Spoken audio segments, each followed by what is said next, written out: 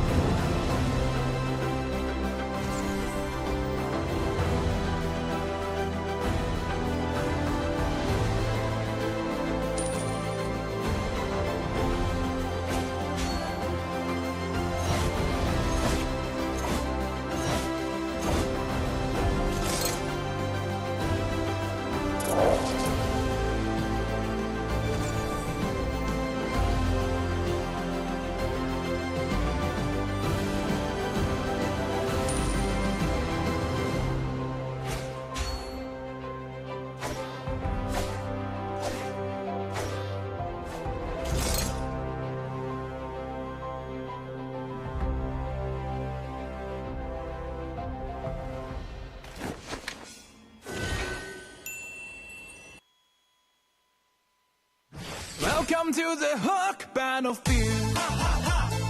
Welcome to the Hook Battlefield. Shake it to left, shake it to right. Got you now, got you now. I can control, I'm flying high. Shake it to right, shake it to left. Try to who, how's my skill?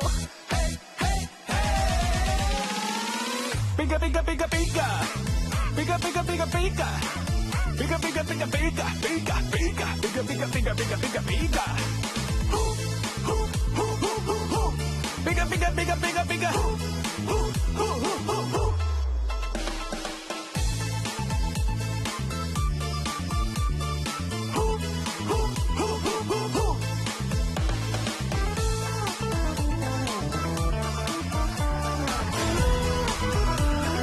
Welcome to the Hook Battlefield. Welcome to the Hook Battlefield.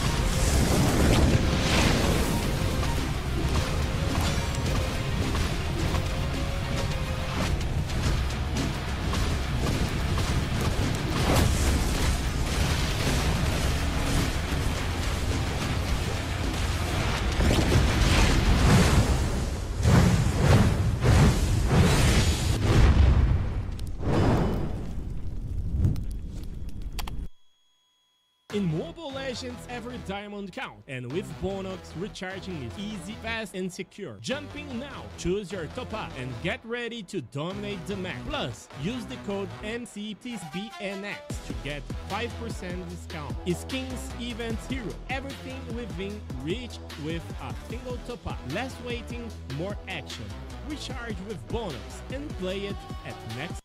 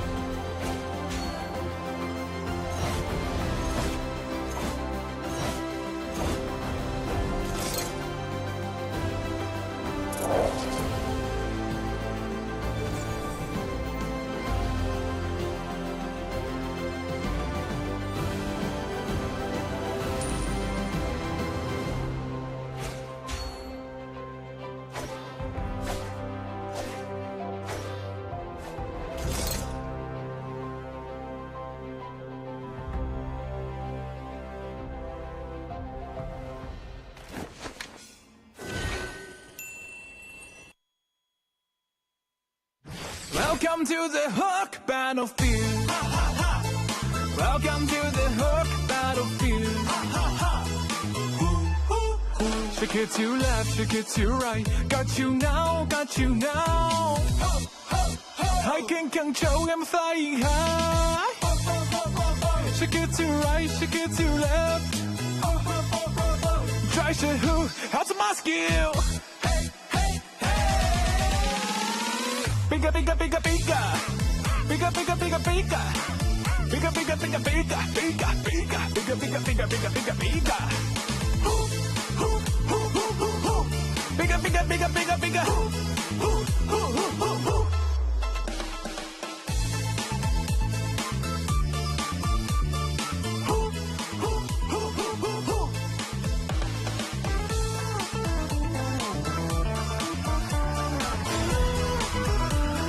Welcome to the Hook Battlefield. Welcome to the Hook Battlefield.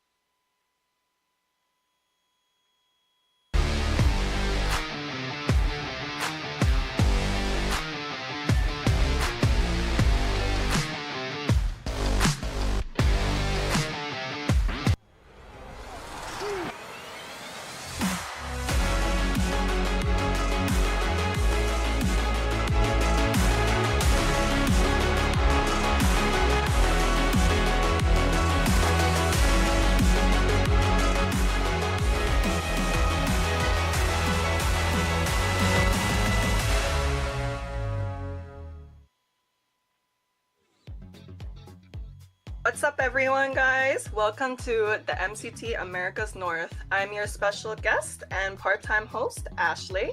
And here with me, I have Trex and Kronos. Well, it's fantastic to be up and live, up and running. Of course, MCT North has begun.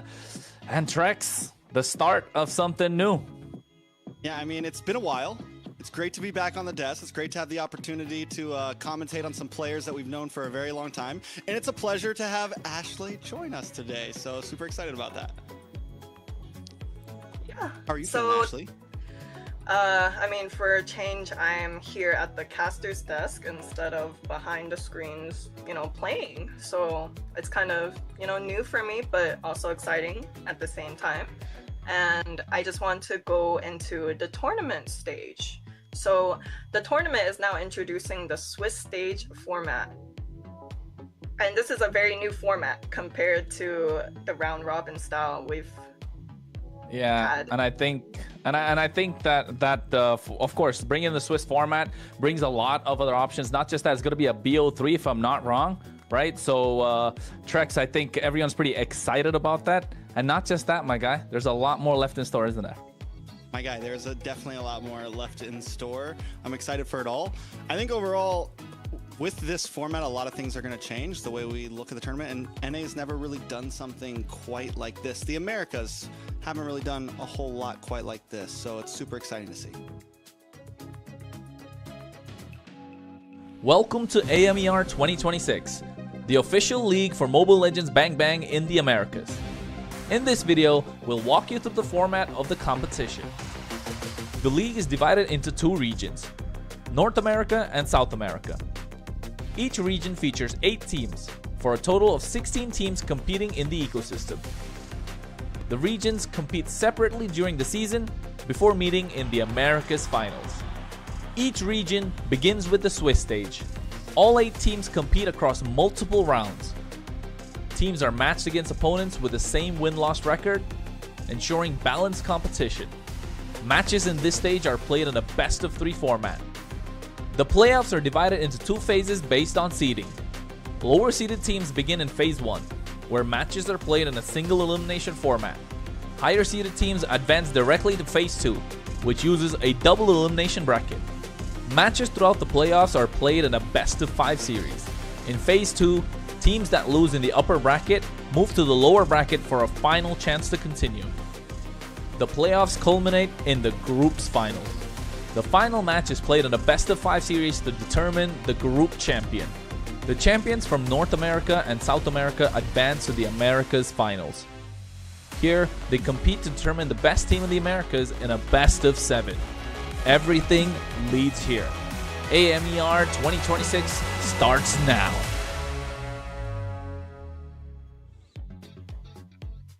Yeah, guys, this is a very new format compared to the round robin style we've had in the past. What do you guys think? Yeah, I think the fact that the round robin is something that we're used to in the Americas, and now moving to Swiss stage, teams kind of have to prepare differently because it depends on the result from the get-go, right? If you have good results right from the start, you know you will qualify much faster. You'll have much more preparation time going into the tournament. And not just that, I like how the format involves adding in the South as well, Trex, adding the South factor to it, and then you combine just to see who's going to come out on top. The 2 winners, of course, we know will be getting that EWC slot, but the who gets the mainstay slot, that's the one they're all fighting for, aren't they? Yeah, I think bringing in 2 regions like this and having them face off the end, really expanding on how we look at this whole region in a total is definitely going to be an interesting thing to look at. The best thing for me about Swiss format is the randomness of it, plus the fact that we always get to see teams of similar level go against each other. For me, in my mind, it's the most fair way for teams to qualify through something. It's something that's used in tons of genres of games, and I'm glad we finally incorporated it into Mobile Legends. Yeah, I'm super excited to see what we have in store, With the newly implemented global bans, NA is now following what the international scenes have been using. Let's take a look. we'll have the global ban in MCT Americas to bring more dynamism and special strategies. Under global ban rules, each hero can only be selected once by each team. After every match, the 5 heroes used are banned for the remainder of the series. The pick ban applies only to the team that used the hero. The opponent may pick it next game. In best of 7 matches, the global ban resets for both teams if it reaches the final game. Expect new strategies, fresh picks, and much more.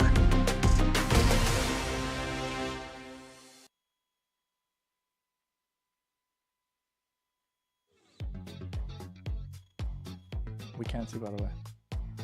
Yeah, interesting stuff we got here. You know, truly a good sense of testing out wide hero pools, and it's honestly pretty interesting to see. We got new heroes being picked, meta shifting, and we're here to witness it all. Yeah, I mean, not just that, it also adds the factor of strategy, right? And along with strategies, the coach have to now evolve and their thinking and see what they can bring to the table, especially noting down what the opposition have used in the draft before so they can ban that out, and different strategies going into games. And not just that, in a best of 7 in the grand finals, in the big scheme of things, in game 7, no matter what strategies you've used, we know they're always used to going to comfort picks. But right now, hey man, it's throw all that out the window. I'm excited to see what the global ban brings into North America. Yeah, I think I'm going to have a lot of opinions about it as we move forward but it's very rare that we get to have a player who's going to have to deal with these things on the desk with us. So like that's the view I'd like to get. Like, how do you feel about having to play these games on a global ban system, something that you've never had to do before? Hey, I'm a player for the MWI scene, which is all women's, and also the AMER scene, right? So I get to see both ends of the stick. But you know, it's kind of interesting. Like I like being able to test out all these new heroes, go against these new heroes. It's fun. I mean, the new heroes, new strategies, right? Combos. Because what I think of when you talk about global ban is, of course, you have your meta picks, the Leomorph right now, you got Marcel that we just spoke about earlier off cam, right? That's another hero that's absolutely great. Then we got the EX players, the Phovius, the Soras, the Valentinas, the Eves. Now, what if your team picks it up and then you end up losing the game? The pressure is completely reversed. So if you ask me, the ones that actually go with some of these super strong picks, you got to be really careful with it, because if you put all your eggs in one basket in one single game, then end up completely throwing it away or just get caught off guard by like the opposition draft, a pocket pick maybe, that's just going to completely ruin your plans. Yeah, I think it definitely makes everyone dig very deep in terms of not just of how many heroes you can play, but like what you just said, to the extent of, okay, how does my draft strategy want to go, right? Like, do I pick this up front? Do I try to make them pick something so that I can respond in game 2? Like, is it going that deep, Ashley? Or is it kind of just like, all right, we play game 1 and then we figure it out in game 2? I think that's more for the coaches to worry about, if I'm being honest. Because, like, hey, there's no flex picking anymore. You pick it once and it's done. Your roamer, your XP laner, they don't get it anymore. So are there ever times that you have to, like, is there ever a time that you speak up and you say, hey, let's not pick that this game, I want to try, especially if you're like a 5th pick or something, is it ever like, let's not pick that this game, let's save it for game 2 or anything like that? Or do you just kind of go all in when you have it? Honestly, go all in. You gotta trust the process, you know? And if you can't get it right the first time, there's no second time. Kronos is looking a little frozen on us right now, but it's okay. Man, I'm pointing my fingers at the audience because they got to make sure they're watching. And of course, at the same time, they got to tune into all of our socials at that point, right? We'll, of course, talk about that later on. But in this global ban phase, oh, wait, never mind. We're not talking about it later. We're talking about that right now. We've got new socials up, folks. Of course, we're talking about MLBB Esports. We got X, Instagram, Facebook, YouTube, and TikTok. Make sure you're subscribing, following, liking, doing all that good stuff, because you want to stay updated with all the news that's there regarding AMER North. And hey, if you want to know about all the news, community tournaments, giveaways, whatnot, everything's there. So make sure you follow. And with all the new channels, you have the Espanol channel, you have the Portuguese channel, you have the NA channel. So there's opportunity for everyone to stay tuned no matter what language you speak. You know what? I heard we're even streaming to the Indonesian channel today. So yeah. So we're branching out. We're branching out a little bit more. Shout out to Indonesia, man. I love it over there. For sure. So I got some more questions, I guess, for Ashley. Seeing as, you obviously have a team favorite right now, what are some teams other than your teams that we should be looking out for tonight? Can we talk about what your favorite team is so we could argue? Ooh, there we go. I like that. I like the flip. Obviously, I'm just here getting my popcorn. No. Like, you guys don't understand. Since season 1, this guy has always been betting against the other team that I'm on or rooting for. But I built you into a great player. Oh, look at that. He's taking credit for everything that you've done. This is not how you do it. This is not how you do it, Trex. This narcissistic guy. I can't believe him right now. Told you so, Ashley. Your team's gonna do great this season. At MWI, I had your guys' back all the way. You did. I did. See? You did. I mean, speaking of teams, though, we're gonna jump into the schedule here. Ashley, what teams do we got facing off? Hey, so we got 4 teams back to back, but I think that Kronos should be the one to introduce them. Hey, yeah, sure, Ashley. Why not? First up, of course, we're looking at Stamina Esports versus the Night Horde. And as the day progresses, or rather the night progresses, we're looking at Leon versus Alpha 7 North. That's a fan favorite team, if I may say so. Then we're talking about Influence Rage Origins, not O-Rings, and Vendetta. That's going on third. Of course, shout out Trex about that one. And then, of course, the final game of the night, we're ending out with U2 Esports versus Leviathan. And I think that's a game to look out for as well. But in my opinion, the first and the third game are probably going to go all the way, Trex. Correct me if I'm wrong. Stamina versus Night Horde and Influence Rage versus Vendetta. You're thinking all 3. I think the U2 game. No, I'm thinking we might see some all 3s, but it's day 1. Jitters are going to be in. I think there's a big chance that the more veteran players, the guys who have been doing this a lot longer, are going to come through with sweeps today. And I think those teams know who I'm talking about. Sheesh. Yeah, some of these players have been active since season 1, season 2. Like, we have a bunch of familiar faces, but I'm excited to see. Yeah, a bunch of familiar faces, a lot on the line, of course.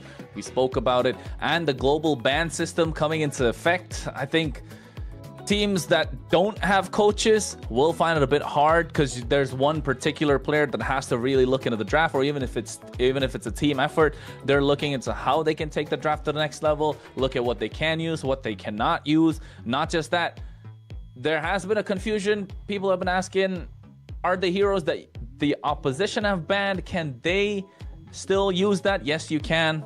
So the strategy from what I've seen last season at Latam, at EECA, with their global ban system is, if you usually got these powerful heroes picked up in the first phase or in the first game, just ban it out from there on out so the opposition just doesn't get to use it. Example being like a Fovius or Sora. If you get the chance to play it in the first game, ban it for the second and the third. But then you also possibly have the chance of letting other things through. So I mean, it just adds a deep layer exactly to the draft, to the bans. And then by game 3 or 4, everything just hit. Well, game 3, if we go to game 3, everything just hits the fans, and we start to see the Laylas come out and stuff, right? No, that's taking it too far, bro. That's taking it too far. Hey, you never know. And on top of that, right, we say that, a coach is important to draft these and go around and plan everything, right? But in a sense, a player knows another player the best, so it can be an advantage to not have a coach at the same time. True. I think if you know the players, you can read into each other and their habits. I think in a long series, that's where the habits start to show, right? There are some players who like to play certain heroes, even though they're not in the meta because they're comfort picks, like they're rank heroes. That might start showing up. Yeah, I mean, I feel like most of the teams right here have, for the first time in a long time, just about every team has a pretty strong backing behind it. And seems pretty ready for this. It doesn't, for the first time, it doesn't just feel like 5 guys running together, but I think we're going to be jumping into rosters. coming up.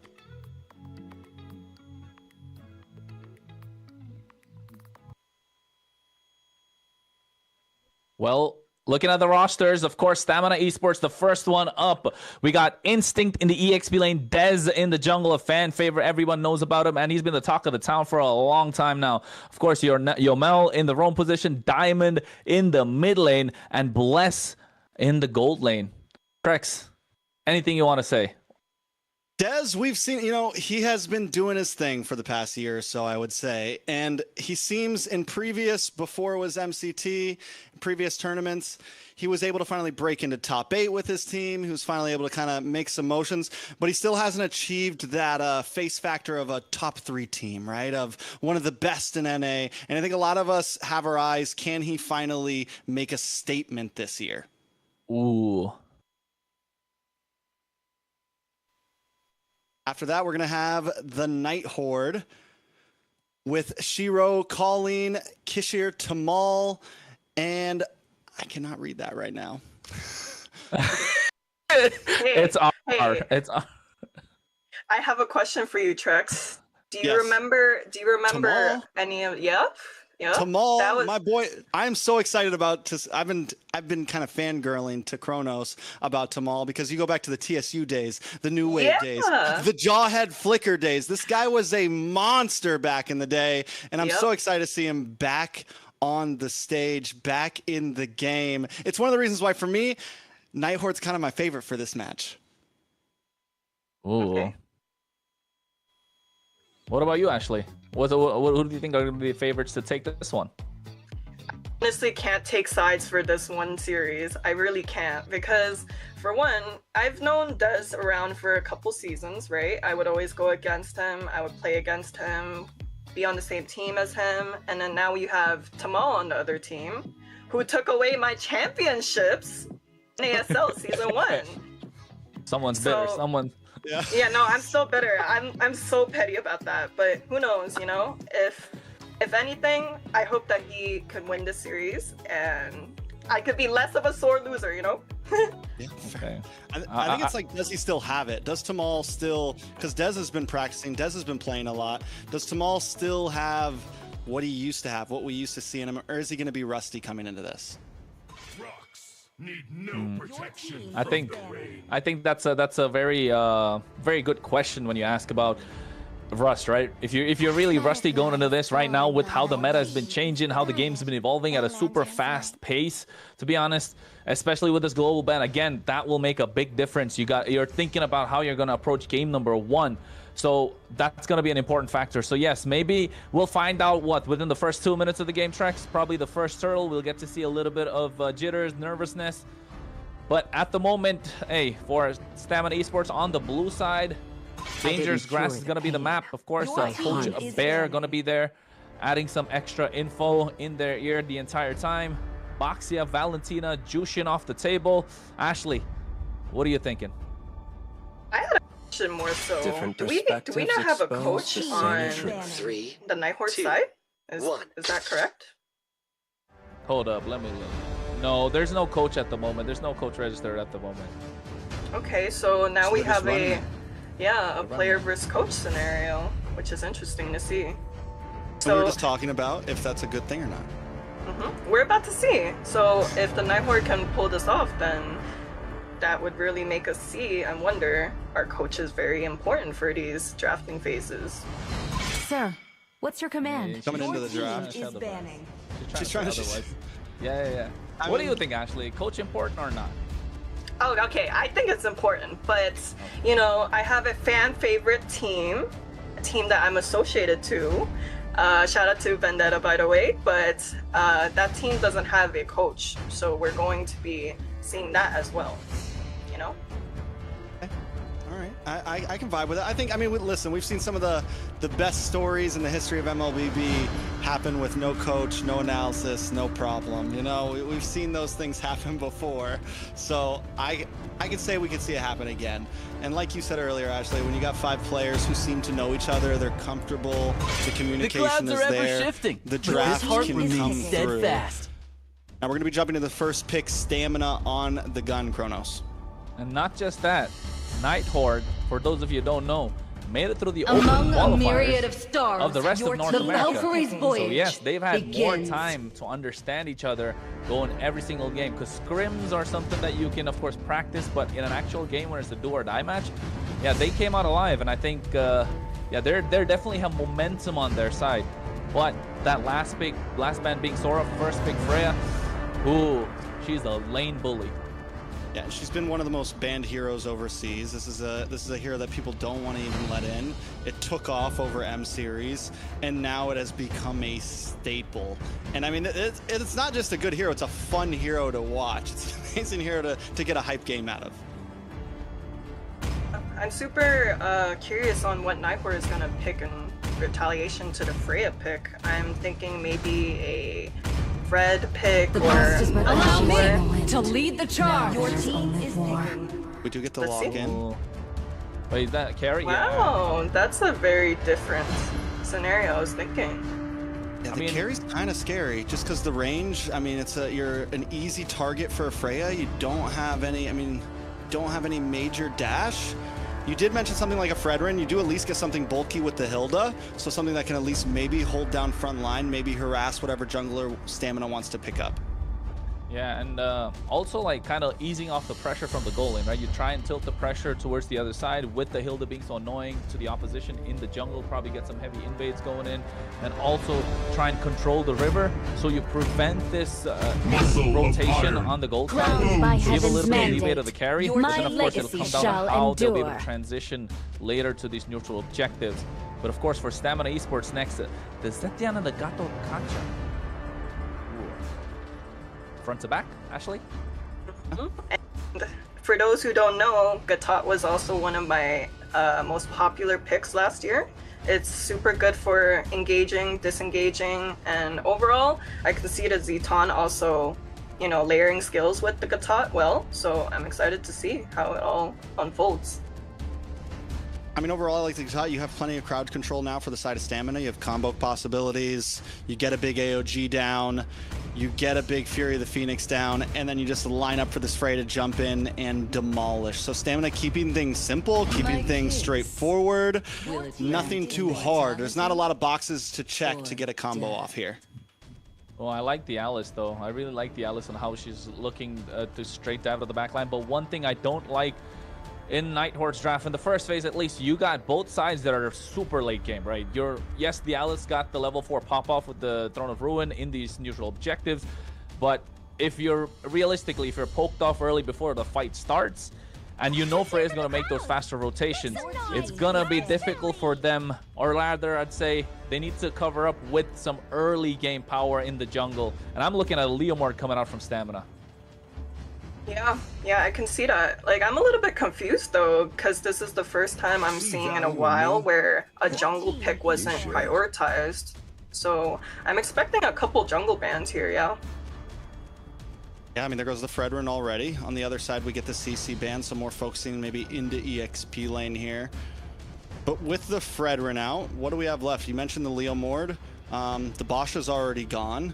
So it's starting to dwindle away from some of those tankier fighter junglers. Do we see them get a little spicy here with something a little like different? Maybe something like Assassiny. Dez does love things like the Hayabusa, does love more of these fast-playing junglers. Is that going to be an answer? You're forgetting Suyu! Suyu. I was gonna say Suyo is a solid option right now if you're Stamina. You can just kind of bypass the front line with that surge and then just go in. And then, of course, you got that neutral objective secure with that Soul Server as well, Trex. Do they ban it, though, here? Because the thing is Night Horde gets the first pick, right? So do they ban out the Suyo and just even the Plainford, or do they risk, oh, we give them that, but what do they get in response if they give them the Suyo? So I think you talked about banning a lot of junglers out. If Coach Bear here wants to full through on that, then yeah, you take out the Suyo as left and bring us back to the basics. Yeah. I'm kind of suspecting maybe a Harley pick as well for the Night Horde side. Among the planes exists the equilibrium. The ban. I was made for. I mean, makes sense, right? It makes sense to Night Horde's composition, but then again, I like how they probably didn't want to ban out any more jungle picks because there are not many options open. Suyo's got to be the one that they need to lock in here. Otherwise, they're going to struggle. But Harley was the other option that Ashley spoke about. He has been monstrous in the jungle right now, kind of anti-meta, that he's become meta. I thought the Harley has been just... The fact that it's become so popular is still astounding to me. The fact that we're still seeing it happen.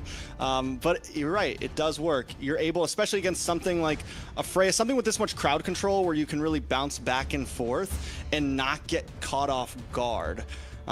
Some places that it can have issues with, though, is late game Lord pits. Yes, you can try to be the sneaky person, but you can't really hang out for long. In these long sustained fights, you could have some trouble. Ooh, so now we see the Suyu pick and the Harley pick. Hey, it takes a player to know, right? Brawl comp for sure right there. Just straight dive, fighter, attack in your face.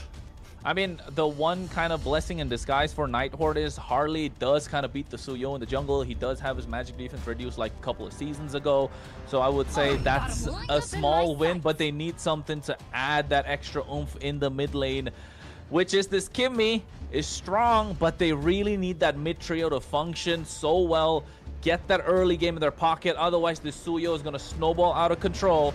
And the Freya and Yuzhong adding to that factor, yeah, I don't know. Stamina looks super strong. Nighthorde, very slim win conditions. Ashley, any big thoughts on all this before we jump in? Honestly, I'm on Stamina Esports side for the drafting phase, you know? The Nighthorde, I'm kind of feeling a little bit concerned about the mid pick, but hey, we'll see. Coach versus player. Yeah, I mean, it's definitely going to be exciting either way. I agree. I feel like the mid lane in general on the side of Nighthorde is going to have a little bit of trouble keeping up. They're going to have to find a way to clear waves as fast. Carry's going to have a little... Nighthorde can get to that point, though. There's definitely some opportunity. Yeah, definitely some opportunity. Folks, don't worry about it. The carry's not going to be in the mid lane. It's just some jitters that we got going on, of course. And I think we're getting straight to go into the game, Trex. Yeah, we're going to jump into game number 1. This is Stamina Esports going up against the Nighthorde, day 1 of MCT North. I'm really excited for it. I can't wait to actually see what's happening. Yeah, me too. I think it just comes down to what is going to be going on in these early rotations, especially in the gold lane. I want to take a look at what they're going to do with that battle. And Trex, you could not get any better. You got a soccer player, a cowboy shaking hands to show what's going on in the AMER. Yep, and then, I mean, we got Sasuke on the field, we got ninjas, we got it all going on. I'm excited for it. And it's a beautiful intro that we got to see bringing us into the land of Dawn. And we're already seeing some aggression. My eyes, like I said, for the Nighthorde are going to be on Tamal this game, and he's on something aggressive. Can he get in the face of Stamina to slow them down to get the rest of his team online? Yeah, already popped the passive, and you can see Tamal is playing as aggressive, like you mentioned, not giving Colleen the space. I mean, rather trying to give Colleen the space that he needs. But the Nighthorde, they need to win this mid trio, and Stamina Esports understand that. And poking, using the range that Yomel has on the Zetian to try and zone away this Kimmy entirely. But look at the top side. The Harley is looking for blood. Yeah, up on the top side, we're going to have to see if Shiro can make some plays happen early on here. Once you get to that level 4, can you get some pickoffs? With Stamina, also going to be looking for the same thing. With such a fighter composition, everyone's got a great level 4. Suyo, Freya, I mean, the whole team. You have Instinct on the bot lane here. Once that Black Dragon comes out, we're going to see problems. We're going to see aggression happen. A little bit of damage does come down onto the Nighthorde here. Suyo with the Queller. Nobody goes down, though. Hey man, we're already 2 minutes in. This is the MCT AMER we're talking about. I thought we'd see some hot action. Nothing down, but Stamina do have the turtle to get things started for themselves, pulling it to their side on the back line. A lot of damage does come down, but still able to stand tall. Bless might be able to get away from this one. Dez able to take the turtle. Bless does finally fall, but can they get the response? Yes, Colleen goes down. It's a 1-for-1 plus a turtle over to Stamina Esports. And I think the important part being, of course, the first blood secured by Nighthorde, powered by Runestone, and then going down. So this Kimmy's not going to be far off behind, getting that 1 kill in the pocket. I like how Dez comes in, takes away. Oh, yes, he does. Steal that creep, making sure he stays ahead, even though they got the turtle. You want to power through. This early game phase is where Stamina needs to apply the pressure and try and take things down. Looking at the items as well, they're on track. Yeah, I mean, everyone seems to be keeping things simple up on the top side, though. A lot of damage does come down. Dez able to dash out, and Tamal goes down. Another pick-off for Stamina Esports. Turtle's going to be up in not too long, and at this point, Stamina's finding their motion. This is exactly what you want to do with a composition like this. Yeah, I think with a composition like this for Stamina Esports, that's what they want to do, get the ball rolling. But for Nighthorde, it's the same thing. You want Tamal to create the space, and that's what he's doing. Yes, he's gone down a couple of times. I mean, the one time that he did, unlucky, maybe overextended. But at that point, I think the Nighthorde are looking for pickoffs. They're looking to poke down the opposition and wait for Shiro to come in and take somebody off. And you can see already Yomel can smell that there's something wrong. And so does Bless. Yeah, it's still, though, the thing is with Nighthorde's composition right now, they don't have any heavy crowd control. You have some dive, you have some opportunity, but it's hard to really catch someone completely off guard. Yes, Tamal's kind of waiting in these bushes, giving vision, but he's not able to make a huge play happen or hold someone down for Shiro to lock on completely. But you know what? Looking at the spells as well, Trex, we're 4 minutes in.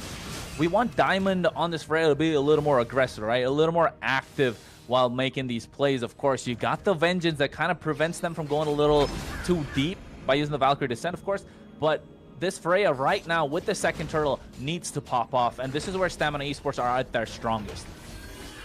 Yeah, so with this turtle coming in, exactly what's going to happen. Black Dragon does come out. The Alice able to dash in as well, but the turtle does reset. Oh, Tamal already taking too much damage. He might be going down. Retribution to slow him down as well. A Sever to get that kill. Double for Diamond at the same time. So 3 down on the side of Nighthorde. Stamina Esports with another turtle into their pocket. We're looking at over a 1,000k gold lead. We're 5 minutes in. Dez playing phenomenal overall. 2-0-1. Able to continuously put kills into his pocket. He's about, let's take a look at the gold real quick. He's sitting about 500 gold ahead of Shiro right now. And Nighthorde just playing catch-up. Do we think that it's over for them at this point? Is this part of the plan? They're not too far behind. Well, now it's about 2,000 gold. If another turtle goes into the hands of Stamina here, or this gets to 3 or 4k, I think it's GG's. I don't know, man. I think you got to at least cross the 5k mark if you're Stamina Esports, right? Because don't forget, on the other side, they still have the carry. They still have the Kimmy. Does a lot of damage. Kimmy just need a couple of items. You got the damage to power through. Tamal is probably going to die a couple of more times, but that's going to activate the Nighthorde. And not just that, they are super good at kind of base defenses. They're okay with the opposition coming at them. And Shiro needs to look to pick someone off ASAP, though. Yeah, I mean, can he, though? Who can he really take out? Dez finds Kisker once again. That's 3 kills now into the hands of Suyo, and that's not what you want to see when you're up against a Suyo. Up in the top side, they're going to translate that into another tower. 2 towers down on the side of Nighthorde. They are getting oppressed right now at this point. I don't know, bro. Call that caster curse if you want to, because Kisler is not having a good time. He's supposed to survive. He's the one that they're going to be relying in the late game. And again, you wanted to see Tamal like open up the map a little bit more, but here just not allowed to do so whatsoever because of the early composition again from Stamina Esports. The draft just showing what it can do more than the gameplay and how it can translate. Of course, 10 seconds to the turtle. This is the third turtle we were talking about. Stamina Esports definitely looking to take it all. About to be a 3k gold lead for Stamina.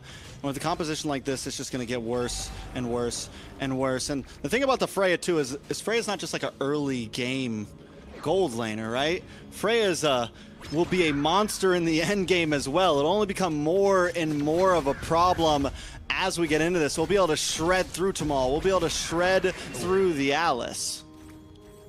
Yeah, speaking of shred through, Bless not getting shredded down whatsoever. A lot of damage being dished out. Turtle being started. Dez there. Look at the position of Instinct at the same time. They go into the back line. Black Dragon.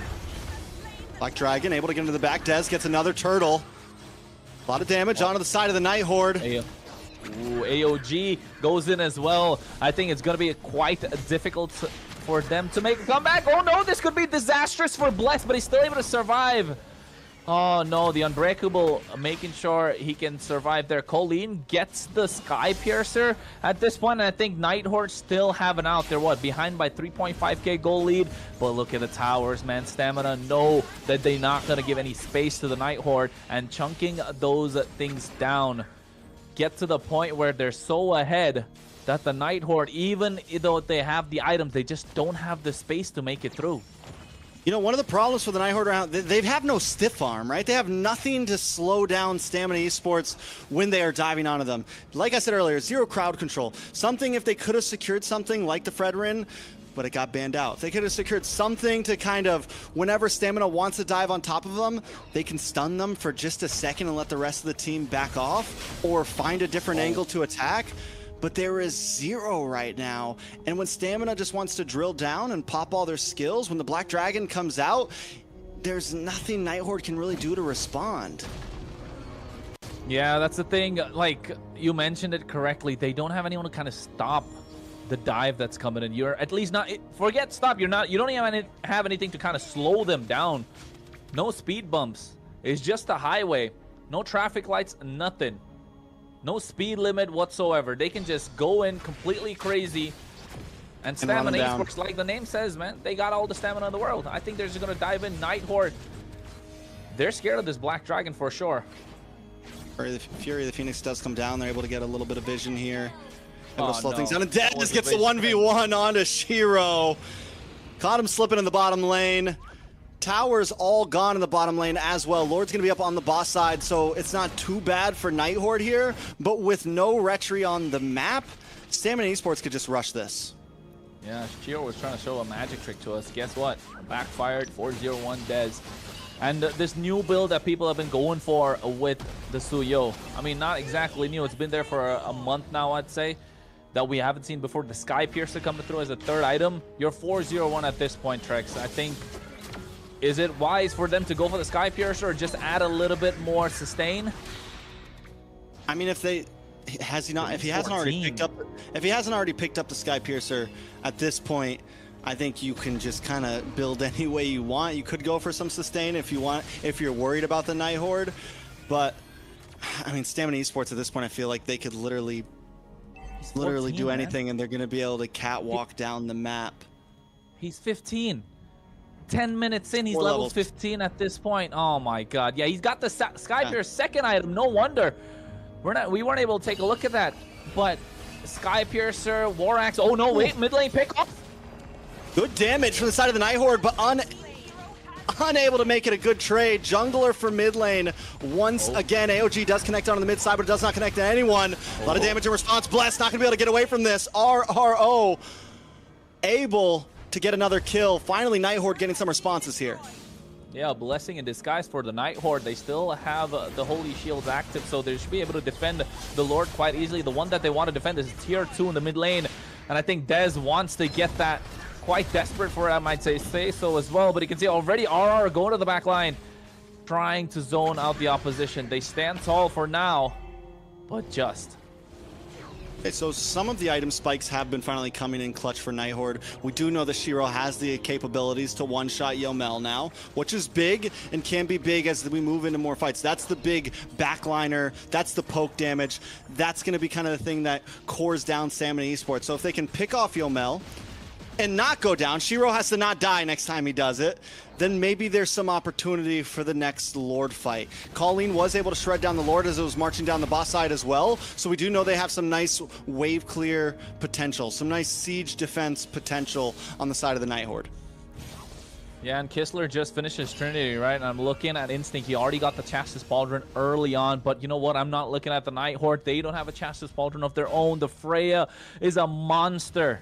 With that golden staff being the first item, it should have been prioritized by Tamal at least. But now you have no way to slow them down. I mean, we spoke about it. There's no stiff arm on the side of Nighthorde, like you mentioned, right, Trex? They got a freeway to run through. At least you had the Chassis Pauldron kind of be a bumper, a roadblock of some sort, if I may say so. That at least, yeah, they could walk through it, but it's a little difficult. Could have made it a little more difficult for Stamina Esports, but not having that item just gives so much free reign for Diamond. is able to get away there up in the top side. I think the Alice could end up being a saving grace as well for Nighthorde here, but again, you're at a point now where it's like we're pushing to late game. So my question to you is, does Stamina try to rush this? Are they also comfortable in the late game?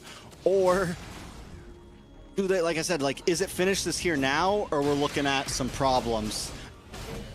I think you can always, they can still come out victorious in the late game. It's just they're not supposed to pick these 5v5 brawl fights now. They're 5k ahead in terms of gold, yes, but after this Lord, if it still stands that Nighthorde are still able to defend, it will be difficult for them to take any 5v5 fights.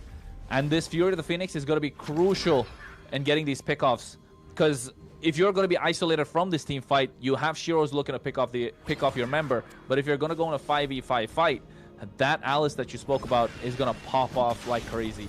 So you're going to find a way to try and end this right now. Yeah, Bless taking a lot of damage though. AOG back into it. Gonna go down. Colleen able to get the kill.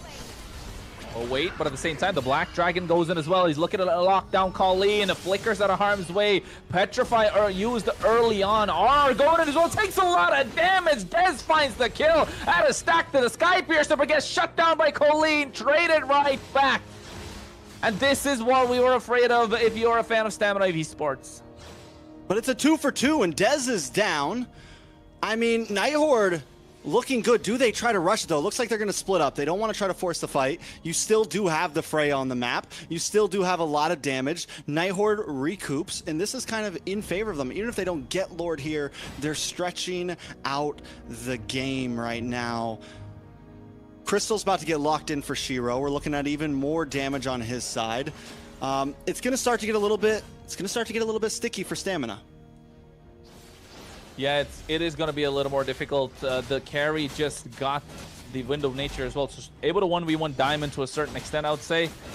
But the eyes on RR on this Alice. That Throne of Ruin is going to be nasty if used at the right time at the right place, along with the Traction Pulse too.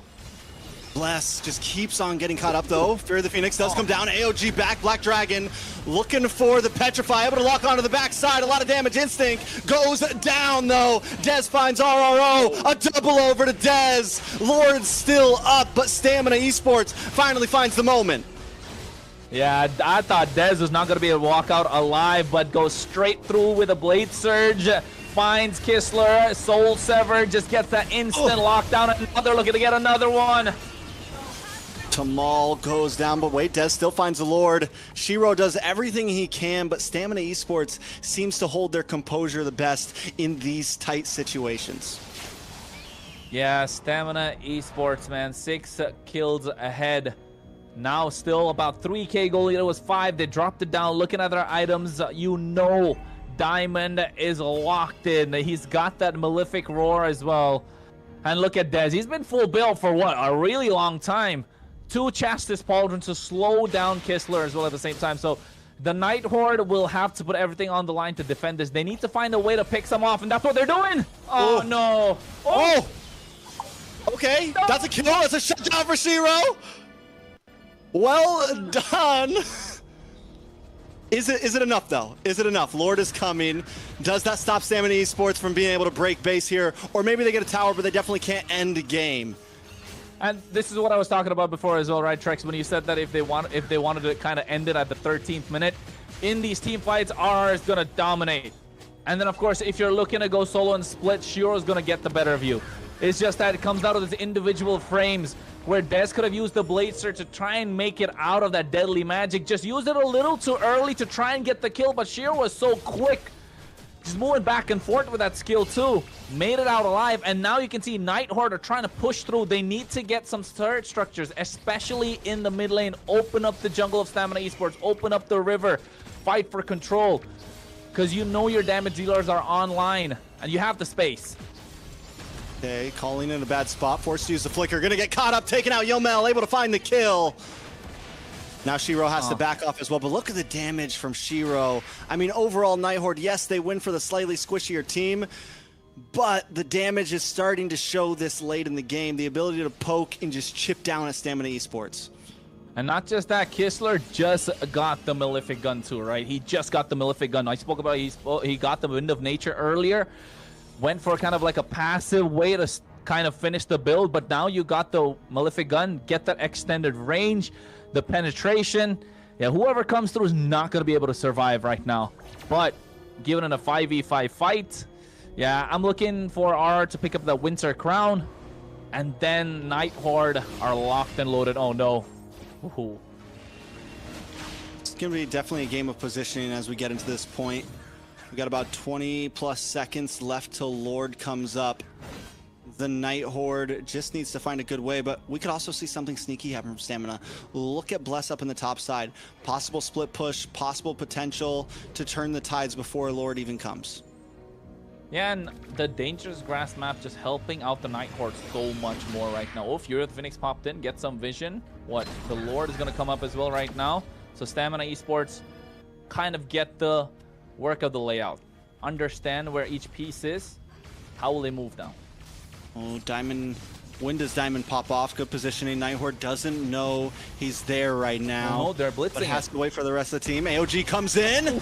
Kistler still able to get him, but the Black Doctor does come out, and down goes Shiro. Lots of damage coming onto Tamal as well, just trying to get away, but Night Horde was able to get the Lord. All they have to do is reposition now. Oh, conceal play. I think they're trying to go in for a little bit more, getting a little greedy here. Stamina Esports, they want this tier 2. A lot of damage does land down, but Night Horde is in a safe position. It's about 20+ seconds until Shiro gets back. And the fact that they got Lord at their timing, it's going to be another 5 seconds till Lord comes out. Well, the Lord is already marching down the top side for a Night Horde. Stamina Esports looking to try and cut the Lord off as early as possible. Dez by himself, but you can see Tamal applying the pressure. This is what you wanted to see from Tamal early on this Hilda. And now it's showing. Night Horde have taken control of this game. Look at the goal lead as well, Trex. For the first time in what, about 20 minutes, they're up in gold. Yeah, I mean, whoa, Dez though comes in once again, able to just get away. Immortality does pop, should not, goes down. AOG to reconnect, and they collapse onto the Night Horde. Colleen able to find Bless though. Diamond finds Kistler. It's an all-out bloodbath as Instinct finds another. It's 2 members left standing for Night Horde, but Shiro's not going down like that. Oh, he popped the Vengeance as well. You can see the Winter Crown coming through. I thought Colleen would go down. They just need to defend the Lord. Oh, it could have been so disastrous for Night Horde. That was almost a wipeout. But Stamina Esports have bigger problems on their hands. The waves are pushing in. The Lord was there to be taken care of. And now look at Shiro. He's looking to pick someone off again. Shiro constantly on the hunt. It's a dangerous spot though. There's too many. Oh my Lord, the damage is insane. Oh, he still survives. He still survives. Immortality pops. Can Shiro get away? Doesn't have a hat trick right now. Gonna be so nobody goes down. Nobody goes down. Oh, that's spicy, man. They're doing it back and forth. Who's gonna be the first one to fall? Immortalities are so expensive at the moment for both these teams. But clearly the idea is present. Use this Harley to pick off whoever's isolated in these late game split pushes. And now, even if you look at the map, it's kind of even Steven. So right now, are we looking at a battle of the junglers? This is Shiro versus Dez. Doesn't matter about anyone else. Whoever falls before this Lord, big chance of giving the game over. We're at 21 minutes. This Lord is huge as the Night Horde begins to blitz it. Yeah, a little bit of a letdown that Kistler's not got any kills, but you can see already the Black Dragon has zoned them away. Hat trick being used, but he might be going down. AOG! Big AOG at that, but does not connect on to anyone. Instinct, though, does find a member in trade for Bless. Dez into the backside, comes in and just blows his own head off. Night Horde now with a huge advantage. It's 2 for 1, but neither team have a jungler. Talk about walking straight into a wall. I don't know what Dez was thinking about. Walked into 4 members with a Blade Church, kind of held on too. I think he was trying to get a big stun, but now, with the amount of damage that Kistler and Colleen are outputting at the moment, it's not so good to be someone to try and come through the back line. Squishy target. Yeah, Stamina Esports need to find a way. They're losing their heads. Already Diamond going in with the Valkyrie Descent on Colleen. Winter Crown.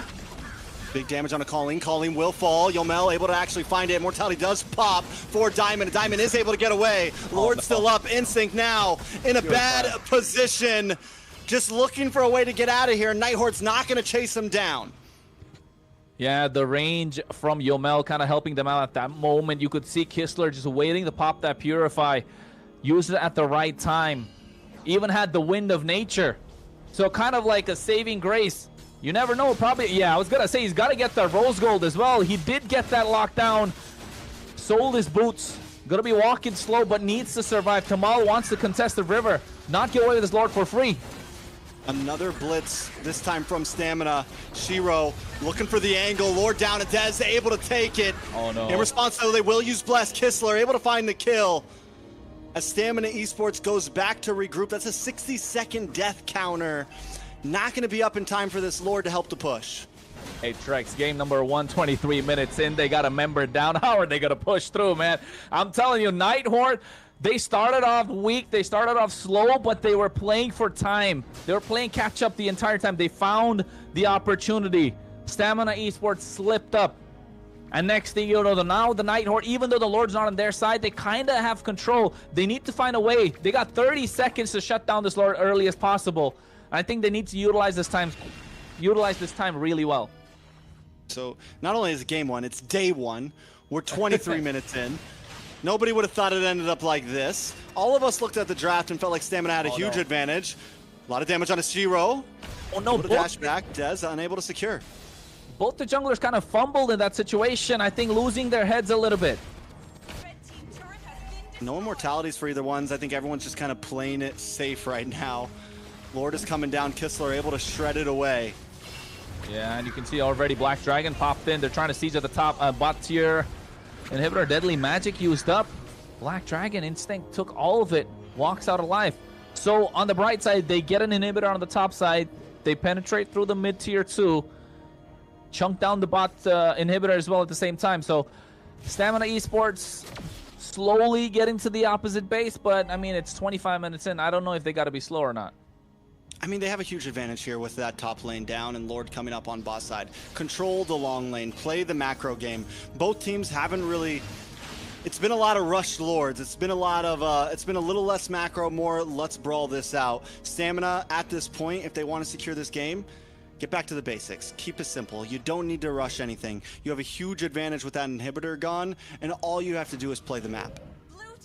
Hey, they have 25 seconds to do so, and Nighthorn understand that. That's how you can see already trying to get a clear, but Stamina Esports, they're just waiting to find the opportunity to pick somebody off. Again, Shiro on the bot side with that buff, with that orange buff, waiting for Des to show up on the map. He doesn't even have the immortality, so this could be crucial for him to show up, and they might be taking him off. Shiro has been patient. He's been there for about, what, 30 seconds to a minute? Who's the target, though? It's definitely not Bless. The target didn't come. I'm going to go back to safety here.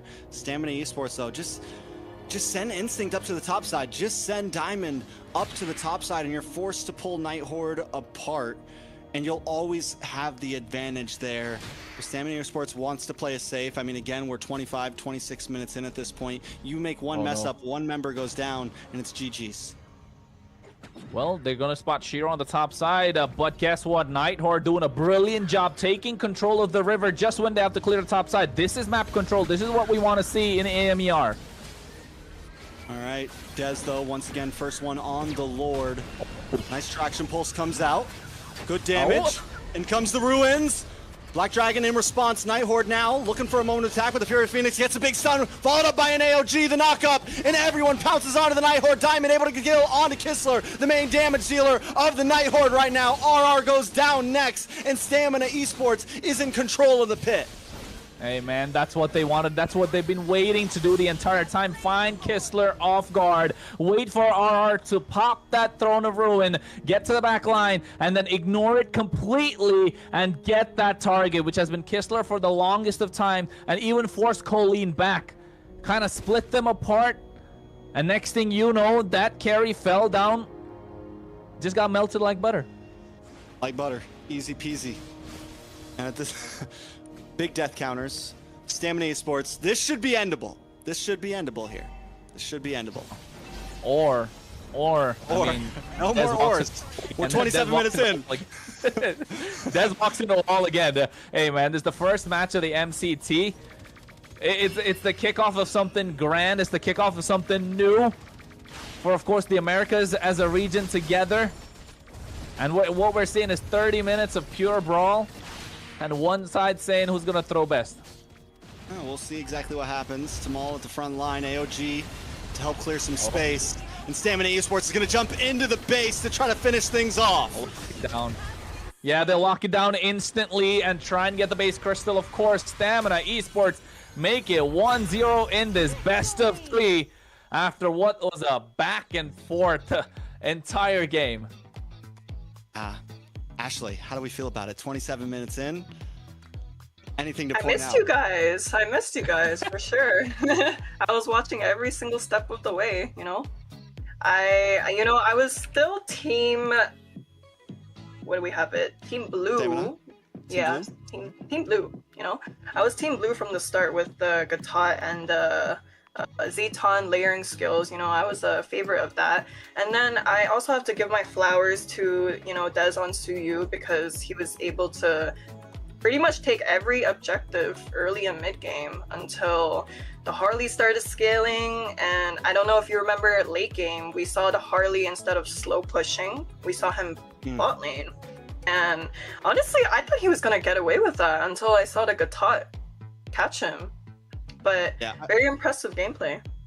I think Bless overall in the Gatot, he had some moments that weren't amazing. In the beginning, he had a little bit of trouble kind of, getting his feet to the ground. But once he got in his groove, he did make some game-changing plays there. He was the initiator. He was one who was able to catch them off guard regularly. And by that little bit of time for Dez to make his way in, for Diamond to make his way in and clean things up. Well, it was an early game dive comp that they had on their side. They needed a dive. They needed to get the job done. Guess what? They did get the job done. They had these powerful heroes picked up in the first game. Now they can look into going into another way. Maybe get the Leomord for them this time if they're going to be on the red side or the blue, depending on how the draft goes, where they want to be in which side, all that yada yada yada. But for game number 1 of the MCT, Ashley said it perfectly well. Like, flowers to Dez for being able to pull off almost every single objective, which is what you want to do as the jungler, right, Trex? Yeah, I mean, the guy was literally everywhere he needed to be at the right time. There was only one time he wasn't where he needed to be at the right time during that game. But overall, Dez showed up 12, 3, and 3. The guy has over half of the kills of his team right now. From start to finish, he was always on point. And there was times where I'm wondering, should he be rushing this Lord? But obviously he should, because he was always able to get them. So even when it seemed a little off, the timing still ended up being correct for Stamina Esports. Yeah, and you gotta give the flowers to Zeton as well. I saw the Zeton always following up or disengaging with the ults. It was a sight to see. Well, it definitely was a sight to see. But then again, looking at these emblems, nothing really crazy, to be honest. The only thing that was crazy is the fact that Dez got almost every single objectives. And taking a look at the replay of what happened, of course, he got the first turtle. This was where first blood should have happened, but then Colleen got the first kill and then went the other way.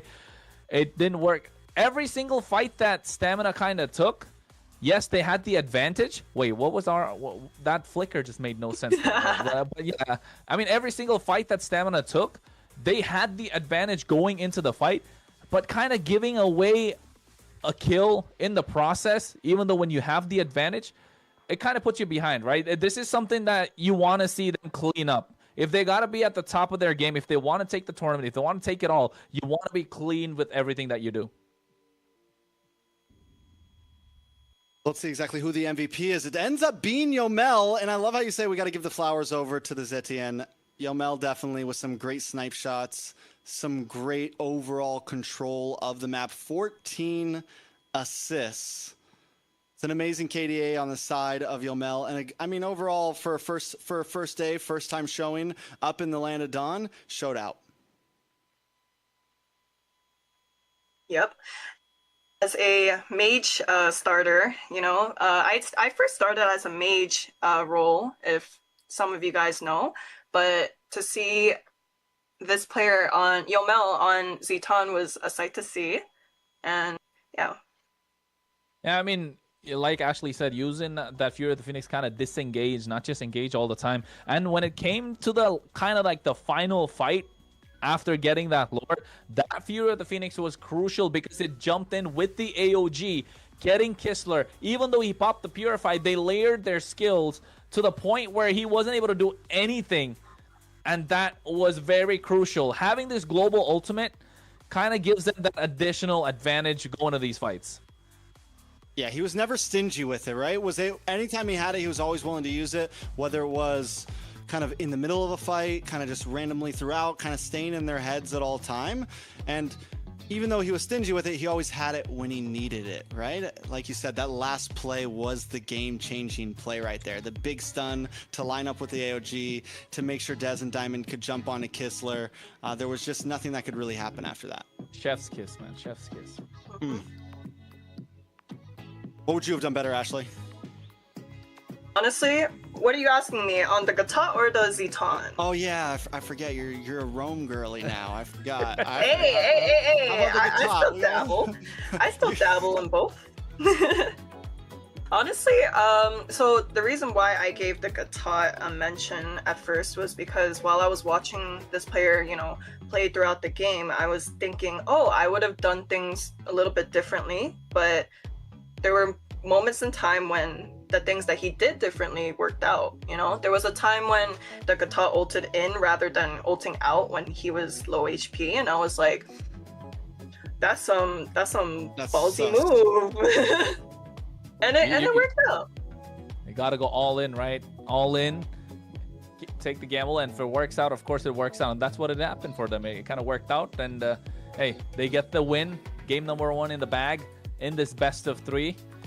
But looking at game number 1, are we talking about Stamina Esports taking game number 2 again, or is Nighthorde going to make the comeback? If you ask me, I think Stamina Esports got to polish up a little bit more. They definitely have the skills. They kind of out-rotated the opposition every match. They got the better of them in the draft. They got the river control. They got everything right. Just a little bit of polish, and they look like a star.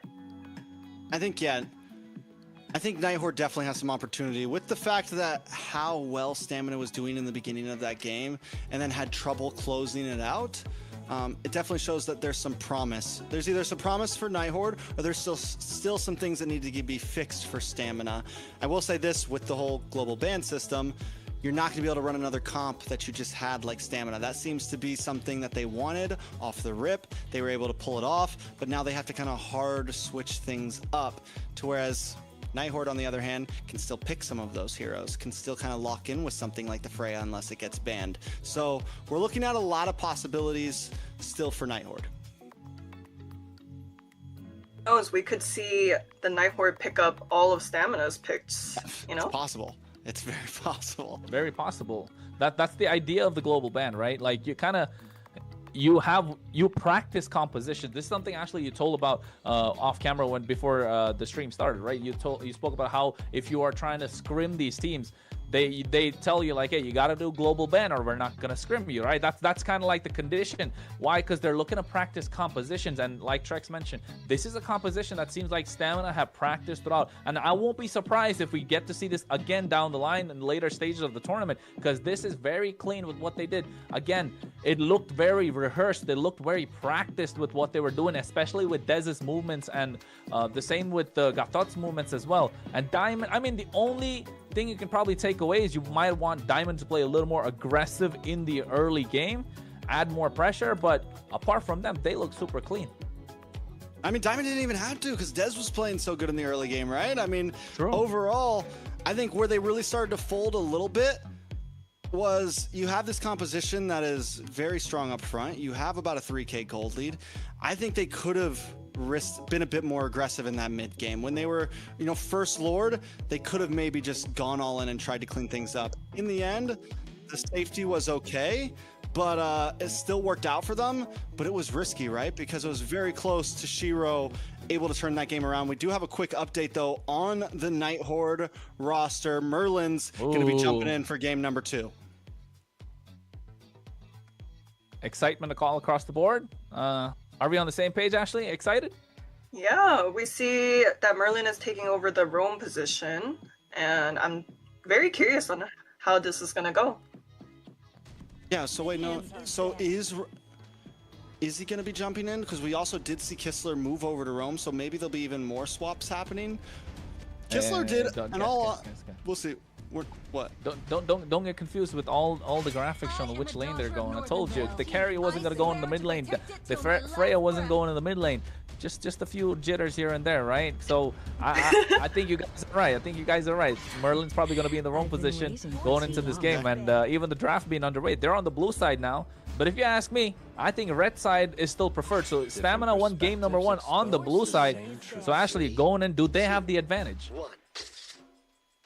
We're gonna have to see. So blue side now has first pick, and first pick and second pick usually is a whole different dynamic to consider, you know? So right now we have the Hilda and carry ban, which was picked up last game, and the Freya and Marcella's ban. Yeah, with the Freya gone, that's not going to be a first pick option for Nighthorde. Stamina might have got it in game 1, but they're not going to give that pick up. Again, this has been a monstrous pick all across the map. Nighthorde on their last ban here. The Bosch is still open. Sora's no longer open. So what does Stamina make for their last ban here? Ooh, what's got to be? I think go for maybe a Harley this time. Probably take that off the table. Just don't want to be completely kind of annoying. The Jushin is another pick, yes. Sorry. Well, Stamina doesn't ban out the Harley because they can still pick it. Nighthorde can't pick the Harley anymore. See, I'm already better at the global ban than you, man. That thing's confusing, man. It's gotta go on the other side. They confused me. Oh yeah, they swapped it. I got you. There we go. Thank you guys. Would you take a look at that? It's now coaching for the Nighthorde. Yeah. But I just had a realization, guys. Now that I think about it, we have Shiro and Dez as the junglers. Last time I checked, these two are more comfortable on assassins. So I think that could account to why we didn't see that many first pick tank jungles. You know what? You spoke about tank jungle. First pick tank jungle on Nighthorde. That Baxia, I heard him. I can't believe it was let through and they got the Baxia. But then again, they don't really play him quite a lot in scrims as well. He's not a lot through. So is this something that Nighthorde kind of practiced to build around the Baxia? I mean, it's a hero that's been a popular jungle pick for a while, fell off. I think everyone's going to be comfortable with it. It does change the way the Stamina wants to play this, though, because it's not something like the Suyo where you're kind of bulky but also do damage. This is a utility jungler at its prime here, so Nighthorde's going to need some damage elsewhere in their composition to pull it off.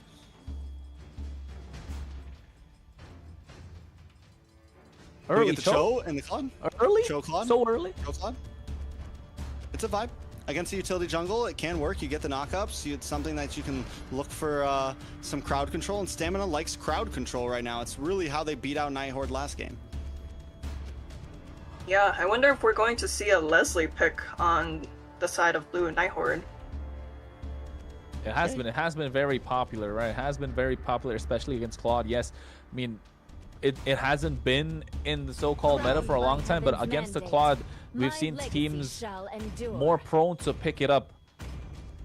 But there's Cho again. I think the Cho is a little early, but Trex, you said it right. You can go provide those knockups, Jikundo, get into the opposition, be quite annoying. Basically do what a Marcel can do, but been doing it for a long time. But yeah, look at the reply. That jawhead. Oh no. Yeah, but they took Whoa. They took Tamal out and they put in the jawhead. Whoa! Is this the secret weapon? Jawhead, Zitian. What do we got? Roamer Jawhead, mid lane Zitian. It is aggressive. It's not something we've seen a lot of, though. A lot of times when we were seeing the Jawhead, it was popular with something like the Suyo, popular with something that could scale really quickly off of those like quick knockups, look for early game pickoffs, and get an advantage. Yeah, I mean, the same thing. Usually, if you pick up the Jawhead, you kind of want it to combo with something, right? Probably a Lunox, probably a carry, maybe a Beatrix in the back of the day. So I'm assuming that having picked the carry in the previous game and having picked the Zetian now, you don't really have a lot of options. You know this box is going to go into the jungle unless, I mean, it's a stretch. Put Baxia in the roam, put Jawhead in the jungle, but that's really a stretch, isn't it? Yeah, I'm a bit there's lots of confused. possibilities. I'm a bit confused on the side of stamina. They picked up the Chow early, so I was expecting maybe something that could pick off with the Chow, but I'm not seeing a lot of options available. I mean, there's still possibilities. We're coming into second phase. EXP lanes are getting banned out from the side of stamina. Do we see Dez pick something aggressive here once again in the jungle? Something that can take advantage of these pickoffs. You mentioned earlier though, Kronos, what the possibility of Jawhead or this being a Roam Basha, right? There could be some flexibility to it. Could be some opportunities. But then, yeah, what do you do with the Jawhead? Do you stick him in the jungle? I don't know about that. It's not something we've seen a lot of, but we'll see how things go. Rex, there's no way you think that Tamal isn't gonna be the one to play Jaw. They brought in Merlin though, so Tamal's not playing. That is true. That's why why I was like, how dare they pick up the Jawhead right after they sub out Tamal? Yeah, that is true. I just had like a brain fart. I was like, that's a Tamal move. That's a Tamal pick. Huh. I mean, We'll see what happens. I was gonna say that the Lapu Lapu is something that Stamina could go for, not just to pick it for themselves, but also kind of deny Nighthawk from picking up. Because the Black Dragon's already banned off. You got Guinevere taken off. Alice is already banned. Sora is off the table, so not a lot of options left for Nighthawk if they're looking for damage, which they're kind of lacking. So Phobius is one of them. Maybe did I hear a Moskov? Oh wait, oh what? my lord. You heard incorrectly. That's the sun. That's the sun. That's my son right there. Sun. And Esmeralda. So Nighthawk picking more of the dive comp this time, but with, I would say it's a less damaged version of what we saw from Stamina last game. Like, yes, you have a hero that might build the same as Freya with the sun, but it's not gonna hit as hard. They do have more crowd control this time, but this sun, I mean, I don't know how to quite feel about it. Have we ever even seen a sun in NACT, anything like that, really? I feel like this is a pretty fresh pick overall. I mean, it's not picked quite often. It's been picked before, but it's not a pick that's quite often, right, Ashley? No. I'd like to disagree with y'all heavily. So during the past like what 3-4 months, I've been seeing Sun picked up almost every other game. Okay, that guy is on Gold Lane EXP. It's crazy. I mean, okay. For a brawly composition, he is super strong, and that's what Nighthawk are going for. But I like the Leomord being picked up from Stamina. They got some massive level 4 power spikes, but still matching that with the Nighthawk coming in with their lineup, I think it's going to be super crucial to see who's going to get the first turtle, or at least the early game poke and control of the river is going to count for a lot.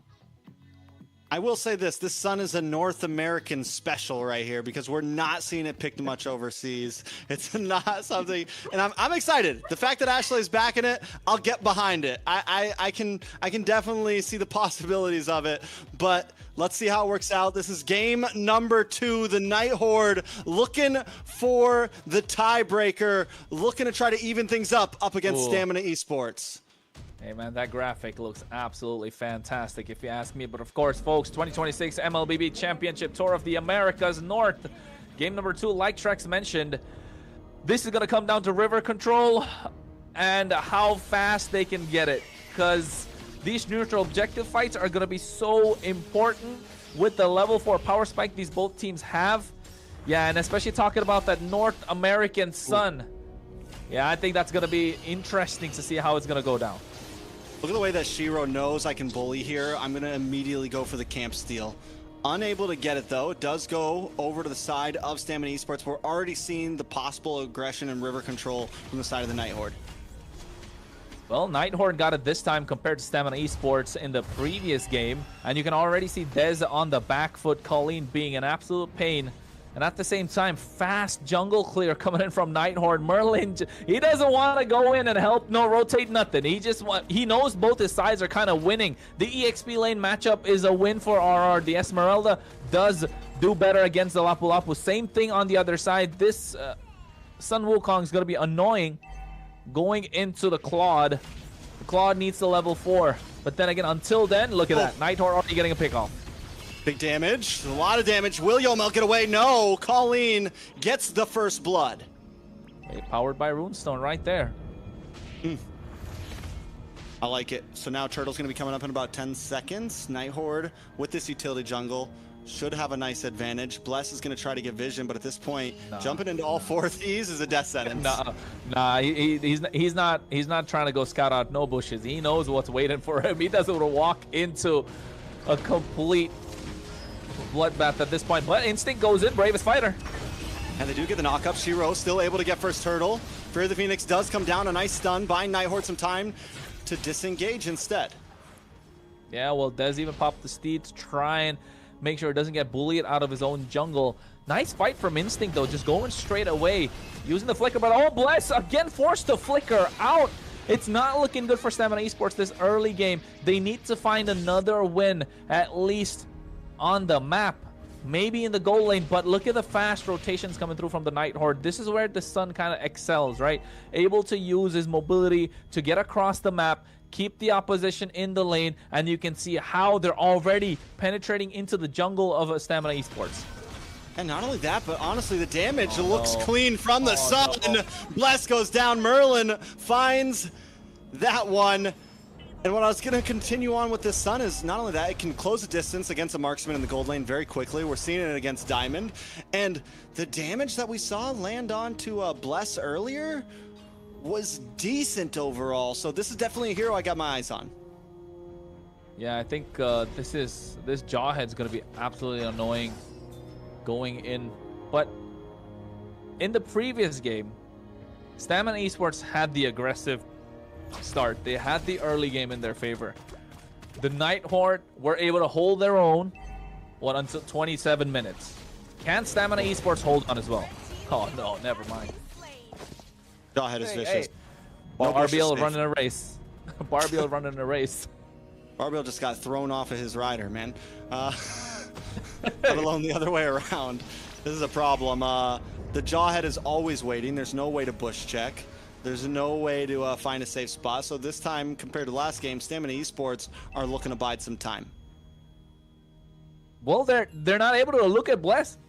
He's trying to contest the river against the Jaw at half HP. Before the turtle is definitely not looking good. I don't think they can contest this turtle, let alone the river.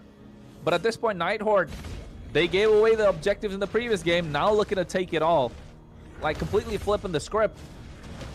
This is what you want to see from a team that qualified through the open qualifiers, right? You want to see some toughness. You want to make sure they're there to fight. Instinct try to contest, not able to do so. The only thing Night Horde are missing right now are a couple of towers. And the Basha looks so good right now. The quick movements from the Night Horde.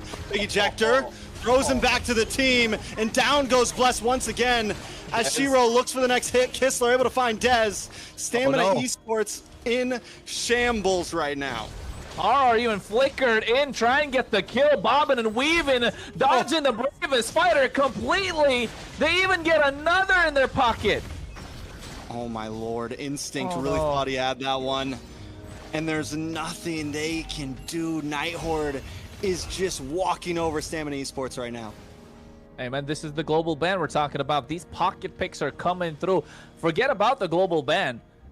This is NA we're talking about. Pocket picks throughout the board. This is what we wanted to see. The Sun, the Jawhead, all in one game alongside the Esmeralda. I mean, don't get me wrong. Yes, they're individually, they don't make any sense. But together here against the specific opposition, they're winning these lanes.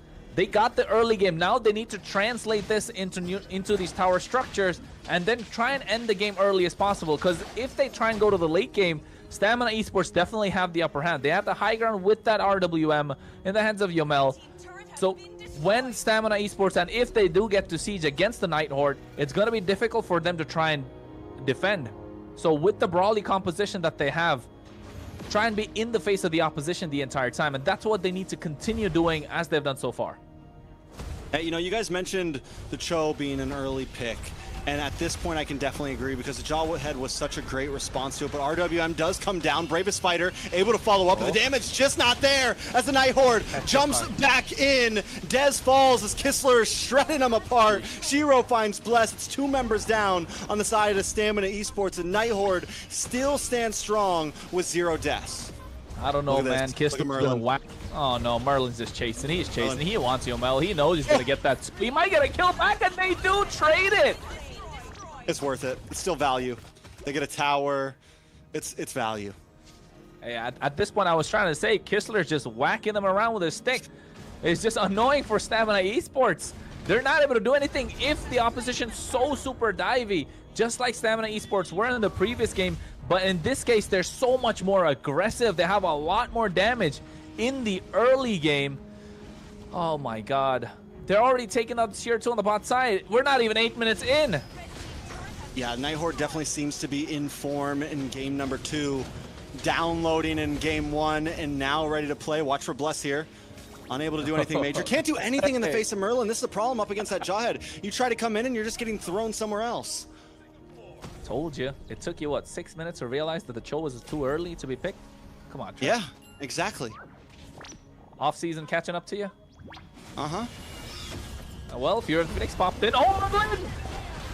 A lot of damage. Yomel goes down. Bless as well. As the Nighthorde continues to just dominate every single team fight in front of them. Stamina Esports, I don't even know if there's an answer. Diamond finally gets in the golden staff here. Is it going to make a difference? Technically it should, right? That's the Claude's power spike. Technically it should, but my guy, look at the gold. We're talking about 9,000. 9,000. Less than 9 minutes in. That's more than 1,000 a minute. Nighthorde have completely snowballed this game out of control. Dez has to use the steed just to clear the wave, and he's not even able to do it completely. Bless once again running away. Barbiel is out, along with the bravest fighter, but Stamina uses all of their ults just to defend, not to secure kills. Well, they got to do something here at this point, Stamina Esports, if they need to kind of extend this game. Otherwise, it's looking like a freak train coming at them at this point. They do have their holy shield, so blessing in disguise. It's only what, not even 9. It still hasn't been 9 minutes. No, we still have First Lord about to come out. We haven't even gotten to the Lord section of the game yet. Nighthorde playing very different. One of the problems we saw with Stamina Esports last game is they didn't try to close out fast enough. Nighthorde seems to not want to waste any time. I mean, this is what you wanted to see from Stamina Esports in the previous game, right? Oh, wait, on the top side, they make it R8. R8, though, looks like gonna be able to get away. Does get away. We don't get it on camera, but that is literally a 5-man collapse on the top side. The ejector comes out. No. The toss-up. Bless once again in a bad spot. Oh, no, they get pushed back. Oof. This is a problem. This is disgusting. This is problematic for Stamina Esports. Bravest Fighter does come down. A nice stun on to Kistler, but still not enough. Nighthorde get the Lord and are waiting to crash into these inhibitors. Well, Nighthorde are looking at a buffet with this Lord marching down the mid lane. Stamina Esports at this point might have just be minions, because they're not able to do anything. They're maximizing what this tower defenses can do, these holy shields. And I think Nighthorde with Merlin on the Jawhead has the flicker available now, looking for a pickoff. Yomel's going to be the target. If not Yomel, at this point, they can melt anybody down. Yeah, Lord's going to crash in. Bravest Fighter just to get away from Instinct. But the Fury of the Phoenix and the dive down from Sun. The RWM just tried to fan, but the base is still standing. Finally, the inhibitor goes down, but no members drop from Nighthorde. They are diving under towers, under crystals, and they are untouched. Bless not able to get a single Way of the Dragon so far in the game, but he gets picked up and tossed around like a ragdoll. Man, it's problematic for Stamina Esports. Even, I mean, they're literally, Nighthorde was under not only one tower, but the crystal as well, in just unfazed right now. Yep, but this is what we wanted to see. Again, call me a broken record, but this is what we wanted to see from Stamina Esports in the previous game, right? A little bit of polish to what they were bringing to the table. That's what Nighthorde are showing. Give them the draft, give them their comfort picks, and they will show you how they can dominate a game. And oh my god, are they dominating. All right, 12-1, 11k ahead. Again, 1,000 per minute we're talking about. Yeah, and Stamina Esports can't really do anything. They can't get out of their base. I don't think there's an answer right now. They have no roam. Here comes the Fury of the Phoenix once again. Night Horde trying to clean things up. Barbio comes out, but instantly Diamond is tossed up and taken down. Bravest Fighter just in defense. Another wave of minions coming down the top side. Night Horde doesn't need a Lord to crash the base. Yeah, Night Horde don't need anything. They got a Lord. It's that Boxia. At this point, he's so tanky that Stamina Esports, I mean, I want to take a look at their items, to be honest, and see at least do they have a Malefic Gun on the hands of Diamond? Do they have some sort of anti-heal apart from the glowing one? Yes, Bless has got the Dominance Ice. Instinct's got only 2 items. Yeah, literally every single player on the side of Night Horde has a minimum of about 1.2k gold lead. It is, yeah, it's tough. Well, the economy's not in the favor for Stamina Esports, you can tell that. They haven't taken a single tower just yet, just to kind of push more into how heavily this is in Night Horde's favor. And the thing is even if they caught up, the draft still is in favor of Night Horde. That Jawhead is just so clutch right now. I mean, the draft, yes, but now if Stamina Esports is able to extend this game, what, another 10 minutes, I'd say, because they're too far behind in gold, 12,000+. The Lore is already marching on the mid lane. They're syncing up the waves. Inhibitor not present in the top, neither in the mid. The bot side is barely hanging. They need to pull the Lord to the bot side, but they don't have the bodies to do so. They don't have the HP to do so. And Night Horde are one Fury of the Phoenix away to end it all. All right, RW does come out just to try to defend as Kistler takes out Yomel. Stamina Esports still trying to stand tall. It's 4 against 5, but Night Horde doesn't want to give it up. A Blazing Duet in the backside, but Kistler finds them, and game number 2 goes over to the Night Horde. Hey, contrary to what happened in game number 1, this was such a quick finish. And oh my goodness, a quick finish, a dominating finish from the Night Horde. They're not here just to hang around. They're here to compete. 1-1 on the scoreboard, Ashley. I missed you guys again. Yeah, well, first of all, let me just say I stand corrected. Needing a burst when all I saw the whole entire game was Basha running it down with the Jawhead. Like steamrolling throughout the whole entire game. But I have a question for you guys. How was NA's specialty Sun? I liked it, honestly. Even in early game, I was looking at it, and I wanted to see how much damage it did before level 4 and just around that time span. And it actually looked good. And not only that, but in the gold lane against other marksmen, it's able to close the gap quickly. You're able to get some poke off. It has some of those answers. So I'm excited to see how it does moving forward, and if there are other answers, if that was just kind of a one-off, but it seems to have potential. I mean, adding to what Trek said, the additional thing being that Petrify. Right, that Petrify is so crucial. You kind of have it with the Yu Zhang when you go into the back line with the Black Dragon. You kind of bypass the front line. Sun is trying to do the same thing. Can't really execute it, but he does have those iframes where he's able to disappear in a thin air and like kind of avoid all sorts of crowd control. But once he gets into the back line, finds the right target, that momentary Petrify is all they need to wipe them out. And with the dive composition added to the mix with the Esmeralda, with the Jawhead, yeah, that Petrify was an absolute nuisance. And that NA Sun looking good. Keep it coming. Exciting. Yeah, like imagine being a little Claude and you're going against 2 Petrifies. Why's he got to be a little Claude? Yeah, think about it. Because you got a dragon with Petrify, you got a monkey with Petrify, you got a Boxia rolling it down and a Jawhead ready to just ult you. Dexter's probably crying to his son saying, "Leave me alone." No. Taking a look at it though. We're talking about the Sun. I do want to keep on focusing that a little bit. 5-0 and 5 max items. Went for the Corrosion Scythe. Got in, I mean, overall just speed, damage. This is something we don't get to see very often, or supposedly Ashley's been seeing it very often all the time. This is a first for me. Might have been my first Sun game ever casting, honestly. Wow. I go against that stuff daily. I mean, Sun has been played in different countries, different regions as well. Not picked so often. It's a very rare pick, I'd say. But then to make it work so cleanly is what is nice to see. You bring in a fresh flavor into the MCT Americas. You bring a fresh flavor to the North American scene. Of course, yes, you've seen it a lot, Ashley, but then to see it work in a tournament match where there's like, of course, it's a Swiss format, a lot on the line.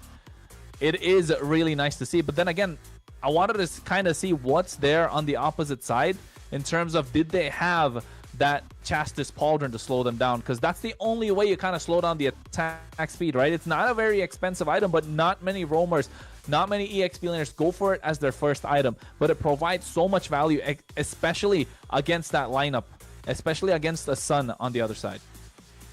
Yeah, I mean, obviously it does. So in terms of the Sun, what are the answers to it, Ashley? What if you could pick anything against it, what do you do? I've been told a fighter on gold lane can match like with the it. Freya, obviously. Yeah. Other than that, I can't tell you. I can't really think of anything. Can't let out the secrets. You got to keep that. You got to keep that private and under wraps.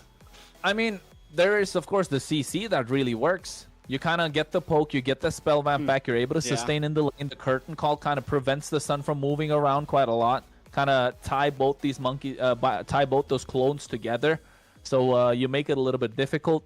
There's the Esmeralda. That's not really great, but you do need to get the early game in your favor. Probably a more team effort. But an MVP, Colleen. Colleen coming through with the once again a Zitian. Once again, a Zitian. Maybe it's like the only graphic we have. I'm just joking. That was a joke.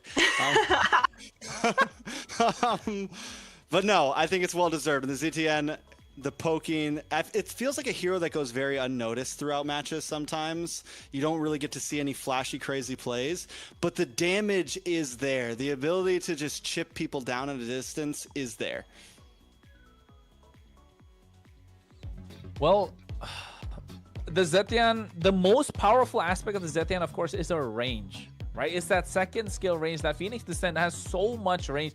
It's like, it doesn't, actually, correct me if I'm wrong, doesn't it outrange the Sicilian Sanguine Claws, the skill 2 of the Sicilian? It outranges the Sicilian. You can outrange the Eve. You can outrange the Farsa.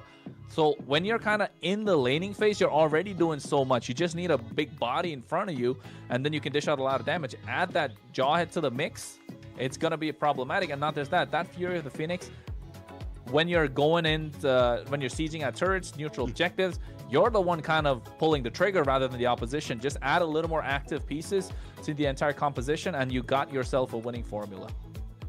Yeah, she's definitely one of the hardest heroes to go against in the mid lane. You know, she has the range, and she has the best poke damage you can imagine. And yeah, other than that, she also has a passive that can protect herself from dive. She has counter initiation. She's like a whole package. She's a whole package. She's a whole 10 package. out of 10. Very much so, very much so. Definitely has the whole package. But I think in this current meta, not a lot of mid laners that are there that can kind of contest what the Zetian can bring in the mid lane. You got the Valentina, but then again with the Valentina, are you really happy just taking away the Fury of the Phoenix? It's more of a combo. I'm surprised we haven't seen that combo, right? Actually, I'm talking about like Valentina Khalid, Valentina Grok. These are some picks that we want to see come through. Hilda with the Eve possibly. Same thing, we want to see the Zetian with the Hilda paired up. We did see that. So, but then again, I'm kind of surprised we didn't get to see the Grok, the Khalid dominate the river in the early game. So again, maybe these teams are not, familiar with that. Maybe they practice. Maybe it's just we're waiting on game 3. It's global ban. Sometimes you got to hold on to some things. Oh yeah, I forgot about that. True. I forgot about that. You can't show all your cards. Well, with CTN, and one thing we did see that worked well against the CTN before was the Harley, right? It's one of the few heroes that doesn't have to activate the passive to kill her, right? It's one of the few heroes that can get close, still an assassin, but kill the ZTN from a distance. We're not going to see the ZTN anymore. It's been picked by both teams, so now we're forced to go into some other mid laners. Harley's still available to the side of Stamina.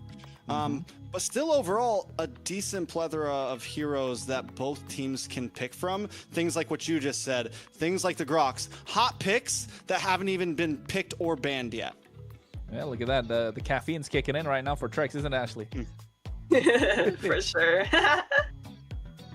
Hey, I mean, everyone's excited to see what's to come, you know, the third game. Honestly, I didn't think it was gonna go to a third game. I was honestly thinking it might be a sweep. But after watching, you're cheering for Stamina. I mean, after seeing 2 games, now I'm thinking it could be any. Like, it could go to any team by now. Because, you know, the first game, it was kind of back and forth. The second game is one-sided. Who's to say it might be one-sided for the other team? True. I do think it's a coin flip right now. I think any team could really take this. We've seen both teams have their good moments, and both teams have their small mistakes. Hey man, we're seeing a lot more diamonds this time. Hopefully, hopefully they're on the right side. Yes, they are. I just checking. Don't want to get confused. But the one thing that's there, of course, expanding river, faster rotations, can go tanky in the jungle because of this very reason. Stamina on the blue side, Nighthorde on the red. Again, people say, I mean, I'm a firm believer that red side kind of gives you advantage. But so far, 2 games in, hey, blue side comes out with the victory tricks. I swear to protect it till my last breath. It kind of seems that, yeah, nobody wants to see the Freya. I don't think they want to let Nighthorde get that, but just like Nighthorde now, not going to let Stamina get the Basha. So those are 2 picks that we will no longer see at all, I think, coming into this. I think if you're Nighthorde, you want to take out that Harley early as possible. Stamina, you might want to try and see to play around by giving away that Suyo, or you're going to keep it out. The Fanny is, again, a respected band. The Carry is something that Stamina can pick up for themselves. Claude and Carry, are they going to go for a gentleman's handshake? Trade that back and forth. Maybe ban out the Hilda here if you're Nighthorde? Honestly, maybe if the way that Sun looked, I don't know if you want to let Stamina get it, really, because what, did they pick up the Claude and just get shredded like what they just did to Stamina? Like, the way I'm looking at it, it does seem like it's going to be a hard thing to deal with if that gets picked, because we already saw Stamina. They enjoyed the Freya. You know that Diamond can play a fighter in the gold lane. Unless Nighthorde has something up their pocket, like you said, the CC or something of that nature. Yeah, and you know, guys, I just realized, you know what was one hero that we haven't talked about? Glue. You know, the blue pick. Big time. I agree. So let's say the Stamina gets the Hilda, and so the red team, Nighthorde, gets Glue. That wouldn't be the best for the side of Stamina. I agree with what Ashley's saying. I completely forgot about the Glue. Glue is such an S tier pick right now. He's so flexible. You can play him in the roam. You can play him in EXP. The nature of every single game and every single team fight right now, all across the world, is so brawly. We've seen it already with 2 games coming through. The Glue is so good that you can play him in the roam position right now, just because of that brawly nature. So just add a little bit more. That camera sound just catches me off guard from that Marcel every single time I hear it. Every time I hear it, it catches me off guard. It's like where is that coming from? But yeah, Glue is something that I'm probably looking to see in this game, and who's gonna pick it up, because that is so annoying, so hard to beat. Well, it does well against any kind of like big fighters back in the day. It did well against the Hilda and the Hilo, so it was a great answer to that combo when that was popular. So now with the Hilda banned out, though, do they still go for it? I don't know if you pick it up early. You definitely don't make it like a first pick. You make it like maybe second phase, or if they reveal like a big, like maybe they pick up, enemy team picks up a Fredrin, something bulky in the XP lane, some sort of roamer, then yeah, you pick up this Glue in response to kind of deal with it. Sora is open right now. Valentina is as well, so I don't know. Are they gonna gamble, go for the Sora, and see if Nighthorde are gonna go Valentina, or they go Valentina, predict that Nighthorde are gonna go the Sora? What would you have done, Ashley? You know what? I think I would pick up the Sora if it was in my hands, but all I know for sure is both teams have to give it their all right now, show all of their cards, since this is the last game. Yeah. Sora Valentina.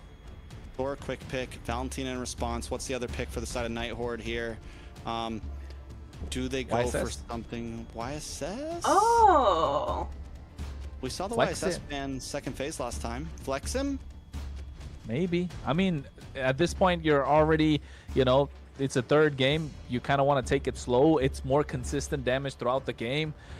Jungle, gold lane, whoever comes in front of you in the gold lane, you kind of end up winning it. It's kind of a lane bully, I would say, against marksman.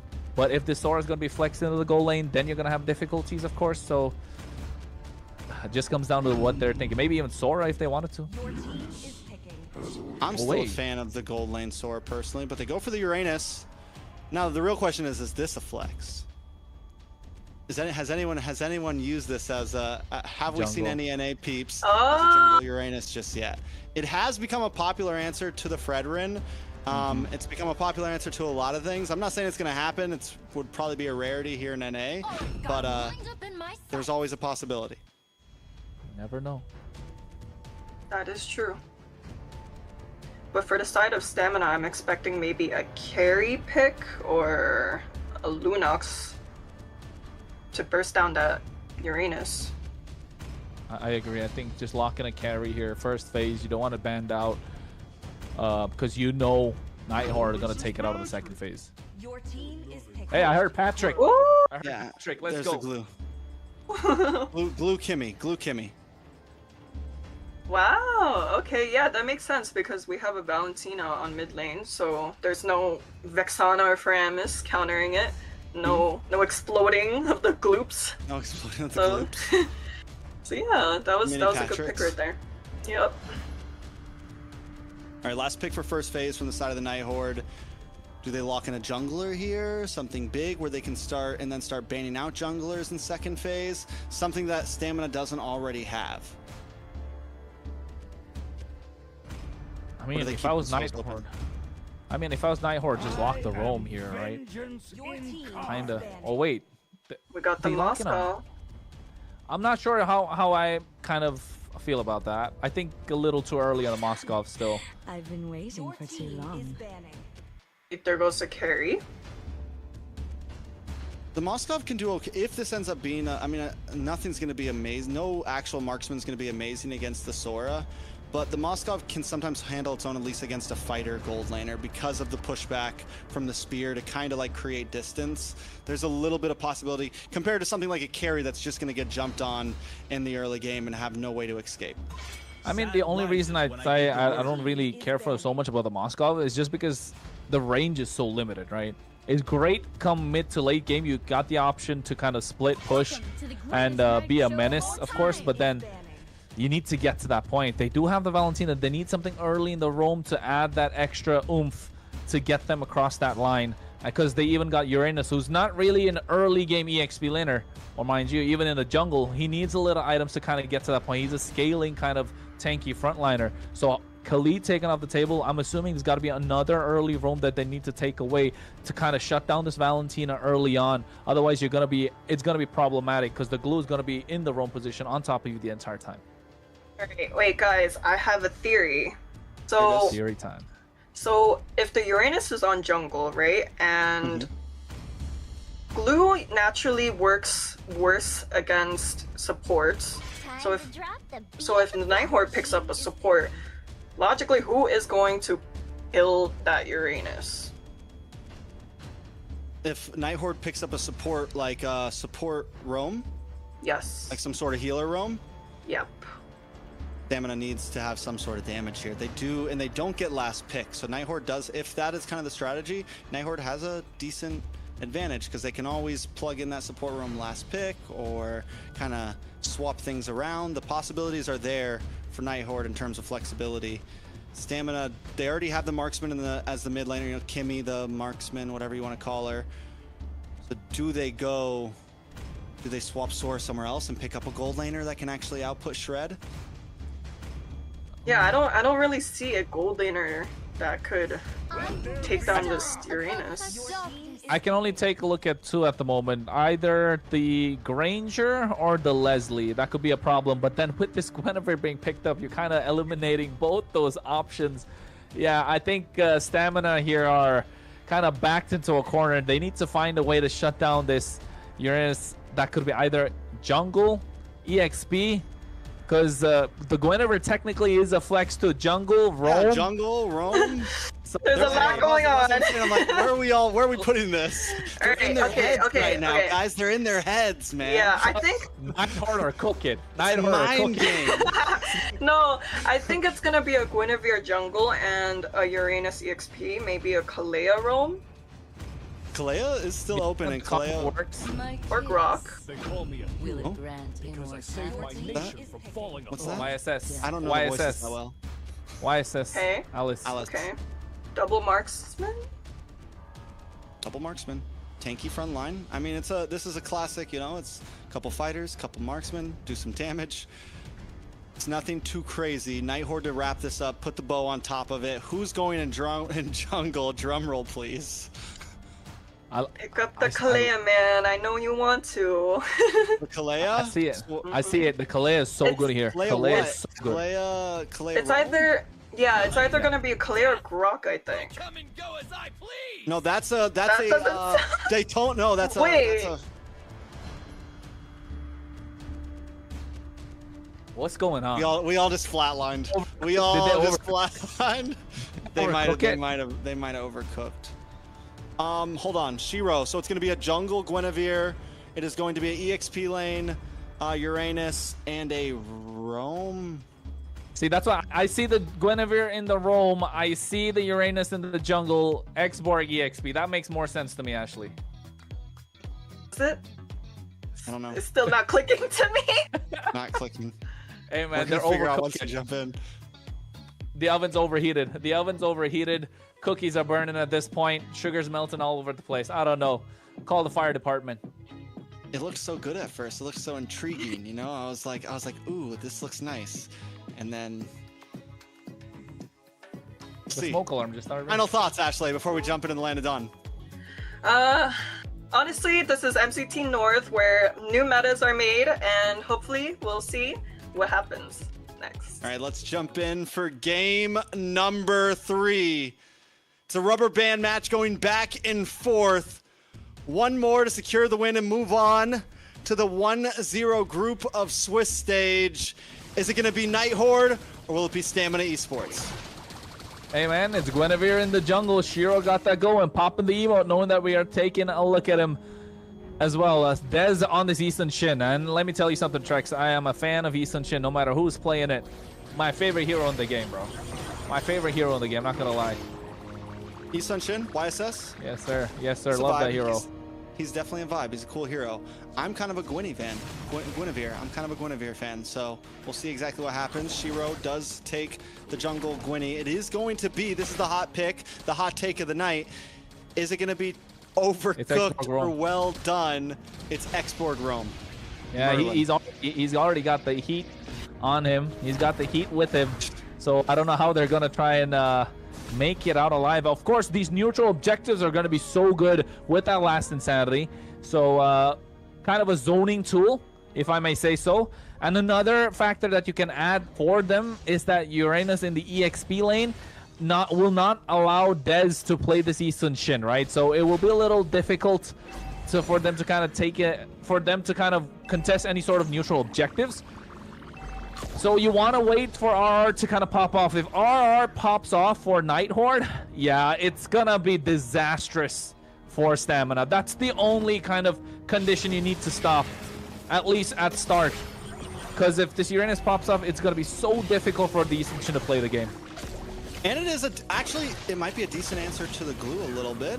No. Glue not gonna be able to do too much up on the top side though. Nice damage on an RRO. Turtle is low. Big knock up. The Violent Requiem able to confirm the kill. Dez goes down. Shiro finds the turtle. 2 members down for the side of Stamina Esports, and Nighthorde with a different composition pull off the first fight of the game. Hey man, I'm a fan of the Eastern Shin, but I'm definitely a fan of the composition that Nighthorde are bringing to the table.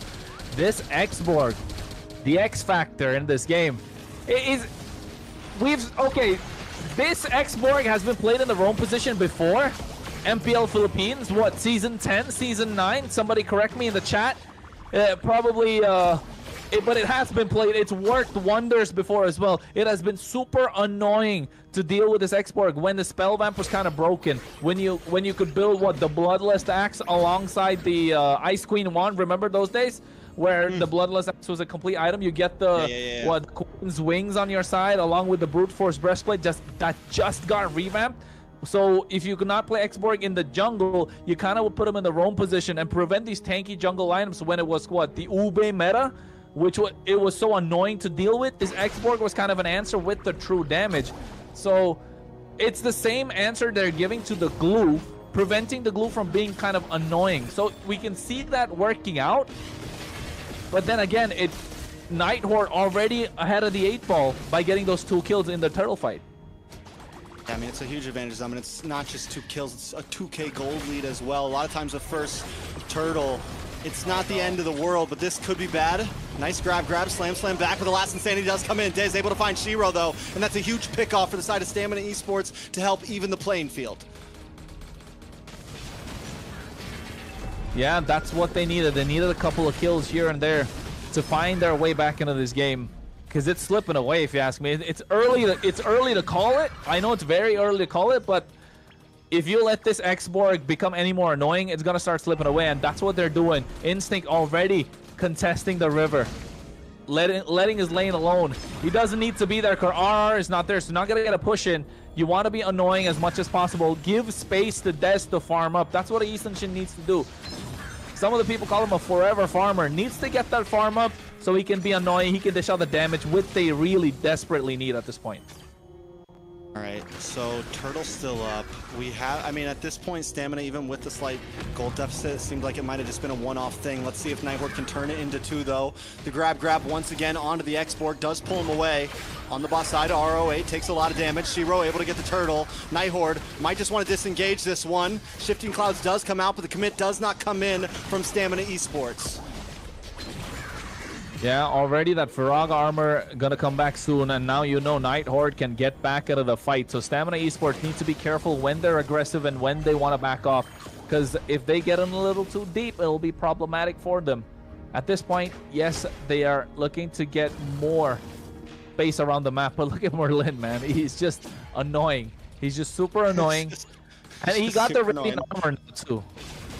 Yeah, and it's with that, Yomel's going to be able to do even less damage to him. It's a great first item pickup. Not only that, but against Instinct. And this is not, I mean, this is not a hero you normally see as a roam, but it is going to be tanky enough that it can just hang out in the front line and harass, do this chip damage, zone away. And I'm wondering, Bless, the last 2 times that he's gotten the grab, it's been onto Merlin. Is that really the target that Bless should be going after? I mean, you're right. That shouldn't be the target that he's going after. Definitely looking to get Colleen or Shiro, right? Especially after that spatial migration. And with the Xborg now, or rather with Kistler kind of left free from his lane, you know Merlin's going to be the bodyguard. And now same with RR. If RR is able to create the space early on, Merlin's just going to be what? Basically a fighter, and then you're looking at Shiro to dive into the back line, give the space. I mean, as I'm speaking, I can kind of virtually imagine the amount of space that Kistler kind of has to dish out the damage. Nobody can really close in on this Moskov. The problem with the Moskov is that he doesn't have space in these team fights. Not a lot of range till he gets that Malefic gun. But talking about how these skills can be layered, yeah, it's looking like Stamina Esports need to get the ball rolling, especially if you're Dez. Yeah, it's game time, and it's not looking too great, honestly, but luckily, Night Horde, we saw this in game number 1. Stamina Esports had a lead, and it took them a while to close out. Wait a second, Spirit Destruction does come in. He is going to connect. Kistler able to get pushed back. Bless goes down to Colleen as Night Horde collapses down on top of Stamina Esports. But Shifting Clouds does come out. Can they make a play happen here? A lot of damage back onto Night Horde, but Merlin still gets away. Diamond unable to get a kill and ends up falling. Colleen picking up another one. Colleen is on fire right now, turning that 1.2k gold lead into over 4,000. Yeah, the over 4,000 are their power levels at this point. Colleen, this is the problem. This is what we were talking about early on in the draft with Ashley as well. The Sora and the Valentina, such a great trade. With both being left open, Night Horde asking the question, do you want to pick up the Sora? We will get the Valentina, but if you go for the Valentina, we can think otherwise. They've got deeper pockets at this point, and you can see how that's becoming a problem now for Stamina Esports, who started off the series really well. Now they get caught up. Traction Pulse, get 2 members, and with the grab as well, another Instinct, Throne of Ruin, and just as I spoke, Trex, 2 down. Nighthorde overextended. Not only that, but it's a double kill and a Sky Piercer into the hands of Yomel with those 2 kills. And Yomel hasn't gone down yet. It's the unsung hero right now. It's a person that's been sitting in the shadows waiting for a time to shine. And Yomel might end up being the one to carry this game if they can continue that sort of path. Well, that's what they need. They need to create space. They need Yomel with a beautiful traction pulse. I wish we could take a replay at that, because that was really nice. You can see already, you spoke about the Sky Piercer coming in. They got the glowing wand, so gonna be a problem for this Uranus. And the same with the X-Borg. Need to find a way to penetrate through, get a couple more kills on that Sky Piercer stack. And I like how Dez went for the Endless Battle rather than the War Axe. You would traditionally go for a War Axe after the Hunter Strike, but prioritizing to go for the Endless Battle to dish out some true damage finds a little bit of extra sustain in these team fights. Or even finding a way to try and get HP back up faster when you're in the jungle moving around. Here, shifting skies come through as well. Yeah, shifting clouds up against Kistler. Kistler goes down again. Nice violent, no violent Requiem to follow up, but now you're gonna get caught off. Shiro gets the knockup, able to just get away very cleanly in the midst of 5 members of Stamina. And now Nighthorde move on to the mid lane tower as well. A nice distraction on the bot side and making up ground elsewhere on the map. Well, they find something. They give something and they find something else. But in this case, only Kistler. Shiro bought just enough time for the rest of Nighthorde to lock down that mid lane tier 1. I saw Chastis Pauldron going to the side of Nighthorde as well. It's going to be difficult for the rest of Stamina Esports now. But the damage is definitely there. They need Yomel to start scaling. They need Yomel to get his items. And Dez has been a farming machine so far. Level 12. But still behind Shiro, who's 14. And if you're Eastern Shin, you do not want to be behind the opposition jungle. Nighthorde already getting the Lord started. They're looking at Tango, and I don't know if Stamina can hang. Yeah, you know, earlier we saw from Kistler about 1,000k gold lead, even after the first death over Diamond. At this point, though, taking those 2 deaths, that's going to start to set back a little bit. Kistler was playing great, but now having some trouble. Last Insanity does lock on. Bless goes down. Merlin picks up the kill and a Lord in the hands of Nighthorde as well. The ruins do come out, but it's not enough. Colleen finds Instinct with the shifting clouds of his own. Nighthorde now on the rampage. Yep. Colleen said, you're talking about Yomel a little too much, my guy. You forget that I'm here on this Valentina. Oh, wait, Winter Crown coming in. I don't think that's a wise idea, but oh. So clean. The Winter Crown into the Violent Requiem, into the fadeaway. They're on fire right now. They just needed a game. They just needed a game. Yeah, man. I think game 1 was what, jitters, just nervousness. Probably ice cold hands, but now with game number 2 and game number 3, ice in their veins with the way Shiro's been playing. No panic whatsoever. That Winter Crown play, even on the bot side, now the Lord is marching in. I think Nighthorde might be looking to end it too. Yeah, they're looking definitely to try to close things out, but they don't want to get too aggressive. Merlin able to hold down the front side. Kistler jumps in. Oh, no. Able to dash back, get the kill on a Bless still. With the okie doke. Bouncing off the ropes right now. Minions crashing down on the top side of the Nighthorde are not letting up. Yeah, they're not letting up indeed. Kistler even got the Malefic gun just a while earlier. Yomel finding the Blood Wings. They isolate Kistler and take him down. So they trade Kistler for what? 2 inhibitors in that process. And a glue. And a Patrick Starfish, you know, able to get a little bit of everything out of that. Nighthorde, 6k gold lead. Taking a look at the items, Kronos. Yeah, they got the Wishing Lantern on the side of Nighthorde as well, so Colleen is definitely dishing out a lot of damage. But then, if you are Stamina Esports, you're looking to get that BOD. You want to get maybe a War Axe, but that's something that Stamina Esports does need to find a way to get back up. It's still lacking the damage. And with Shiro on this Guinevere, just able to kite, able to bait so much out with that spatial migration. So Bless really needs to find the target, but who's going to be his target? The moment he goes in, if he grabs Colleen, Colleen basically does the shifting skies. If you grab Merlin, he's going to use the last Insanity to get away. Shiro has the spatial migration to move out. You don't really want to take RR because you're not going to get anything but your skills wasted. Kistler is going to be the target, but you're not able to catch up to him. So how are they going to make this glue work at this point? Oh, another Violent Requiem. Locked up with everyone else. Yomel goes down. Last Insanity. Quick click onto Bless. Able to get some nice chip damage. Bless will not fall.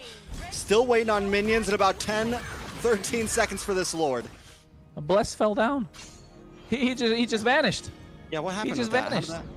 My guy just walked away and then went down. Was I it think burn? SOD. He went back with the SOD, yeah. And then you can see Kistler's already down and out too. But they don't really need him for the Lord. You got now. This is where this lineup with this X-Borg in the wrong position looks so good. You zoned them out in the early game. Now you're basically a fighter that does true damage. And alongside Uranus, who's already peeling for the rest of the team, Shiro looking to pick the people off. Colleen is there to provide the set with the shifting skies. This composition is showing up. Now for Nighthorde and Stamina Esports, not able to contest that Lord whatsoever. Behind 5K in goal lead. 14 minutes in now, 10-6. With only one inhibitor left standing in the mid lane, they can definitely defend. They have the tools. It's just they need Nighthorde to overcommit or find some sort of imbalance when it comes to the numbers game and take advantage. A lot in the hands of Instinct right now to get a massive Throne of Ruin in the back line. At least catch Colleen or Kistler off guard. Yeah, Colleen pops off here. Spirit Destruction does come in. Kistler able to get some nice damage on to Bless.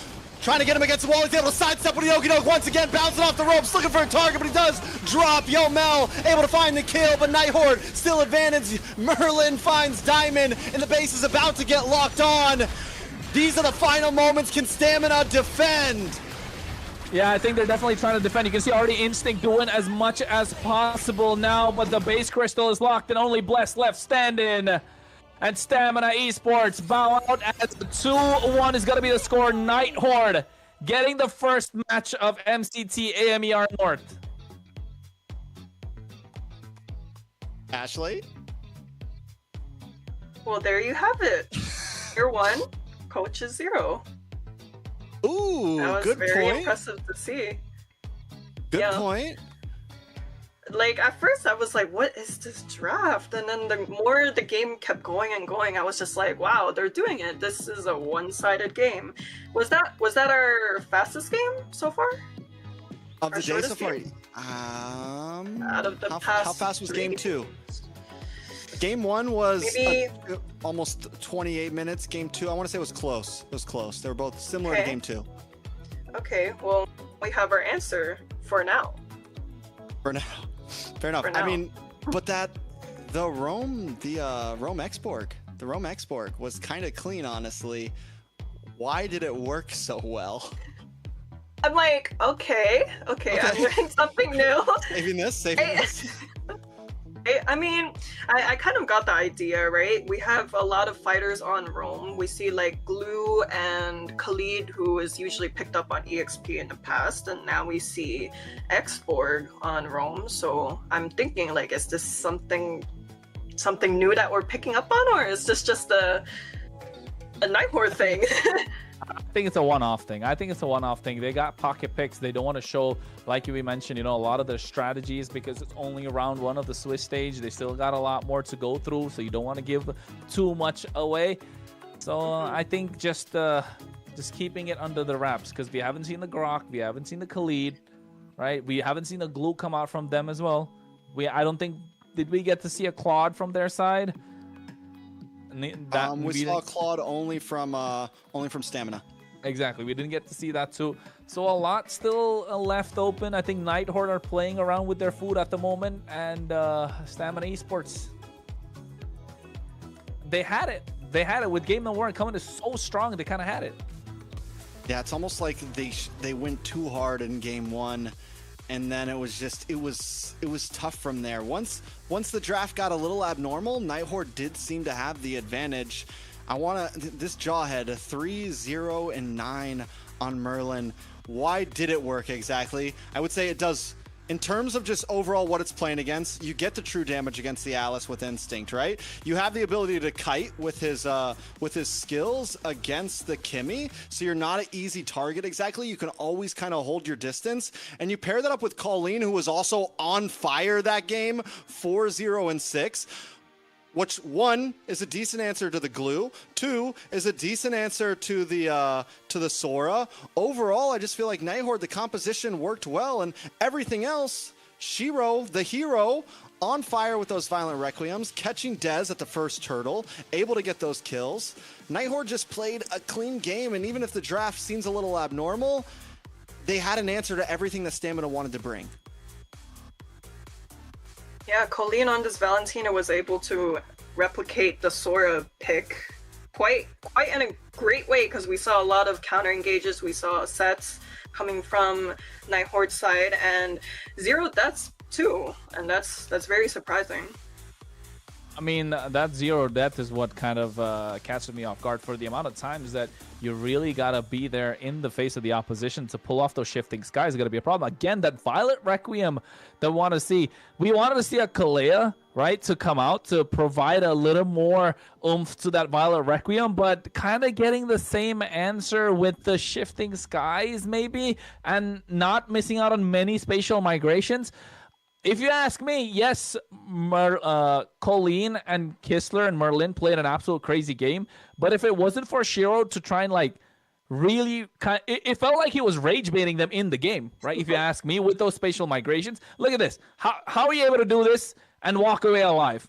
This has got to be criminal, to be honest. That's got to be criminal at that point. You can't get away with that. That's completely rage baiting Stamina Esports, and I think knowing their players and how they've performed in the past before, you know they probably overheated and lost, short-circuited in their head. Yeah, I think once you start getting beat by a Rome Exborg, you're like, wait, what are we doing here? What is going on right now? Merlin, I could get behind this one. A well-deserved MVP with a surprise pick that none of us expected. Picks up the Radiant Armor, has a little bit of damage with the War Axe as well, because we did see him still getting kills, still getting assists, and still outputting great damage. Well, you know what? We were talking about Tamal before for Nighthorde. But hey, man, seems like Merlin's the new meta. Merlin meta. The one player switch just changed it all for them.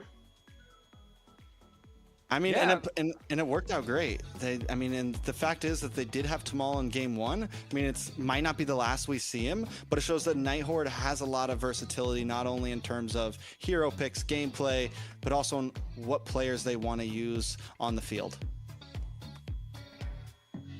Yeah, well, congratulations to Nighthorde. Now we see that maybe Tamal wasn't the answer, but we expect to see more performances from both roamers. I'm excited.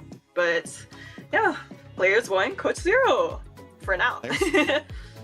For now. We still have another team that's going to be playing later today without a coach. So we'll see if they can 2-0 that, hopefully, right? That's what Ashley's hoping. Us on this side of the desk are unbiased.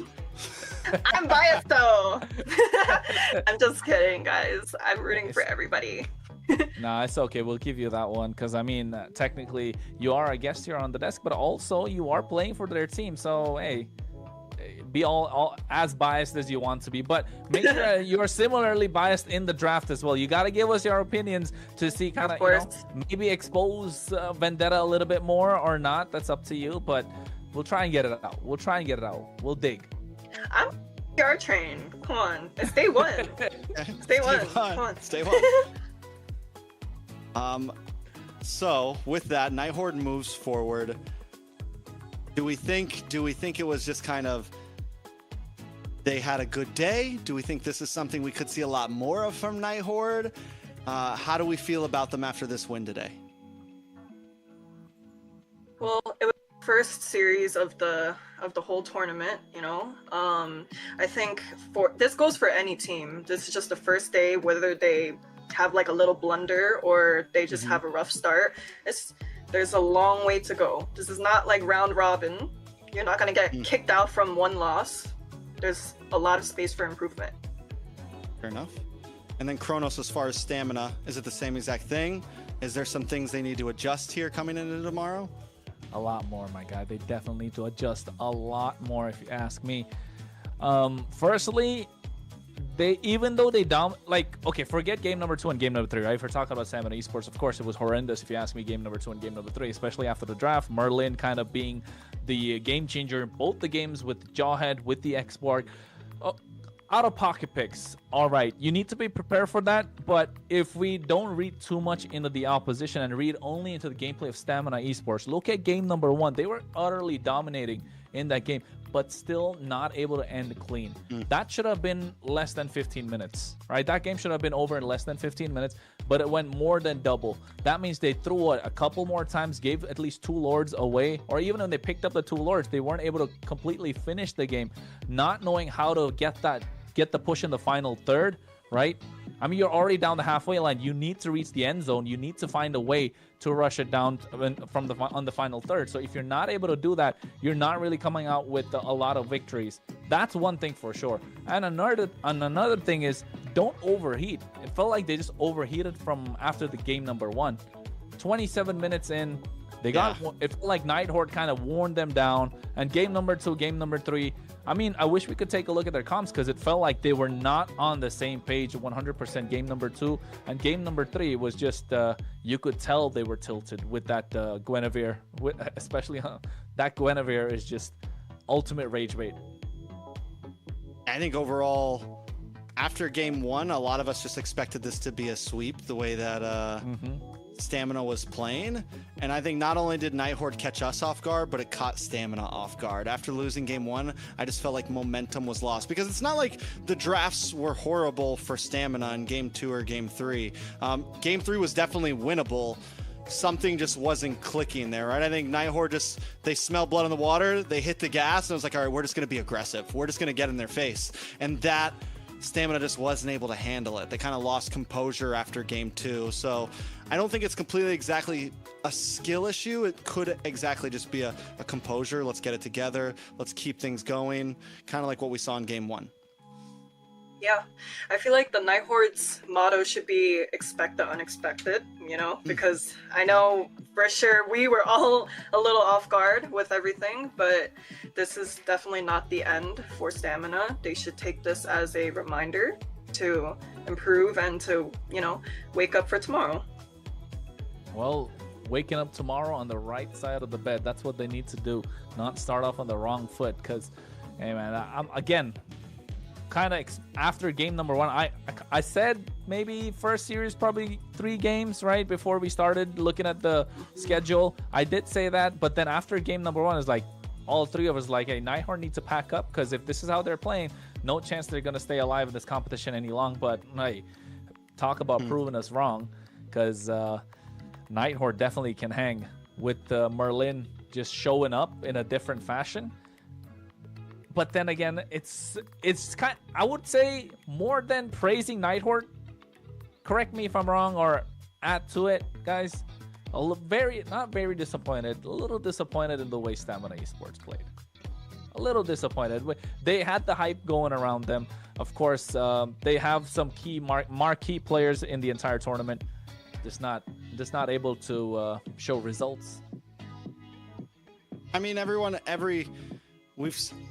the players that we now look at as some of the best players in NA used to be the players that, you know, would have these bad days, that would not be able to perform right, or have moments where it's like, ooh, what happened there? We know you have it in you, but it's time to pick it up and like get it together, right? So I think Dez does have that in him, because I think a lot of our focus has been on Dez on the team. We saw some great moments from him in game 1, in game 2, even when they were losing. He was able to go toe-to-toe with Shiro. And overall, I think a lot of us were just kind of surprised by how well Nighthorde did. And I think Stamina in general was also probably surprised. I think they came in today possibly thinking this wasn't going to be a super difficult game for them. And you win, you learn, you lose, you learn. We come into tomorrow, and yeah, it's a different game. There's still a lot of days left here.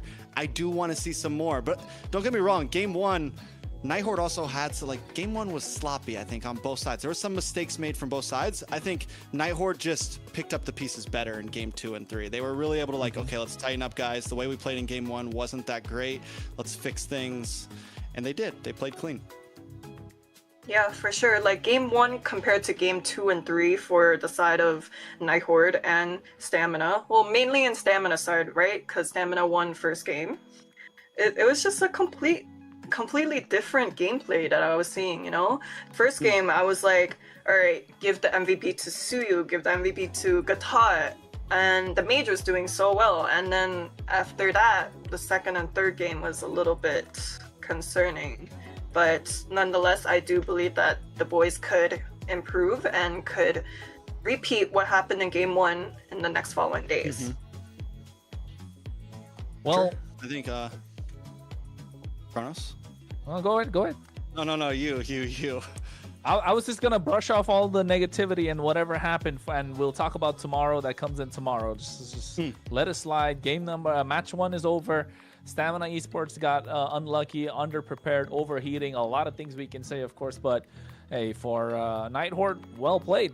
Honestly, it was super exciting, and I'm looking forward to their game tomorrow, because if that's what they're bringing to the table, hey man, I mean, might as well grab a bag of popcorn and sit back and watch, because their games are entertaining, if I may say. Not in terms of the picks that they go with, but what they're showing in terms of their decision making in the game. And I definitely want to see more Guinevere come out of Shiro for sure. But I'm excited to see who did we even take a look at the MVP? We did. Yes, we did. I'm about to say, goldfish memory. We got the MVP, but are we gonna get an interview? That's the question. Ooh. We are actually not going to be doing an interview. Sadly. Why you gotta be the party pooper track? Ashley know, scared right? them away. They're all nervous around Ashley right now. They heard that she was doing the interview, and they were like, you know, Come on, they boys all will be know me. boys. Come on. And yeah. So it looks like we're gonna be. I guess we can skip the whole waiting for an interview and just talk about the next game, the next series, and how we think it's gonna go. Kronos. All right, I'll pull up with the next series of the game. Wait, hold on. I'm getting a bit confused, guys. I forgot which the next series is gonna be. I'm just kidding. I have it right in front of me. Of course, the next series will look because I couldn't remember. No, the next series is I would say looking forward to it, because we want to see how dominating the team can be. I don't want to be biased, but I don't think we should be biased. Of course, we're unbiased as casters here. But Leon, not a lot of info about them as a team when it comes to being a unit, a new kind of team that's entered into the AMER circuit. They, with this lineup that they have been there for a while in of course, the southern region, or rather even in the Mexican region, I could say. But there are some players that are worthy of highlighting if you're looking at Leon. But before we look into that, right? Before we look at that, this is what I'm talking about. For those of you who cannot visualize, of course, you can see Stamina Esports 1, Nighthorde 2. That's the first BO3 we had for the day. The next matchup going to be Leon versus Alpha 7 North. I don't know, Trex, are you jumping on the bandwagon? Are you on the hype train for Alpha 7 North? Am I on the hype train? I mean, obviously, whether anyone wants to deny it or not, Alpha 7 is the favorite. Am I on the hype train of them? I mean, I support all American teams. I think they're going to be a great team. I think they're the team to beat for a lot. There are a couple teams, though. There are a couple teams, though, that I am watching right now, and we'll get to those teams later. This guy is lying, by the way. He was hyping up Alpha 7 like crazy, and he wants to be all humble about it. The other day. See? With who? The other day. Did you not look at Trex's story? It was just all Alpha 7, Alpha 7. But I also dropped another team. I also talked about another team after that. Yeah, which wasn't Vendetta. I know, right? I know, right? You can't get away, Trex. You can't get away with it. Not this time. No, actually, we got you. Always We got you red-handed. Never forgets. I mean, but one thing for sure, jokes aside, Alpha 7, they have the hype around them for a reason, right? They have the hype around them for a reason. It's not just the players, it's also the organization as a whole. Alpha 7 have been a dominating team in multiple esports and in MLBB in the South, right? They have been dominating for a long time, and now branching out to the North, acquired a roster what some would call monstrous, if I may say so. A lot of experience in that lineup, a lot of how do I say this? How do I put this in a nice way, Ashley? A lot of veteran players. There you go, veteran players. No, I'm not exactly OG. what I'm looking for, but some big boys. Marquee players, right? You know that if you take some of these names, you can instantly correlate with America, right? You can already instantly Ashley's correlate tired with of us glazing Alpha 7. No. Go ahead. Just wait until it's my segment next game, next series. Heard. But as you being a player, I mean, would you at least say that this is the team to beat, right? Like, is this the team on most other teams' eyes? Like, okay, we need to get past them if we want to win this thing. Yep, for sure. I do believe that Alpha 7 is a very high chance of reaching the grand final. But, you know, there are some contenders. And one of those first contenders is going to be Leon. Let's take a look at the roster, Kronos. Yeah, Leon is a stack lineup as well. Hayase going to be playing the EXP laner this time. Sinner Jun in the jungle. We got POV in the mid lane. Lionheart, of course, in the gold. And Raquel here rocking that roam position. I'm surprised a little bit because I expected Bernoulli to take the EXP lane role here in the first game, especially being kind of more experienced out of the two. And knowing that he's definitely going to be a linchpin for this team and how they can revolve around him, especially in these neutral objectives. I kind of had my eye out for him, if you ask me, for Team Leon as one of the star players. But hey, if you want to check all that out, make sure you follow our socials, MLBB Esports. But yes, with this lineup, I think now maybe eyes on POV to try and control the game as much as possible. After that, it's going to be Alpha 7. And I feel like it would only be natural if we had Ashley announce the players in Alpha 7. There we go. So we have Nats, Best Player 1, Cold World, Zia, and Shark. There are no names in here that I'm unfamiliar with, you know?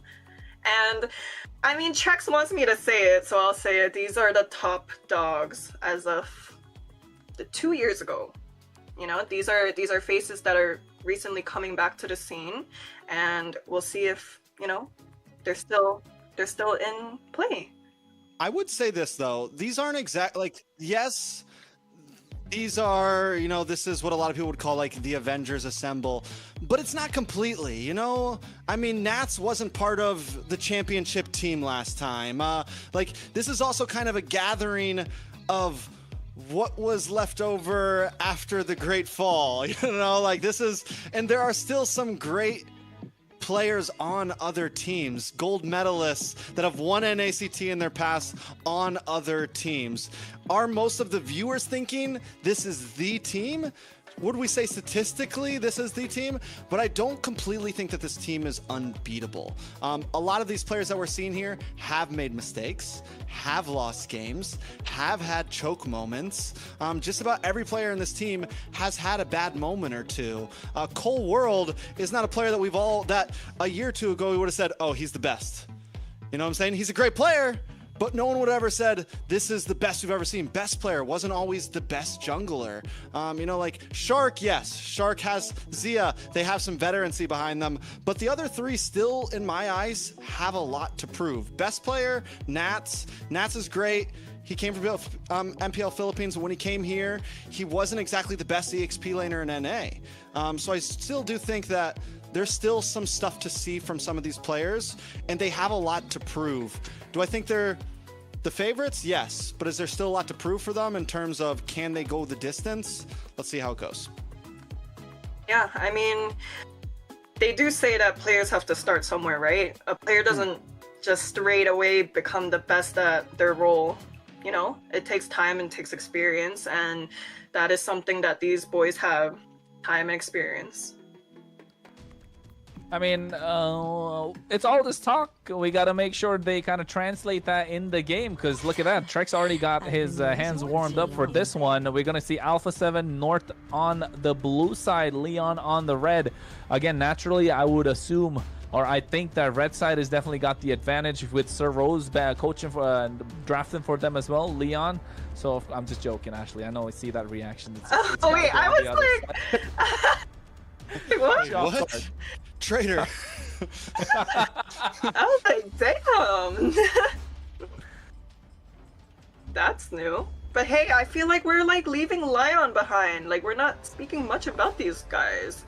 I mean, they're a team that's definitely been there around a lot. These are a mixed bag of players that kind of have not hit that, how do I say, haven't hit that A tier, S tier mark yet compared to the players in Alpha 7 North, of course. So we will have more information about Alpha 7 in the North.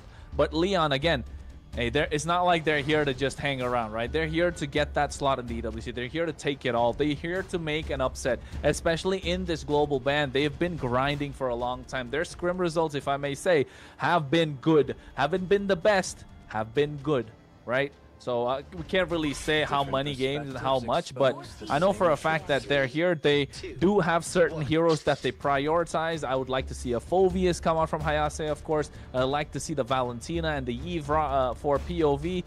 But then again, all comes down to how they'll revolve around the draft with this global ban being in effect. Yeah, I mean, I am always a fan of the underdog story.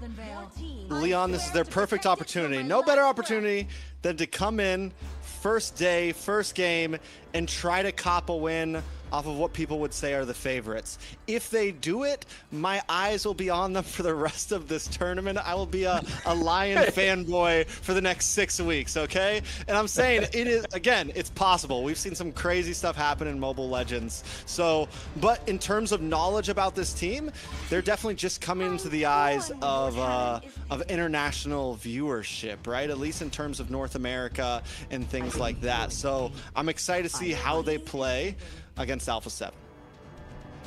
We got the most unloyal fan over here, by the way, switching up every single second on teams. I'm a fan of everybody, man. I'm a fan of everybody. But Yeah. nonetheless, I do think it would be kind of crazy if Lion were to take at least one or possibly the whole entire series away from Alpha 7. I mean, what I want to see is how they're able to draft against Alpha 7, right? Don't forget, Sir Rose, one of the great minds in North America. He knows how to make a team tick. He knows he's worked under experienced coaches. He knows what the team kind of needs. So if Lion are able to kind of get the better of him in draft, oh, that would speak wonders indeed. So Valentina preventing the Sora, preventing the Grok coming out on the red side. So the answer's got to be maybe a Phoveus. There you go, Phoveus that I was talking about. The Harley locked in early on, so you know pressure is already on for these neutral objectives and pickoffs as well. So where do we go from here? I'm wondering if the Harley... Do we think it's that good to be first picked without knowing what the enemy jungler is? Yeah. We feel like it's that good. Everyone's on board with that. Okay. Yeah. All right. 100%. I was surprised we didn't see it first pick. That's good. Heard. I rule what I see through my So scope. correct me if I'm wrong, does Lion have a coach? No. Okay, so this is another one of those player versus coach situations, huh? There you go. I like the Leslie. In true North fashion, no coach, man. You just that's where the roots were grown here. Yep. Coaches are a pretty new thing. Yeah. It's like, you know, you get the roots growing, and then you see one root come out named coach, take a scissor, cut it off. Like, hey, we don't need that anymore. Exactly, we don't need it anymore. Exactly. But I mean, Leon drafting really well here. Winning out in the laning phase, I'd say. In the EXP lane, it's hard to win against the Phoveus. And you can see already the Sora not being let through whatsoever. I'm assuming Sora's going to come out from the side of Leon now as they've taken out the Uranus, again, which would be a problem for the Harley and the Phoveus. The Suyo, yes, picked up on Alpha 7, is still countered by the Harley.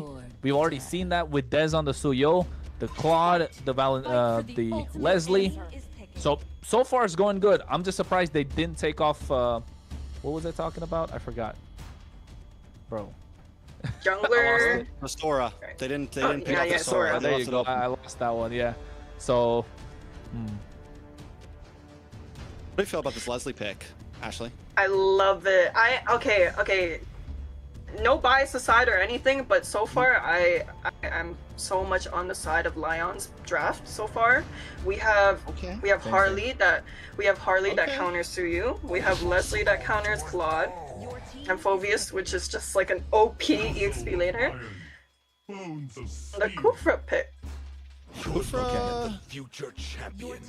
it's good. I mean, in technicality, it works against the dashes of the Suyo, it works against the Claude a little bit, it works against the dashes of the Valentina. Is it a super popular roam pick right now? Not really. Nope. But on paper, it doesn't look too bad. Yeah.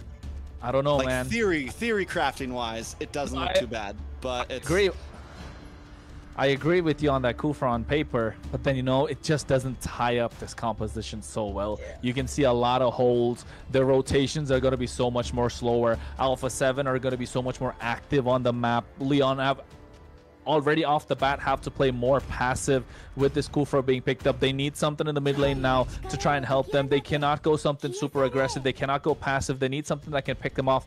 And there you go. Find the ultimate answer with this Kagura. So, I mean, right now, the whole composition is we wait in bushes, we ambush. It is not a dive comp. It is not a dive comp. It is a very reactionary comp, except for the Harley. But even then, most of this composition is we wait for our moment. Yep.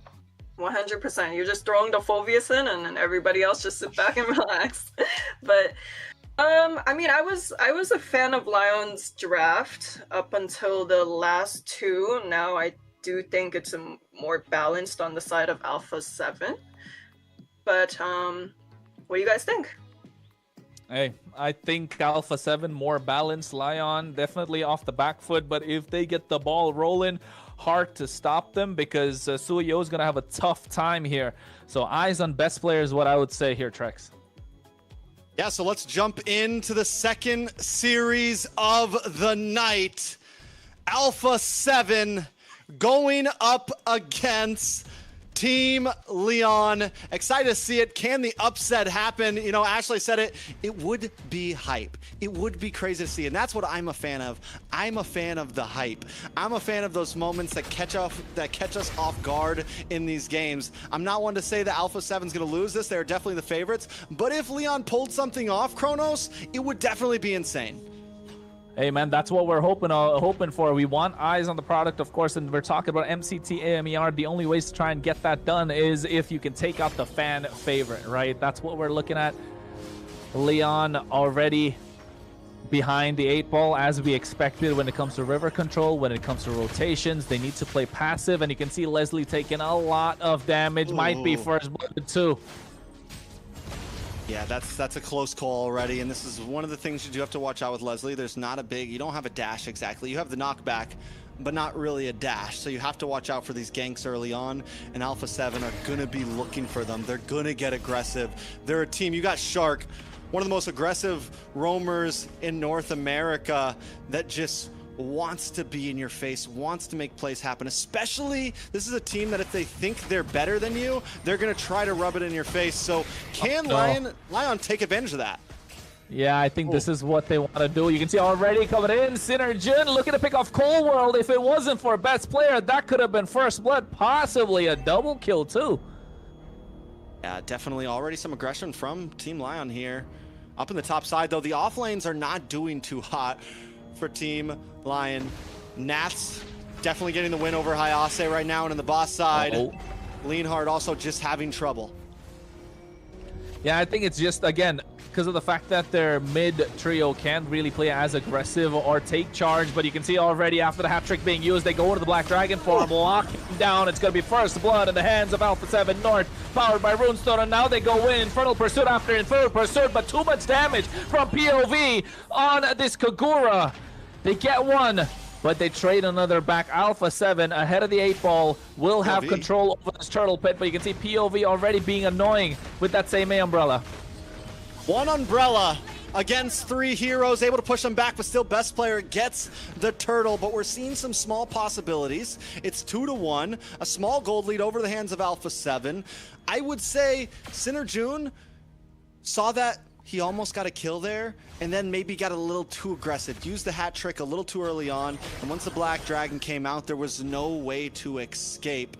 Team Leon made a small mistake there, but it's not unrecoverable. Yeah, it's not unrecoverable, of course, especially when you know you have a lot of damage on your side. Yin Yang overtook it, and I was talking about POV in the draft tracks, and this is why flexible player knows what to do, finds the opposition off guard, and catches them. That's a point of view for sure. Catch him.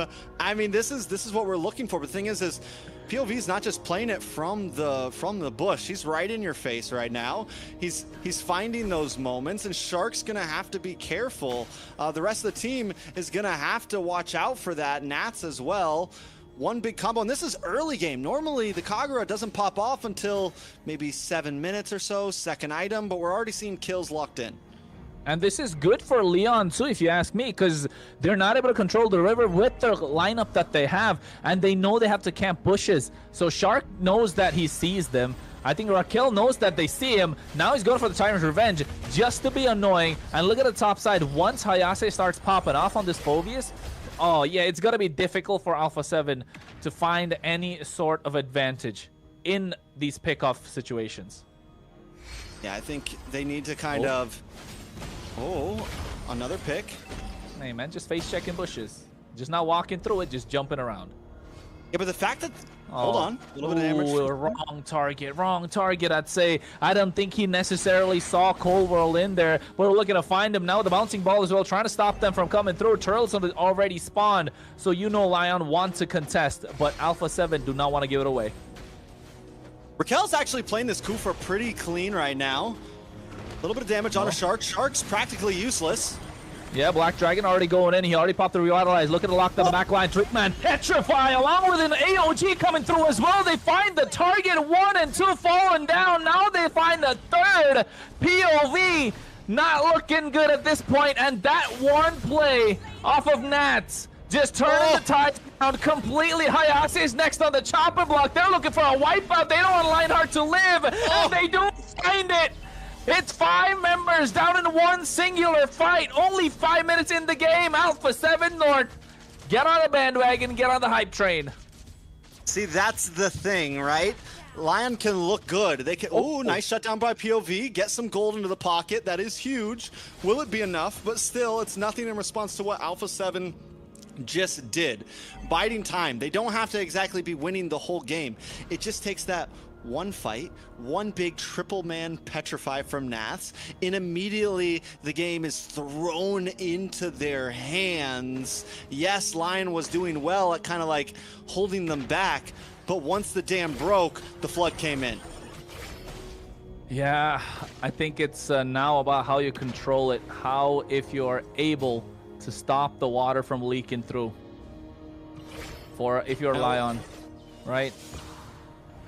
Most definitely. We'll see exactly how it goes. Let's take a look at the items and at the gold spread. Everyone in Alpha 7 does have a lead. Up in the XP lane, we were really hoping that Hayase would have that pop-off moment. He hasn't really yet, and he's falling drastically behind Nats in terms of golden itemage. And if Nats keep playing the way he is, that's only going to get worse and worse. And the thing is Hayase is supposed to be this big front line. He's supposed to kind of control the pace of these fights and give Lion the time to be able to maneuver through and find the pickoffs. Yeah, I think Nats has reached the point where he can tank a lot of damage. Again, it's not looking good if you're Leon. POV on this Kagura. Yes, he had a great early start, got a shutdown, but now with the rest of the composition, it's technically super late game, right? You need the Harley to scale, hasn't scaled to that point. You need Kagura to scale. You need especially this Leslie to scale and give the space, but this Black Dragon in the hands of Nats is going to be so crucial. They need to find a way to lock him down and shut him down early, especially now that they're almost 8 minutes in. Otherwise, it's going to be difficult. And look at the top side of the river as well. They're already chasing him down. Synerjun didn't have anywhere to go. Oh, no. Raquel just jumps into death right there. Yeah, all in or nothing at this point. Finds nothing, but you can see the backline. Zia go to the Blazing Duet. They get the tier 1 tower. AOG created the separation that they needed. And now you can see the gears turn and Cold marches in, finds the target, takes him down. It's not looking good if you're a Leon fan, but if you're cheering Alpha 7, you might as well type Alpha 7 GG. Yeah, all it takes is one moment. It all started with that second turtle, and from there on, Leon is just falling behind. Synerjun continues to walk into death, looking for small plays. Raquel as well. They should get the kill here, but maybe not. No, he walks away. They used everything possible. Finds 3 big wins. 4. This is a maniac. It could be the first. Savage. I needed to get shut down by Hayase. It was the opening. It could have been a big turnaround. A highlight reel moment. Just not there, is it? It's still highlight reelable, I would say. It's reelable. You know, it's possible. You get the maniac. You dive in for the Savage. Didn't quite pull it off. It's still day one. It's still day one.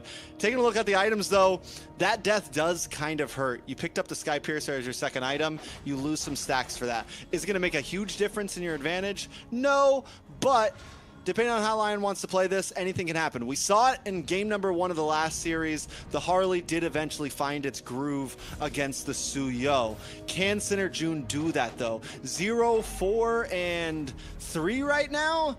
It's a long way to go.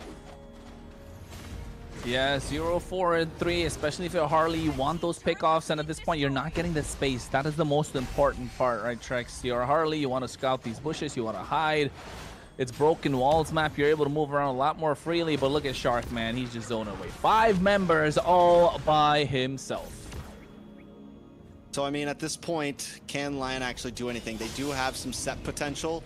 Raquel, maybe we see a huge Tyrant's Rage, something crazy. Alpha 7 gets a little too cocky and over-engages. But even then, with their composition, the damage is there, the sustain is there. We haven't even really seen Zia get that involved. We've seen one Blazing Duet pop off. Once that starts happening even more, it's even more of a problem for Leon. Yes. Yes. If you are an Alpha 7 fan, you are gonna be sky high. Your ego is gonna be inflated. You're gonna have a big head. But if you're Leon, you're looking for the next possible set. And if I'm Raquel, I'm looking to take that bush now. Oh, just not able to charge that Tyrant's Revenge, right? The Lord's already marching on the top side. They don't have the damage. Try and defend this. I think if I'm Alpha 7 North, I want to end this all.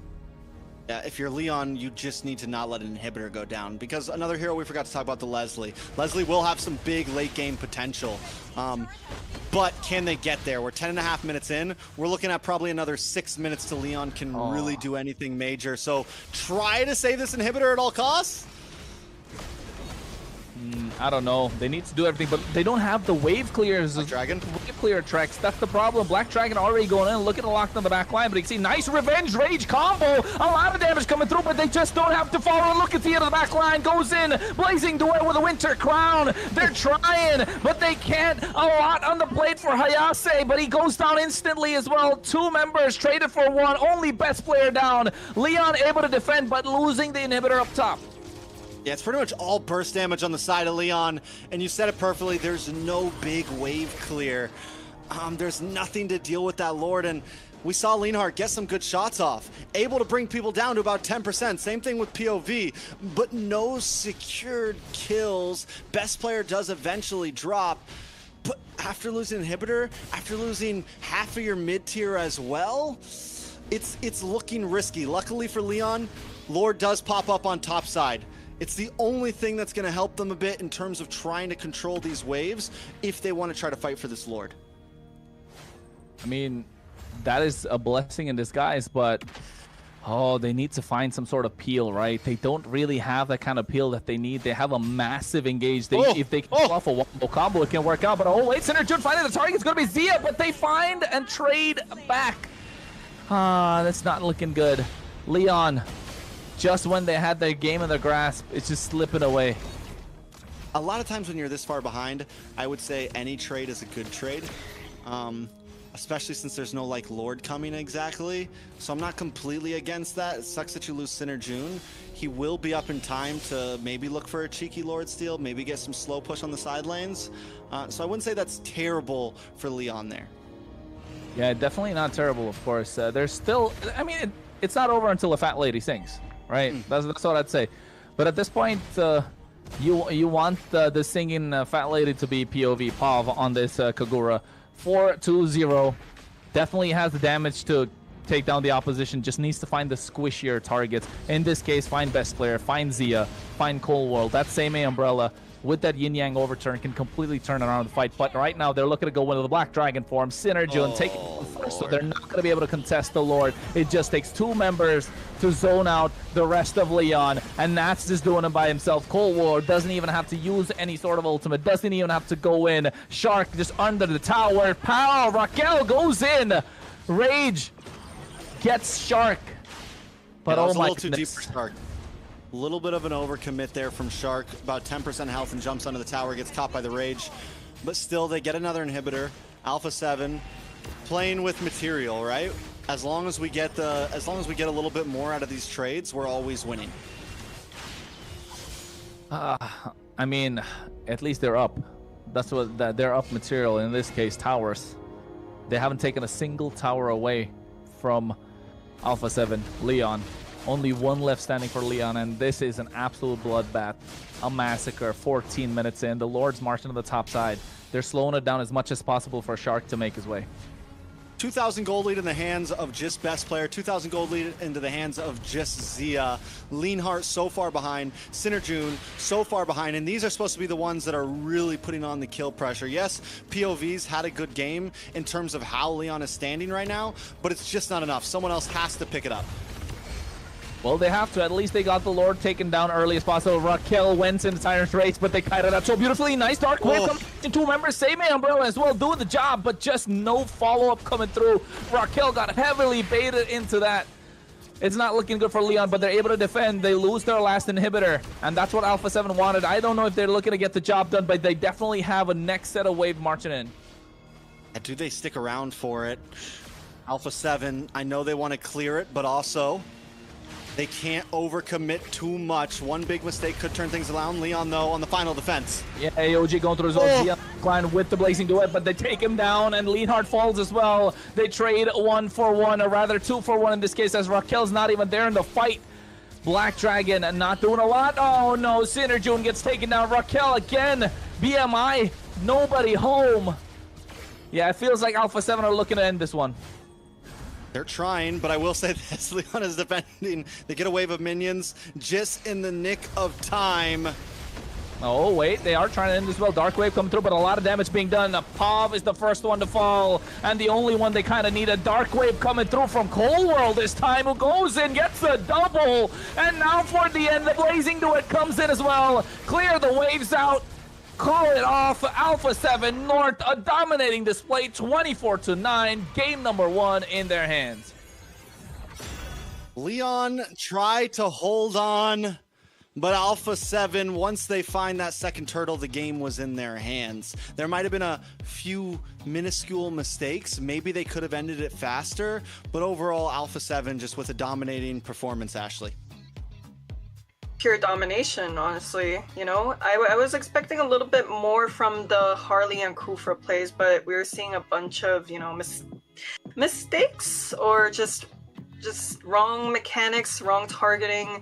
You know, I was expecting a lot more, but I would say on the side of Alpha 7, the Gatot was doing really well. The Valentina was also doing really well. Something that kind of put me off guard was Marcuti's on mid lane now rather than roaming. And I know the last time we saw him play, he was on roam, and so seeing the switch up is a little, you know, it's a little familiar, wouldn't you say? Most definitely. I think everyone had their moments. I was a big fan of Nats that game. I think Nats catching Sinner June continuously was just the thorn in their side. They never gave the Harley time to really come online. I mean, even taking a look at the items, we're 15, almost 16 minutes in, and Synergune was just getting to 4th item. To whereas you look at Alpha 7 and everybody was just about fully stacked. Even Shark was close to getting fully stacked. Even Shark was outgolding Synergune by the end of that game, the roamer, and that just speaks a lot to how much, like, who they knew to target. They always had the right target, and they were always bullying down on him. I mean, Yeah, go ahead, Ashley. Okay, yeah, I don't know why I didn't mention Nats for some reason. Like, even though I would say Nats was the star player for this round, I have no idea why. It just blew my mind. But we could see in, like, the early game, this guy got a, what was it, a triple or a 4? Triple Petrify. Yeah, and it just, like, it paved the way for the rest of the team to just follow up and knock everyone down. I mean, that's what I was getting at as well.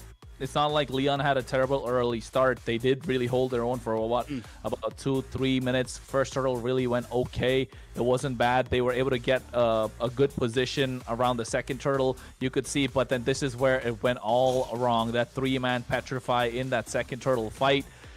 Just able to zone away the right targets. Not just anyone, but the right targets. Such an immobile lineup with the Leslie. Yeah, Kagura has mobility, but once that's used off to pick up the back line, you don't really have anything. And Synergune, once the hat trick is done, you're kind of left alone in no man's land. Same thing with the Kufra, same thing with the Fovea. So I would say a bit of an immobile lineup, really getting caught off guard with the right Black Dragon, with the right Petrify. Yeah, definitely Nats for me would be MVP. Best player, try to get a Savage. I mean, that's another side of a story. We can really... A lot of things happened in this game, but it felt like it was expected. Yeah, I will say this. I don't think any of that lead could have really happened without Nats there. Even in the very beginning when Synergune was kind of bullying Alpha 7 for the first 2 minutes, it took that first big Black Dragon to get the pick. But Shark does secure the MVP with 19 assists.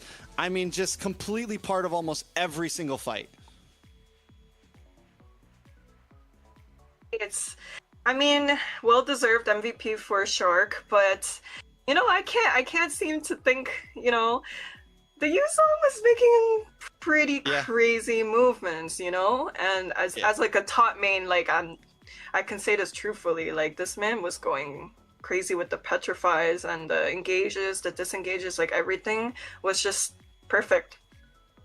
Hey man, this guy came back after was a long break. People thought he wouldn't even be playing. I don't think anyone even kind of knew he was in the lineup until very recently. He just walks in, waltzes in his first game, picks up an MVP. I don't know. What do you got to say about that, Trex? Is he on a different level? Is he able to read the game better on a macro perspective? Is it the experience that's coming into play? Is it all of that combined into one? Is it the intimidation, the mind games? I don't know what it is. It's all because he went back to his roots. He's no longer Super Shark. He got rid of the super from his name, and he's just back to being Shark. Keep it simple, one syllable. That's how you get wins. One syllable, huh? So what would that make me? Lays? You're Ash. Lays? No, Ash. That's true, that's true. That's the safer. Who knows? But yeah, wonderful performance from all of them, actually. You can see how the past couple months has, you know, pulled off for them. You can see all the synergy coming together, and, you know, we have to see what Lion has in store for us. Can they come back in game 2? Can they come back in game 2? Can they do something? Are you asking me? Anybody. Somebody out there. Of course. Hey, I mean, let the audience decide that, right? Hey, we've seen reverse sweeps, man. We've seen reverse sweeps. Don't forget that. We've seen reverse sweeps all across the board. Don't get the broom in too early. It's true. That's we've seen some crazy things happen, and in the north here. I will say this. You know, you mentioned that in the beginning of the game they did do well, and there were some things that I wanted to point out before the big 3-man Petrify happened and Leon just kind of got torn apart. They did a good job in terms of stopping Shark from getting too aggressive. Shark kept trying to come in, and instead of Leon exactly just like letting it happen or trying to push back, they waited for those moments and then they would knock him up with the Kufra, things like that. So they were doing a good job of kind of stiff arming Alpha 7. I think a lot of this is going to come down to how do they approach these turtle fights, because those are the moments that Alpha 7 are really going to... That's when everyone's together, right? That's when it's 4-5 versus 4-5. And if you take a big loss there, there's no coming back. Like, if Alpha 7 gets a huge lead on them in the first couple minutes, at that point, it's just a steamroll. Yeah, and I need to give props to the Kufra player, honestly, because even though we saw some missed plays, this guy was trying hard to set, you know? He was the front line pride and joy of that team, okay? There were some times when he was landing I think it was like a 4-man set, but yeah. Regardless, I could see like the vision that he was presenting, and honestly, if he can just, you know, do better next game, I can see the potential for them to reverse sweep. I mean, yes, we're talking about reverse sweeps. We're talking about how everything went down for Leon. But the one thing that I would like to kind of look at for Alpha 7 is even though they kind of let loose in the early game, they did play aggressive. Leon got back control. The one thing that Alpha 7 are so good at is punishing the opposition. Right, and they know how to snowball a game out of control from that one mistake. I mean, we all saw it. It literally was just one mistake in that game, and that one mistake, I mean, apart from the draft, of course, it was that one mistake that kind of completely turned the game in its head, and Leon just didn't have any sort of way to make a comeback possible. And then again, looking at the draft as well for Leon, they drafted individually to win the laning phase. Yes, they had the Phobias to try to win the entire team fights when it comes to neutral objectives, but the Black Dragon has just completely countered the entire back line, and the Kufra couldn't really do anything. So that linchpin that they kind of needed with Raquel in the roam position just did not work out for them. So maybe if they had a different roam, it could have been a different game. So, well, this is where things get interesting. Teams are going to have to pick different roams. Teams are going to have to pick different picks. There's no more Suyo for best player. There's no more Black Dragon for Nats. Can Leon take advantage of this, right? They also have blue side, so they get first pick and a new set of picks, essentially. So if there was any time to have an advantage, I do think it's in Leon's hands now, at least in terms of draft. Yeah, what I find interesting about just being behind the screen and like watching these drafts happen real time is you don't see any like real similarity between each team's drafting. Like I feel like so far, these teams have been having different drafts, different bans, you know, all these different picks. So yeah. There's not like a decisive meta chosen yet on like, this is what you ban. And I feel like that happens a lot, especially in the beginning of events as we move in. I think as we move towards closer to the end and we get back and we get into like playoffs and things like that, there will probably be some more definition to a lot of this. But there's always going to be your teams that's like, this is the way we play, this is the way we do things. And it is true, it is an interesting thing to kind of see how each team approaches. We just don't want to play against this. We don't care what anyone else says, but this is what we're always going to ban, or this is what we're always going to pick. I mean, adding to that statement that you just said towards the end, I think in this case, definitely Alpha 7 do not want to play against the Freya or the Sora since they can't pick up the Valentina at the moment. So don't give any sort of unnecessary advantage, adding unnecessary pressure to yourself. So I'm expecting those two to be handed out on the red side. The Guinevere is a solid ban for Leon. With what they've played so far and the little bit of information that we have, they like to play goal lane that plays a little safe, a little front to back. They don't really play super divey, so preventing anything that could possibly make it a problem. The Guinevere, the Eve, wait, Marcel though, Trex. Or do they go for the trade here? They leave the Sora and the Freya open, and you get one, we get one, and then next game we still get another one if it happens to go to game 3, right? Might be the best option instead of leaving something else powerful open. So that could be what we see from Alpha 7 here. And if that's the case, do you pick Freya or do you pick Sora up front on blue side? Yeah, I was literally about to ask the same question. Like, what would you do? Would you pick up the Sora or the Freya? I'd say Sora for me. I think it's a comfortability. Like, what's your gold laner want? That too. Like, hey, what do you want, Ashley? You want the Sora or you want the Freya? I've been waiting for too long. But Sora could be used on EXP lane too. That's fair too. Gives you some flexibility, so there's more draft potential with it. Now we're theory diving. Ashley's becoming a real deal analyst at this point. Exactly. Hey, I've been doing this since the start. Don't worry. Hey, well, Freya is something they don't want to give away. So Sora got to be picked up here, right? Easy, just an easy no-brainer. Yeah. It's got to be a Sora pick up front. And Alpha 7 can't pick the Valentina. Bosch is open though. Oh. Bosch is open. Sora is still good, and there's no Valentina response. Yeah, I feel like with the fact that there's no Valentina, you just go Sora. Why is Leon thinking so hard? It's match point. Maybe they're thinking about the next one. Oh, they went Valentina. Tomorrow? Oh, they went Valentina. Hey, but what was the point of that if Alpha 7 can't pick? Alpha 7 has to pick. If they pick Sora, you already know that's happening, right? So in a sense, you already have the counter pick to one of their picks. So they're not, red side wouldn't get a full swing back of 2 picks, right? They're getting a Sora, which doesn't play great into the Valentina, and something else. But then Leon gets the full 2-pick swing back. So good. No, but I'm still a little bit confused because on Alpha 7's side, they can't pick up the counter. Really good. Yeah. That glue is so good at this point. They know they can't pick the Sora. They know they can't pick up a Grok early on, which is one of Shark's favorite roam, if I may say so. There's so many other picks that they can go for, but would really give away a lot to Valentina. So why? You pick the Valentina, you pick the Sora. So basically, you use 2 power picks in one singular game. And now, if you win this game and go to the next one, you really have to ban out the Sora. Otherwise, Alpha 7 would pick it up. So, hey, this is difficult. Exactly how it goes. Does Leon take the Sora here? Do they just keep it simple and not bite into it? You guys have been talking about how good the Harley is, so Alpha 7 just feeling comfortable. Oh, yeah. Whoa! The Kaja. They're good? Like, Leon's good? Leon's good. Leon's draft is good. But you know what? I don't want to speak too soon because this is what they did in the previous game. It's like that meme, you know, you had us in the first half, not going to lie. So I don't want to get caught off guard again.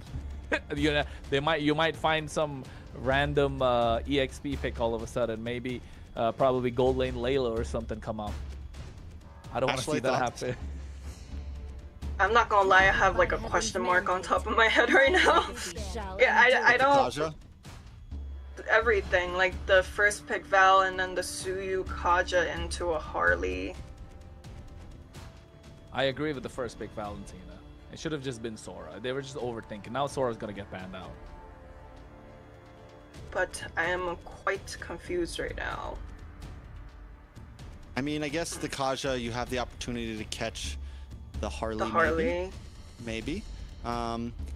You can also kind of maybe peel the glue if things get crazy with that.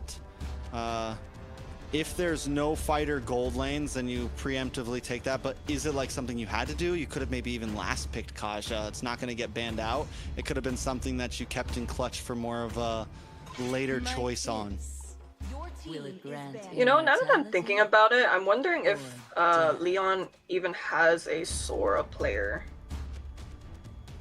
Ooh. Because that could be the reason why. Calling them out right now? You saying there's a hero pool diff?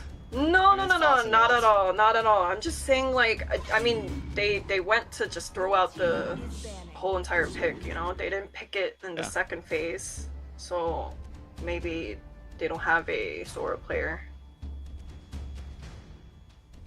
I mean, I feel like, yeah, even if you already have the Valentina, no matter what they pick, the Sora is just that good that you should just lock it in at this point. Let them play the hero. I will be but the truth this world maybe Alpha 7 knows this. Maybe you're right. Maybe they don't have a Sora player. Maybe Alpha 7 is like, yeah, we're still not going to ban Sora because you're not going to pick it up. Because it's still open at this point. What if Alpha 7 just says, screw it, we'll play Sora against your Valentina and take the win? That would be a statement, wouldn't it? That would be a statement. Still a possibility here.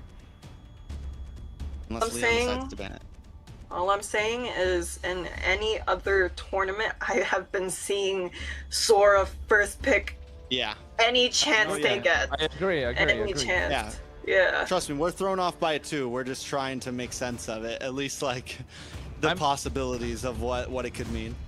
I mean, even the only ways you kind of stop the Sora is you can't really beat him in the lane. He's kind of unbeatable. Bro can pick an EXP. That's why he's so prioritized. The only way you stop him is if you wall him in the lane. And the options are Uranus, Glue, Yu Zhang. They're all taken off the table here. So, I mean, if Alpha 7 want to gamble, give Nats the benefit of the doubt, just give him the Sora and run wild with it.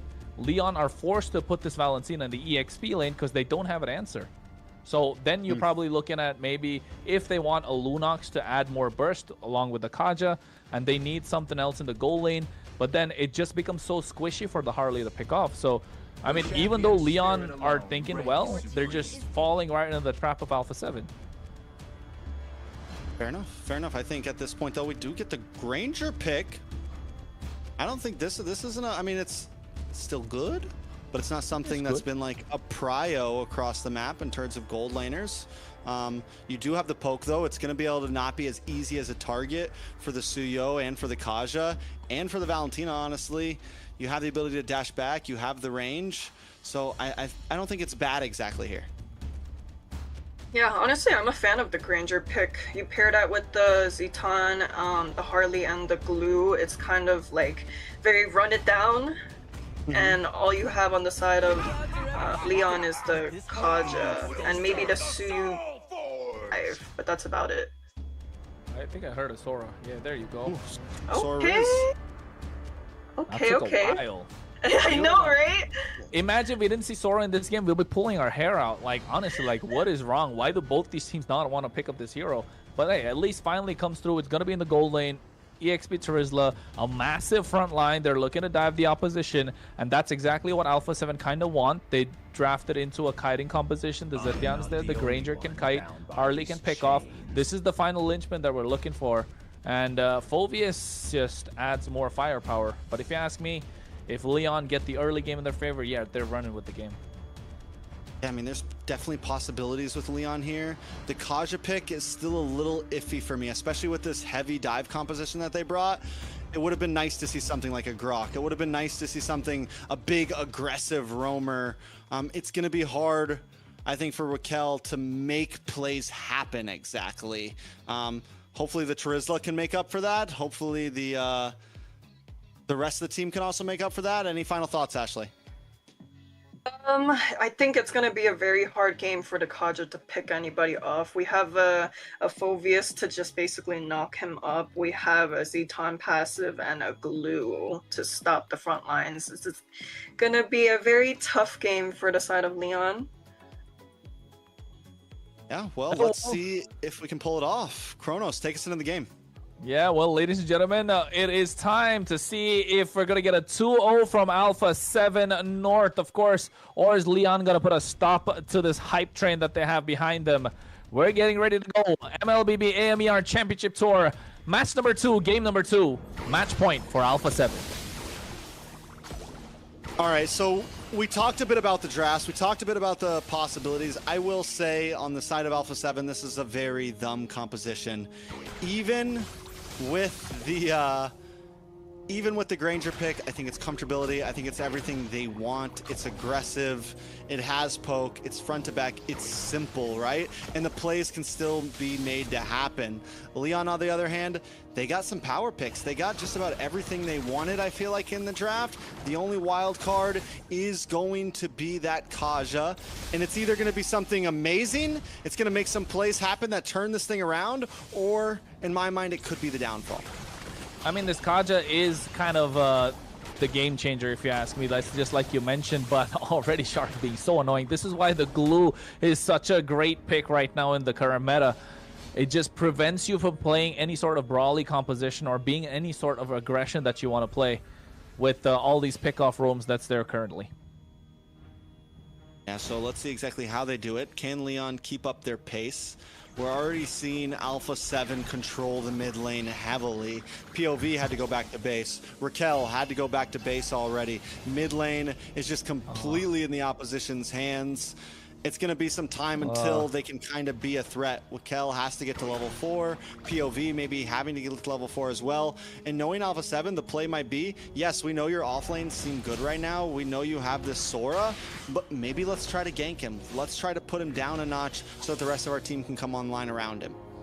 Yeah, they're seriously struggling to get any sort of river control, right? Yes, they get the turtle started, but you can see a lot of damage. What was that? Popping in. That's able to get the turtle, but first blood on hands of best player. They take down Pav at the same time. A lot of range, a lot of damage, and this Kaja is not able to do anything but watch Hayase just fall down. This is not looking good if you're Leon.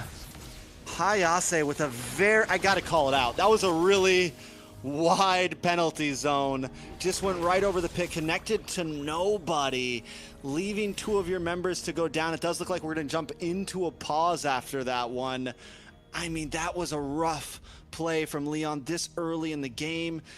It might have been the game changer. They still might have lost that fight, but seeing it happen like that, Alpha 7 completely takes advantage already after first turtle.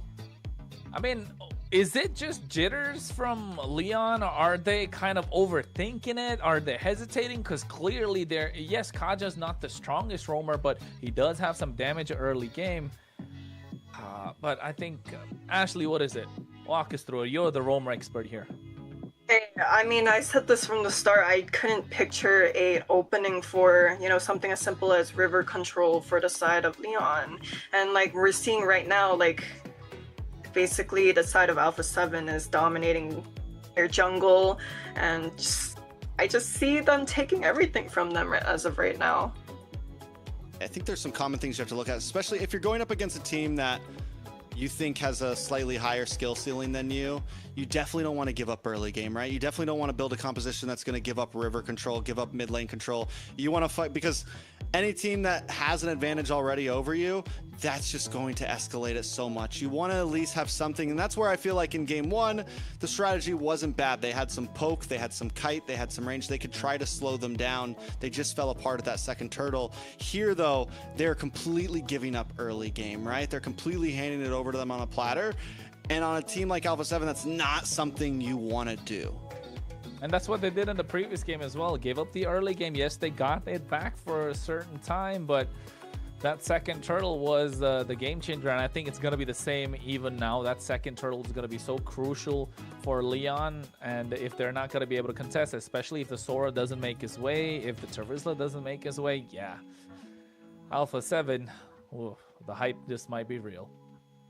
Hype might be, I mean, we'll see. We'll see. The hype right now, they're holding strong. They look good. They're up against Leon. There's still a lot of other teams to face. But yeah, they look clean. Leon, on the other hand, we're seeing small mistakes happen, right? Not only in terms of draft, but also in terms of gameplay. Like we just saw from Hayase with that penalty zone. You cannot make plays like that at this level. None at all. But we do have a quick shout out to some of our sponsors here. Runestone, Light Up Esports. Tell us about it, Kronos. Yeah, you got to make sure you check them out. Of course, runestone.gg, one of the sponsors that's there for this tournament. And they are a new one of those websites where you get a lot of information about esports tournaments, esports players. So make sure you check them out, of course, folks. A lot more about them later. But heading into the game at the moment, I think Alpha 7 North 3-0 tracks, 3 minutes into the game. Best player on the Harley. Yeah, they're going to get a lot of kills. Yeah, Zia just locked in the Hunter Strike, which means we're going to see even more quick movements from him, even more ability to kite around, disengage, re-engage, etc., etc. The list goes on. Who's going to be the one to pop off for Leon after this big fall? Leonart hasn't taken a death yet. Synerjun has taken one, so it's going to take a little bit of time to recover, but we were talking about the Sora all draft long. That's got to be the pick to maybe make something happen here to try to even the playing field. Yeah, finding a way. You want this Sora to get out of control, get out of hand. If they're able to do so, because at the moment, Alpha 7 North, yeah, they're firmly in control of the game, not just a little bit. 4 minutes in, Trex, what, 3K goal lead? Anything funny looking at the items? I mean, nothing too crazy, just the fact that Zia was the first one to secure a full item here. On the side of Leon, things are overall pretty simple. Warax does come in for Leanhart. I don't know if it's going to make the big difference. Leanhart seems to be having trouble laning against Zia right now, so I'm waiting to see. This could be the one. He's rotating. If you look at the minimap, you can see the early rotation a little bit ahead of Zia. Can he be a game changer? Yeah, already Deadly Magic used up. You're seeing Raquel trying to zone them out as well, but at the same time, Hayase is not able to move. That penalty zone is going to be a big game changer. Already going to the back line, looking to get that shifting skies down as well. But here comes Zia, able to find the snipe, takes down Lionheart. And with the help of the Fury of the Phoenix, they find another, trading 1-for-1. Cold World goes down, and here comes Shark, just being a complete menace with the split, and now grabs onto the right target. Penalty zone catching 3 members. Raquel goes in, but there's no damage dealer present, as best player locks in the turtle and now finds another, looking to snipe them from downtown.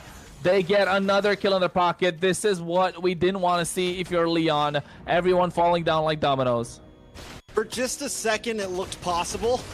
It looked like Leon might be able to get an advantage.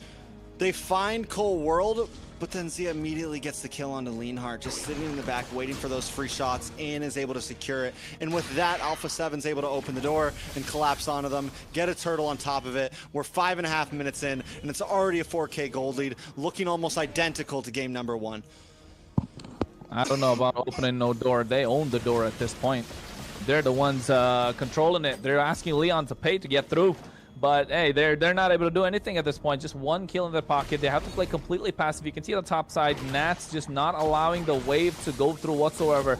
Scouting out every single member of Alpha or of Leon for something to be even given away. And now they get the tier 1 on the bot side. Yeah, so what do they do from here? Leon, we do see them trying to get some splish push up on top. They lose a tower on bottom. So at least they are looking for plays across the map, but Alpha 7, they're grouped up, they're ready to go. They've already got a lead. We just need to snowball around the map, get kills, get objectives, and end the game.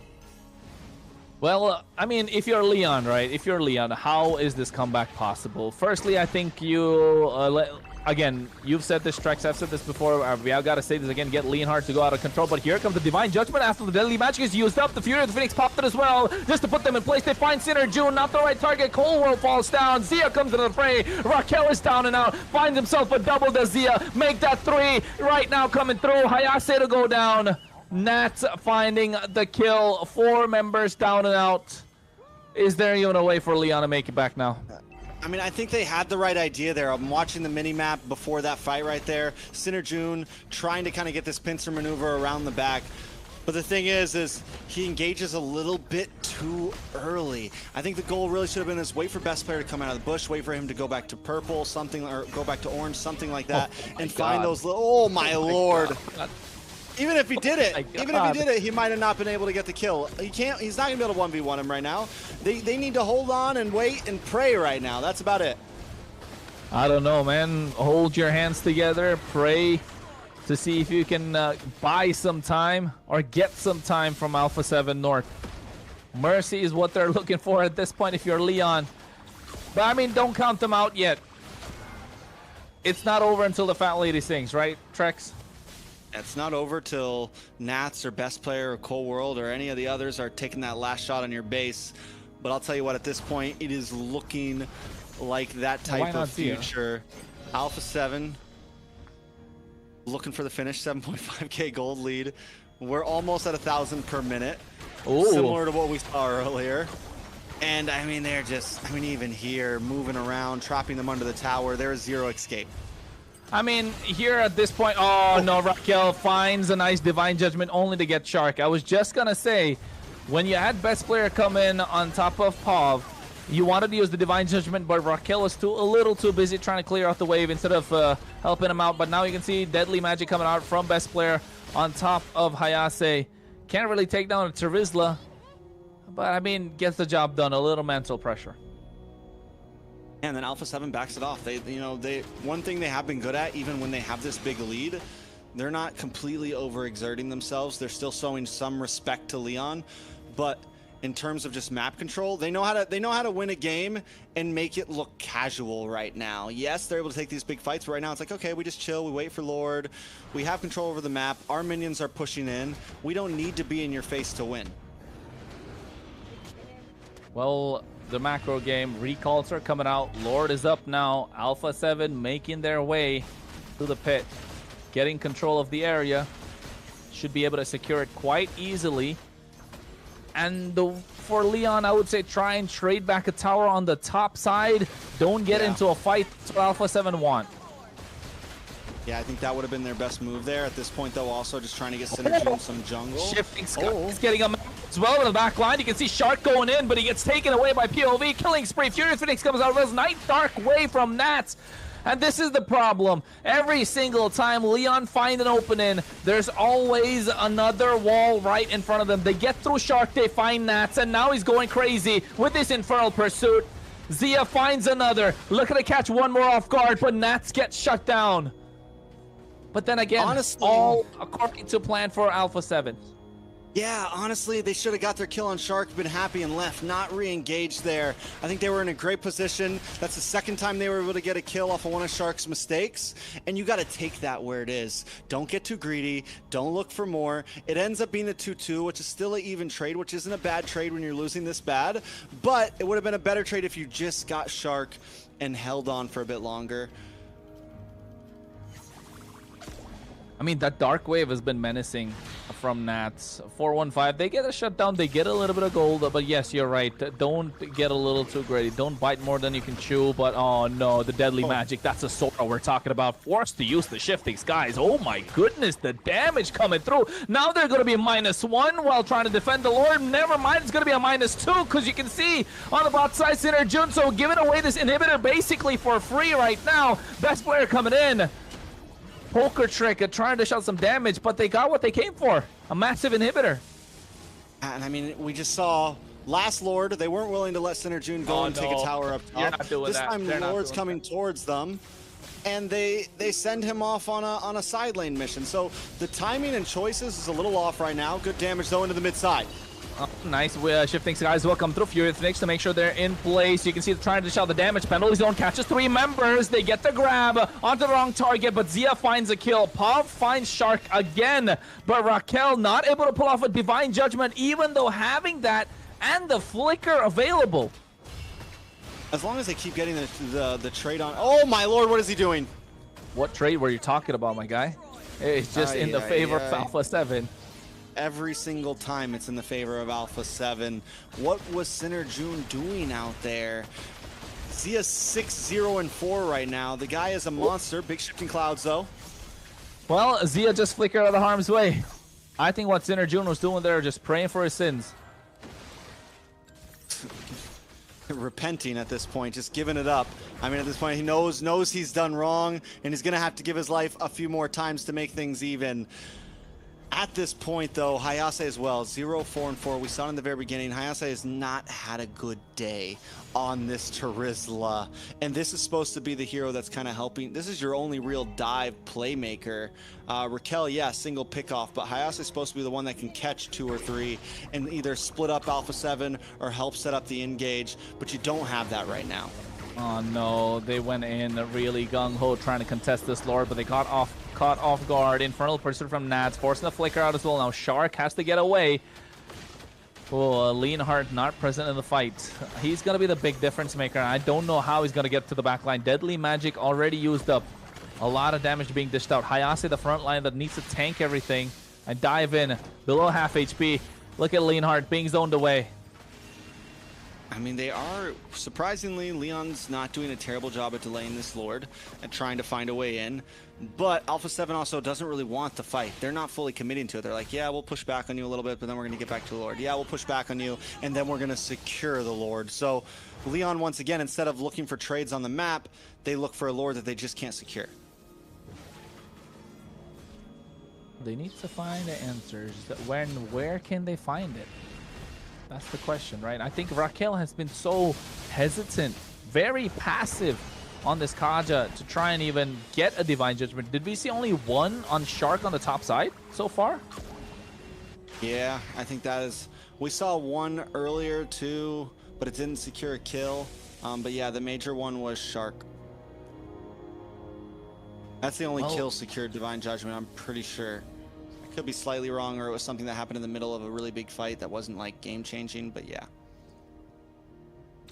I mean, if you're Raquel, are you looking to punish Shark early on or waiting for best player to dive in? But now it's too little too late. All 3 waves crashing at the same time.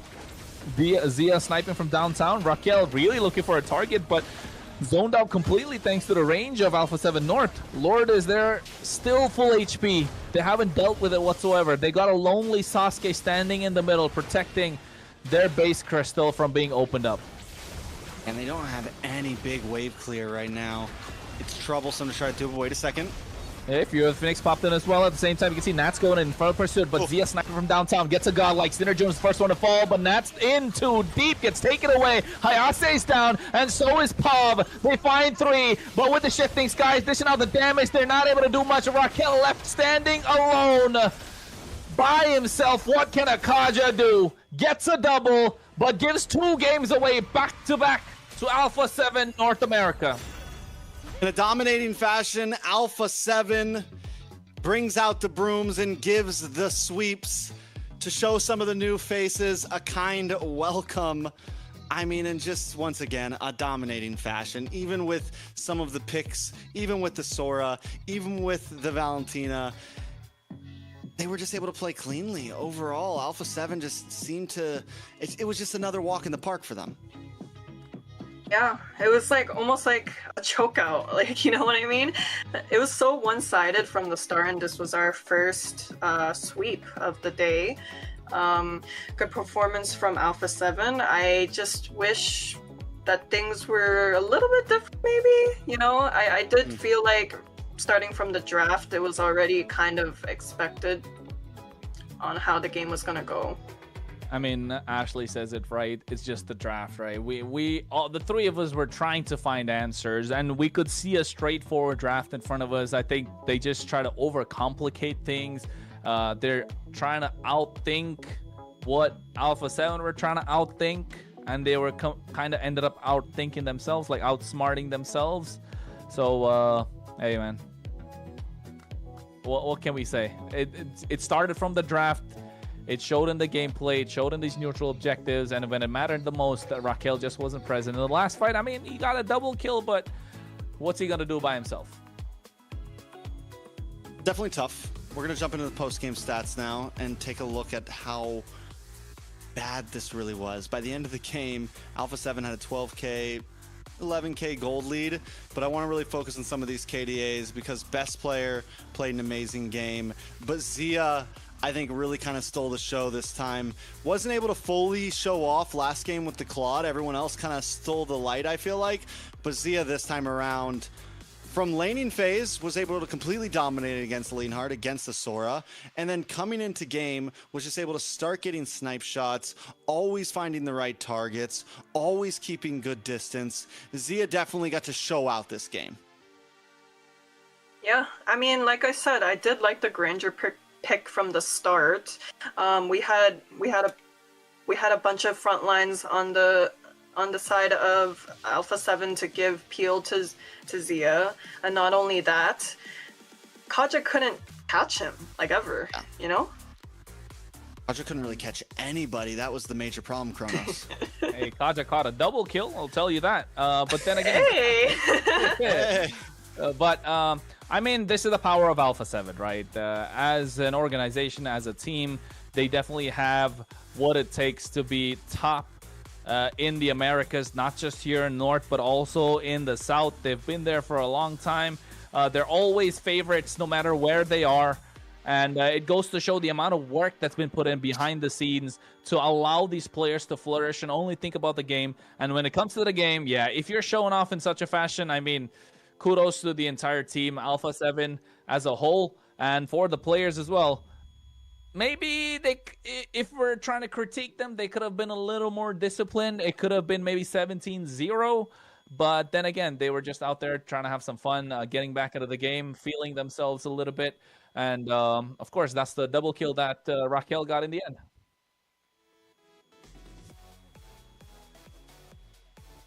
Well, MVP going over to best player. I like it. 4-0-13. I still had my eyes on Zia that game, but best player played a phenomenal game as well, Ashley. Yeah, 0 deaths on the Harley, you know. It's at first I was a little bit skeptical. You know, I knew that the Kaja pick was gonna be hard to pick off anyone from the side of Alpha 7, but I did think that the Harley might have been the easiest target once he dashes in, but best player was able to pull it off. I mean, I agree with how best player was able to pull it off, but still, I think Zia definitely would have been my choice of MVP with how he played the goal lane, especially against the Sora in the early game, where Sora kind of gets the better of you once you hit that level 4 power spike, and he did get to the level 4 a little early also, but Zia was even better when he got to the level 4, making sure he's able to kite all the damage that's coming through, not being in the center of these team fights, making the rotations at the right time, sniping them down from afar. Of course, it definitely my MVP for the game, but hey, you can't really take anything away from best player and the entire lineup of Alpha 7. Again, that's the one thing that I said before. Maybe a little more discipline could have changed the game, because if these are the guys to beat, they got to be quite disciplined to take it all. But Kronos, I do have a question though. Weren't you the one who said that the Granger pick was a little suspicious? Was that Trex? Was that Trex or Kronos? I was questioning it a little bit in the beginning, just wondering how good it is right now in the current meta.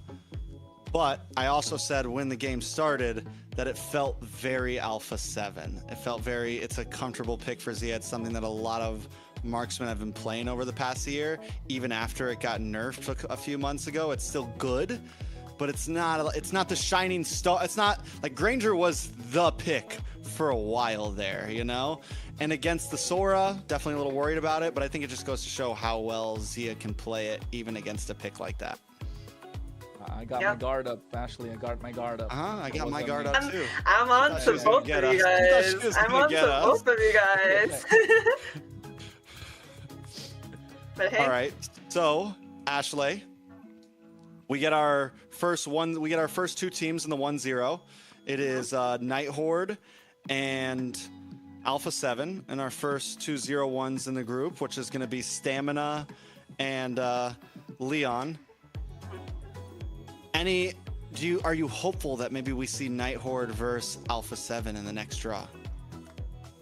Wait, correct me if I'm wrong. Is this so? The seeding is based off of how many games are won and lost, right? Yeah. So all the 1-0s will face against a 1-0 has to face against a 1-0, and a 0-1 has to face against a 0-1.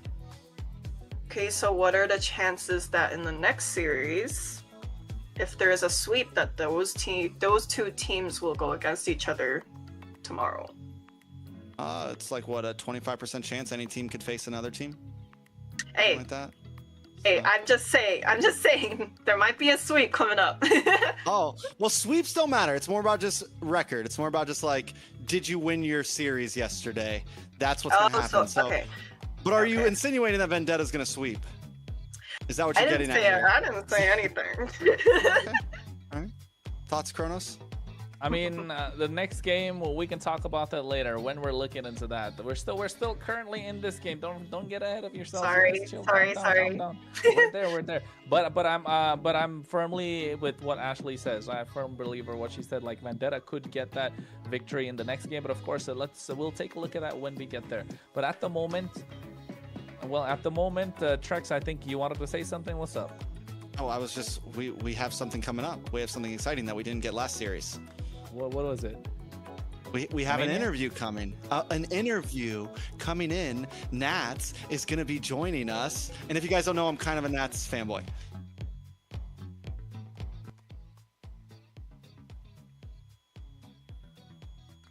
This is Nats, the EXP laner for Alpha 7.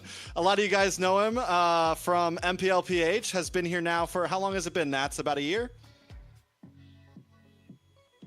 2 years. How does it feel to be playing again?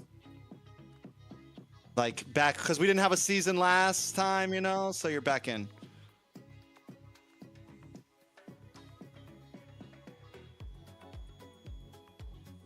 We can hear, can you hear us? On Discord.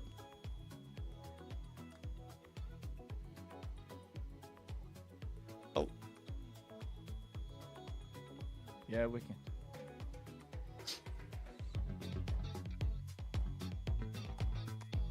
Well, that was wonderful. Technical That was issues, wonderful. folks. Technical issues. We'll get there. We'll get there. Nat's just, you know, even though he's been there around, I don't think he's quite old, but he's acting like an unk at this point. Hey, I also didn't like y'all's introduction. You should have led with the 4-man petrifier. Ooh. Well, you were silent. Oh, I was waiting for you. We were waiting for you. You're okay. As soon as no. As soon as that interview started, both of y'all were like barking. I was like, wait. Why are y'all getting so excited? We're gonna try this again. You get another chance. You get another chance. Let's go. This is your shot. Okay.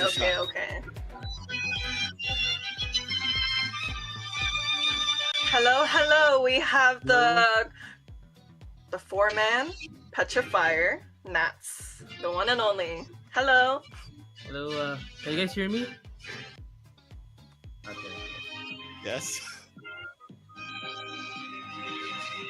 Well, about to say that music's too loud, bro. Yeah, it is.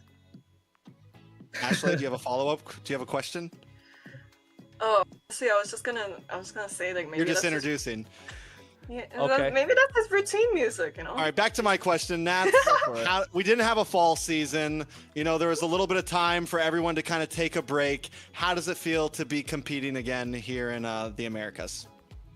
At first it feels unusual because it's already been like 6 months since I didn't play. But yeah, since MCT started again, and it was really exciting. And at the same time, my drive in playing MLBB is like on fire right now. Okay, I like it. That's what we like to hear. The return of Nats. Kronos, you got anything? I mean, hey, the return of Nats, of course, with everything that's going on, especially loving the fire that you still have inside burning of you, given the fact that, like you mentioned, 6 months break coming in, the passion is more than ever. Is it the same for the rest of your teammates looking to take it all, be that EWC slot once again? Yeah, I think so. They still have a fire in themselves. All of us, yeah, as a team. In terms of... Oh, Ashley, sorry. go. Do you want me to go? Okay, I have two questions, but I'll ask one first. One is kind of like, if you had to compare your old team compared to your current team, how would you describe it in words? Is it from C9 or an RSG? Oh, RSG, C9. I mean, whichever one you prefer. C9 is kind of like the same though, you know, a little bit similar. Yeah. First of all, if I compare C9 to A7 right now, I mean, in C9 we're really dominant team back then, but now we kind of starting like new lineups and then new things to do, so we're still like learning more further. That's all I can say. Yeah, I like it. He's keeping it humble. So in terms of the other teams out there, I think a lot of fans and viewers see you guys as the favorite of this event. What team do you think will be your biggest hurdle? Like, what team do you guys have eyes on that's like, okay, this team may be a challenge to us. We need to watch out for them when we play them. actually, all of the teams are, because I know they're strongest and other. I mean, they're strong as a team, but I can say I can pick two teams right now. Okay. I'll say Vendetta and then Night Horde. Okay. The two teams that made it through qualifiers, which is a cool thing to hear. Not Leviathan? Not Leviathan? Nah. Oh. Okay. I don't mean anything, right? It's just Yeah. We heard it. I mean, with, of course, now you guys know you're kind of like the team to beat, right? With Alpha 7 coming into the picture, you got a lot of the you're kind of let loose in terms of what's there in the back end. You're just focusing purely on your gameplay and the skills, of course, and what you're coming through it. But with this change of the MCT, with other teams being added from different regions, like from Mexico, for example, like how you faced Leon, how is the ping feeling like when you're playing the games? Is there really a massive difference when it comes to the ping issue? Like, that's a question I've always wanted to ask. There is, because if you're playing in 10 ms or like single digit, it was really different compared to playing like as of now. We play Central and then Miami server. I don't know what it is, but it was like 48 ms and then 50 ms, which is really huge different. Yeah. Yes. That 50 ms really makes a big difference, doesn't it? And I think with all the teams you guys probably scrim, is it the same? Are we gonna get any games where we possibly can see like a Fanny pop through maybe? Yeah, in Carlos, yeah. Possible. It's possible is what we're saying. Ashley, any last questions? I mean, you pretty much asked a question that was on my mind. I was gonna ask like who his, competitor was, but yeah, I don't think I have any more questions at the moment. 5 seconds. Anything to the fans, Nats? I just want to shout out my biggest fan, my girlfriend right there, Vanessa Corpus, and then a shout out to my family as well. I think they're watching right now. And then to my friends in the Philippines and in the US, thank you for supporting me as always. And to the fans of mine that's still rooting for me to go back in MPL, thank you guys. Appreciate you so much. I will go back soon. Yeah. Salamat po. Yep, salamat po. Thank you so much, Nats, for joining us. We can't wait to see you guys play again tomorrow, all right? Thank you. That's it. Looking forward to it. That's it.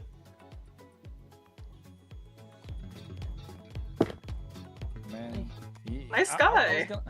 I was gonna ask. We had to let him have a moment. They said we had to let him have a moment. I have like another.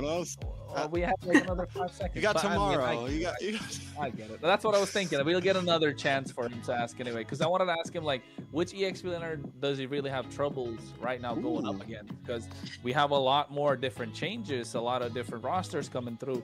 So I mean, is there anyone that he's save that for the personal content? Get the private interview. Do your thing, man. Why not? Why not? Yeah, I mean, I was also thinking about asking that question, but I think it goes hand in hand to the. Of course, she was thinking, right? No, it's like the same thing as asking like which teams are you like scared of going against or whatever, Like obviously the EXP laner might be a competitor on the teams. You know what I mean? Well, but at the same time, Ashley, I mean, yes, you're right. That's a question for another day here tomorrow, of course, so we can ask that again. But I don't know, for the viewers, man, to give you guys something to look forward to, apart from the sweeps, apart from the games, even though it's going to be dominating, we got some gifts, we got some codes coming through. So make sure you're quick, because I know last time I did it, I wasn't allowed to do it, but I did it. I really got a skin. So if you want to get that skin, you want to be quick, because I can see Ashley already looking into her phone trying to get one of those. Where are you looking? I'm not doing. Okay, I might be. She took a picture of this earlier, actually, in the run of show when we were doing rehearsals. So get it while it's hot.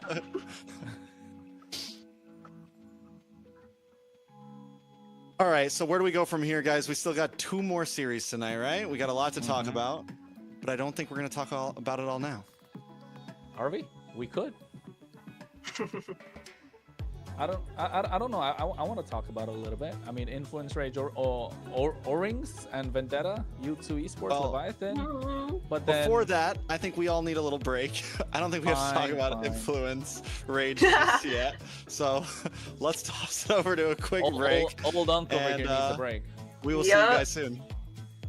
Come by later, guys.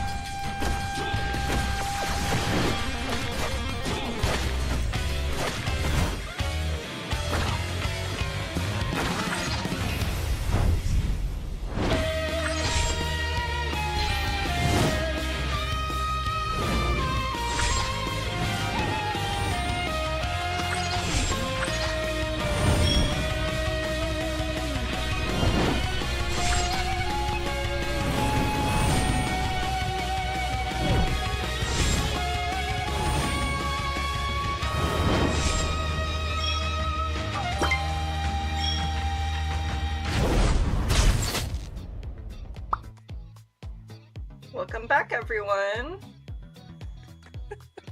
Welcome back. What's so funny, guys? We're You're here. doing a great job, Ashley. You're doing a great job. Just make sure you We're here. smile.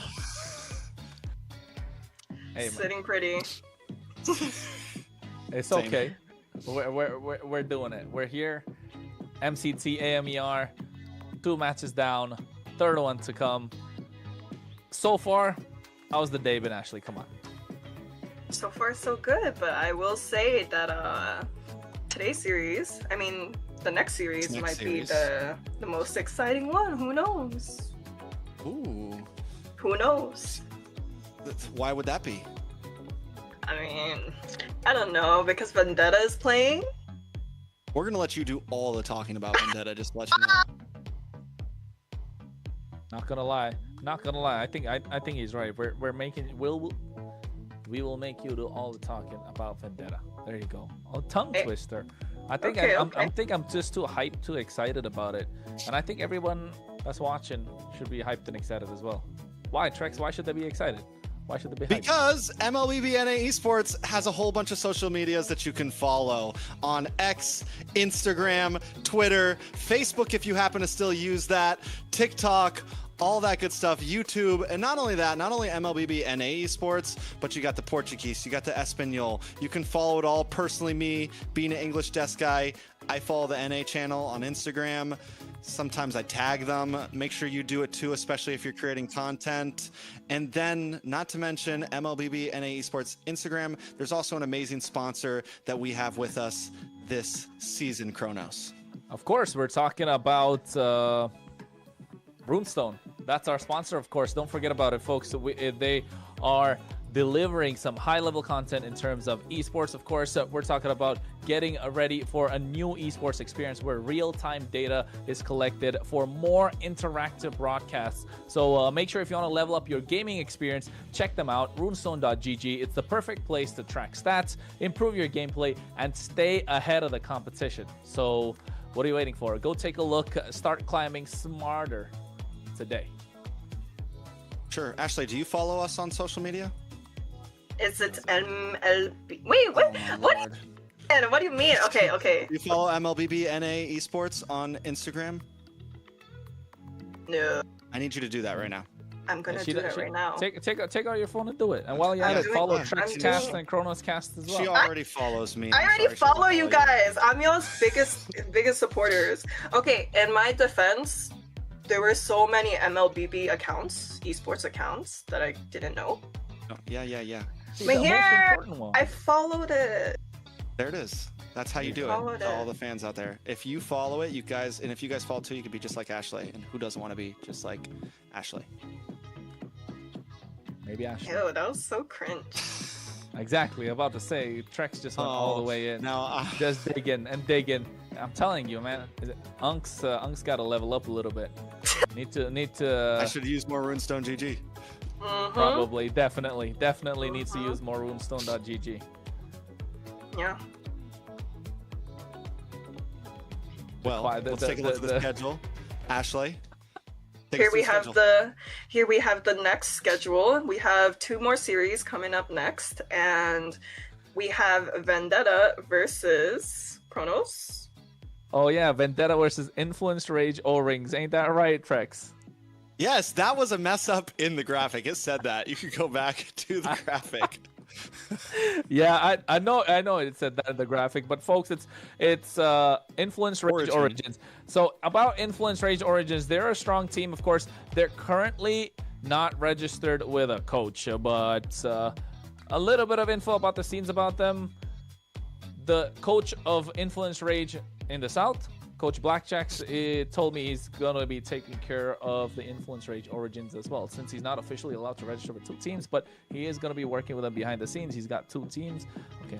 I don't think you're supposed to I don't think you're supposed to publicly say that. Oh my God.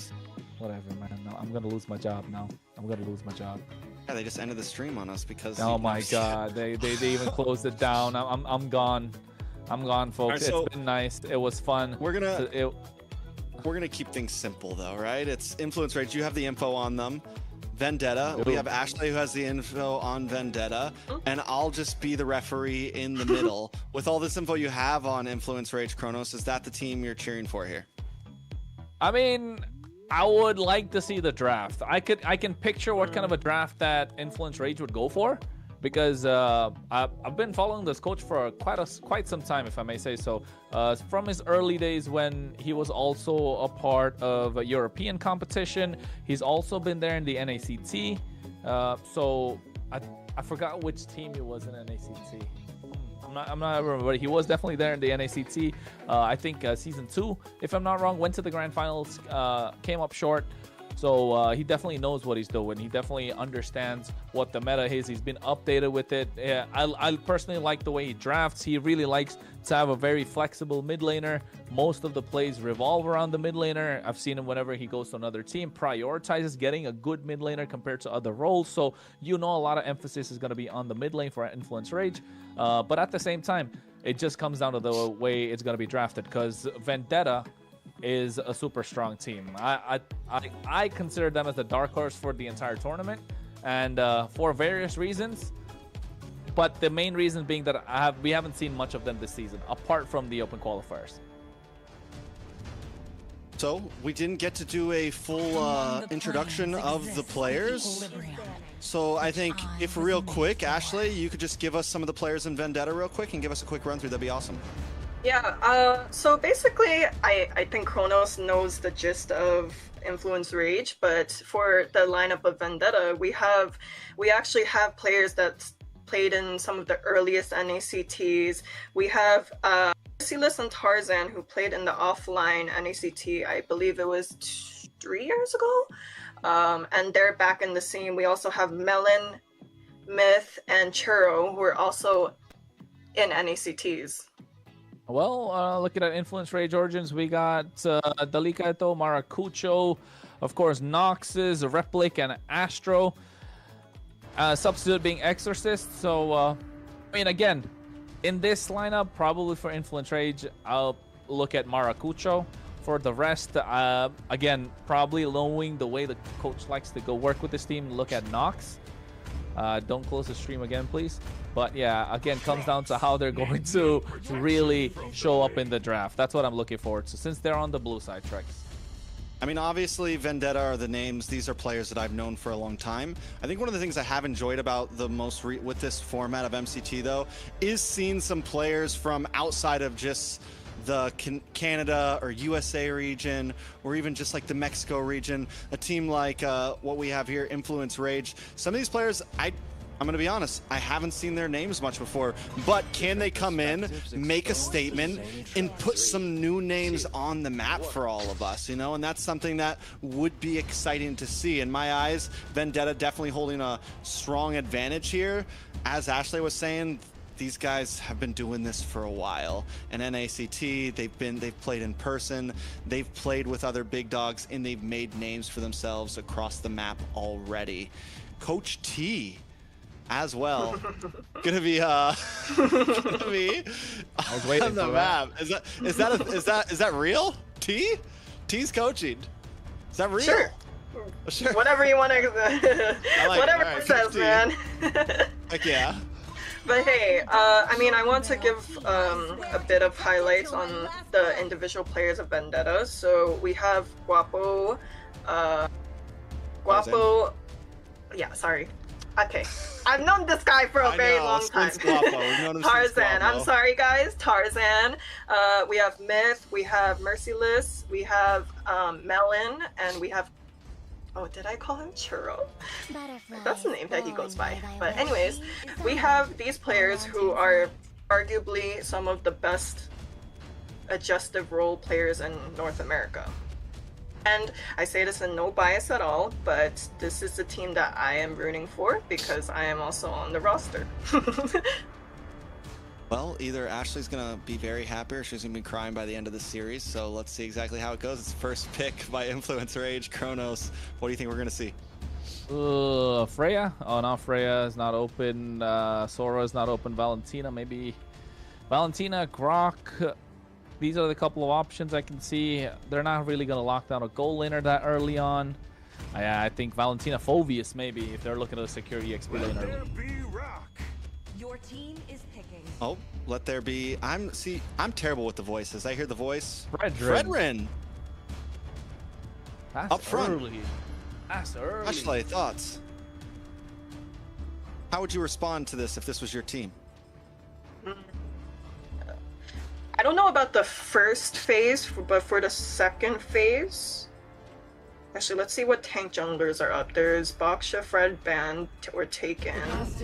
There's only Suyu left, Harley left. Did I hear carry? Phovius carry here, maybe? For Vendetta? We're always Carrier was that at Eve. Sounded like it might have been a Uranus. Uranus carry. We're playing this guessing game, aren't we? Okay. I do think that Vendetta will pick a jungler next. I do think they're going to wait off on picking a mage. You know what I was thinking though? When was the last time you saw a first pick Fredrin in North America? A long time ago. Since like the MOBA Fred days, you know? That's probably about it. It's been about a year or so, maybe more. Khalid's got to be locked in here, right? Oh yeah. Ooh. That's strong. That's not a bad trio. pick. That's a mid trio. That's honestly that's a decent mid trio right there. I'm not gonna lie. And Vendetta doesn't lock in their mid trio. They go for offlaners first, unless of course the Uranus goes in a jungle or something like that. But again, yeah, it goes for offlanes first. Do they pick up a jungler here so that they don't get banned out? They need to get something early. Yeah, I do think they're gonna pick a jungler. Probably the Harley or the Suyu. Oh, Leo. Leo is also an option too, but Leo is open. Oh, that is Lilia. That's Lilia. I was gonna say I agree with this Lilia pick only because they're so heavy in the early game. They're looking to invade. You can tell with the lineup that Influence Rage has. So I was just thinking in my head, it's got to be a Lilia to prevent this all. Either pick it now or lose it in the second half. So really good from Vendetta. Yeah, I mean, it's definitely not like a super popular pick currently, but it does work well against the Fredrin. It does work well against like these bulkier, not super dashy heroes, people that kind of want to like group up. So in a composition like this where they might go where Influence Rage maybe wants to kind of pull a tight formation, the Lilia could pop off. Honestly, I do think that it was better to pick up the Lilia rather than a jungler, because we just named 3 reliable junglers. They could just ban out 2, and 1 would still be up. Fair enough. Yeah. Kronos? I think take out the Roam if you're Influence Rage at this point, which is what they did. Take out the Hilda. Take out anyone that could be annoying to the Fredrin. Maybe pop the passive of the Zetian. One is that. I'm looking at a Grok being taken off here as well, just to maybe not let the mid duo be contested with this Khalid, because you know how strong Khalid is in the early game. Lilia plus Grok just matches that power, I would say. Maybe instead of Grok, even the Hylos is a great option if you're a Vendetta, right? But maybe if Vendetta take out another marksman, the Claude's got to come off here. Are we still ever seeing the Ruby get picked up at all? No Rubies? It would look nice for Vendetta right now against the Khalid, the Fredrin. Like, it would be something that could cause problems. You pair it up with the Lilia, it's a decent. But again, yeah, it's not super. You're living in the past. Yeah, no, the range, Trex. It's the range of the Zetian. The range of the Zetian's too much. Yeah, especially that skill one. So I think we'll see a Grok or a Chow. Grok. Chow's good too, I agree. But I think Grok's so much better here. Grok plus Lilia is such fast wave clear. I was talking about a Claude or a Harriet. Harriet's taken off completely, so Claude's going to be the answer on the other side. It's maybe they wait to not pick up the Grok right now, but I think it's just safe. Just pick the Grok. You can think about your jungler later on, or pick up the Guinevere right now, and then maybe look to pick up either a Grok or a Kalea. Which could add more flavor because you already got the carry, so carry plus Kalea combo as well. You got the Uranus as well. So Glue is another pick that's open. I don't know why Oh, I meant to say glue instead of rock for some reason. Sure you did. Sure. You just keep on Like every time. Anyways. Something. That's. It's late, y'all. We still have 2 more series to go. This one and another one. So hang on. You know, while worry, we're guys. casting, feel free to Don't make worry, yourself guys. a coffee. No, I'm locked in. All right. So influence rage in response. They still need a gold laner. They still need a EXP laner. Quad Dragon. I mean, what if they go for something? We saw it earlier. What if they go for something like the sun or something crazy like that? Grant immortality Or death. Alice? Oh, Claude Alice. Solid. Yeah, that's a nice lineup. It is a That's nice really lineup. strong. I'm not gonna lie. They have Front to dive back. potential. Yeah, lots of front to back, and then you have the Fredrin who could just kind of hang out. They have good pick control. Good possibilities for first turtle, second turtle, third turtle. But Vendetta as well. They have the damage. They have control as well. They have decent crowd control. Both teams really, I feel like, are bringing their A game here in this draft. Yeah. Yeah. That leaves the jungle open right now. Let's see, we have... Ooh, I didn't think of that. I Could did be a not think decent of one. that. But no, I think Guinevere is probably only... Wait a second. Oh, it's jungle. Uranus jungle! I told you guys. Let's I go. told you guys. This is... You didn't tell nothing, Trex. You said Tell that us in the what? previous series. Bro, when it got picked, I said, could be jungle. Okay. It's literally one of the top answers right now to the Fredrin in a lot of regions. Yeah, We you saw it in mentioned that M7. previous. Philippines pulled it up. They pulled it out. MPLPH pulled it out like a couple weeks ago. We've been seeing it. It has happened. I mean, you did mention it in the previous series as well, right? But Ashley, what are you thinking? Vendetta all the way? Vendetta all the way. All right. Any Vendetta sweat all... on the brow right now, Ashley? Hell no! Hell no, not even. Not even. I mean, I like the CC. I really like the CC here just because it adds so much more damage to their lineup, especially against the Alice, the Fredrin. You're not afraid to pop off that curtain call in the late game, so that would really be a game changer. And again, early game, they're looking 50-50. I really want to see this Uranus scale to the point where he gets out of control, but all in due time, folks, as we're getting ready to go to match number 3, game number 1. We are talking Influence Rage versus Vendetta. And it's what I like to see. I think after watching the way that Influence Rage draft, honestly, I know Ashley's still listening to us, but I'm going to be honest, I feel like it's a pretty close draft. I like Influence Rage draft a lot.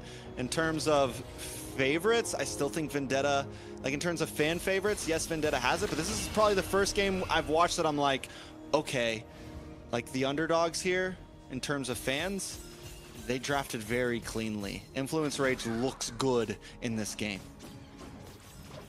They look very clean draft. Of course, this is what we wanted to see kind of from Leon in the previous series, right? We really wanted to see that. But we get to see that this time. So let that one go. A new game, new story. And I think here, if Khalid is able to win out the river really well, especially with the Zetian, this is what we wanted to see. And then maybe give Vendetta some problems.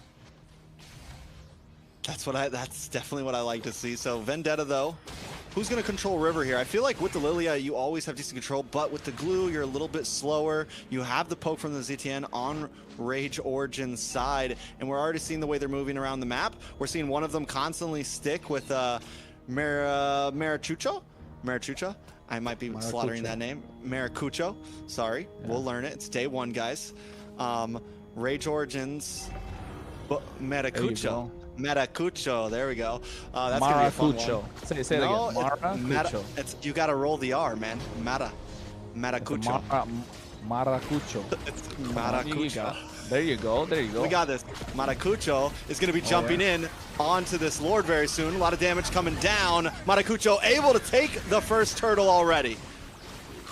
Yeah, well, at the same time, you can see they might get a little bit more if they play it right. But hey, first blood turtle in the hands of Origins. They trade the 1 kill. So 50-50 trade tracks. 50-50. Honestly, Roamer for Turtle, gold is in the favor of Vendetta right now. I feel like it's pretty 50-50. Yeah, it's 50-50. Taking a look at the items as well, you can see Merciless getting to a good spot in terms of where the CC can be, going for the War Axe first item. Already the Claude needs some time to scale, of course. Khalid doing a lot of things, but at the same time, Tarzan, right? This is what where the eyes are got to be. With that Uranus, got to be annoying, absorbing a lot of damage. Just trying to contest every single neutral objective there is. And in terms of rotation, again, you can see Vendetta moving like a unit, trying to conquer the bottom half of the map, but Khalid doing an absolute great job just spotting them out and looking to flank them from the sides too.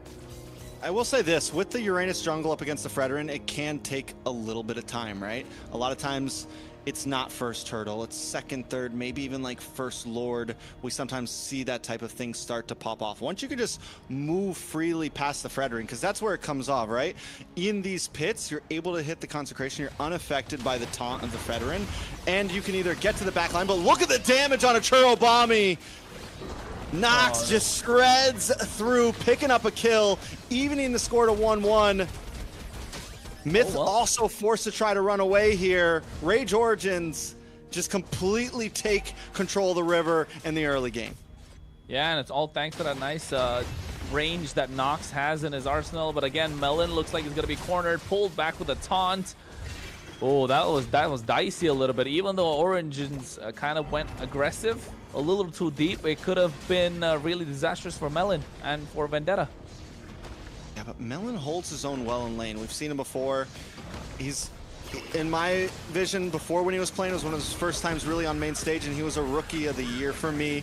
Coming in, though, we do have the second turtle up. Big Raging Sandstorm does not connect, but Metachut, Mauda, able to take that turtle once again. Hey, man, it's Maracucho, but then again, a nice turtle take from their side, of course. Merciless getting the War Axe, and that Raging Sandstorm that you spoke about completely missing. If kind of caught me off guard as well, but felt like it was used more as a zoning tool for the opposition. You could see clearly Vendetta were not able to make their way through to the turtle, and Tarzan having a more difficult time, even though this Uranus is kind of the answer to this Fredrin. And this expanding river just activating what both these tank junglers can do. Meanwhile, on the bot side, you can see they go into the Blazing Duet, and Melon just goes down just like that. Yeah, Influence Rage just controlling map overall, moving fast, finding ganks, finding objectives. It hasn't escaped too far just yet. It's still only a 1.1k gold lead, which in terms of how much Rage has been moving around, Vendetta's doing a good job at making up the gold on the map. They're doing a good job at least finding waves, finding camps, able to staunch the bleeding. They need to find a way to stop it all, but so far it's been 50-50 the game still. Yes, Origins have what, 1.5k goal lead in their pocket. It's not that much of a difference, but this is with this next neutral objective, with this next turtle, the last one of the game, you know Churobami is the one that they got to be looking for. He's got to pop off at this point. Those glooms need to start bursting. They need to become a problem for Origins, especially Maracucho, as well as the Lika Eto to deal with. So I was gonna say Dakita Elo, but yeah, it's the other way around. The Lika Eto for them, yeah, for the Lika Eto to deal with, of course. And I think Astro has been doing a fantastic job on this Khalid so far for Origins.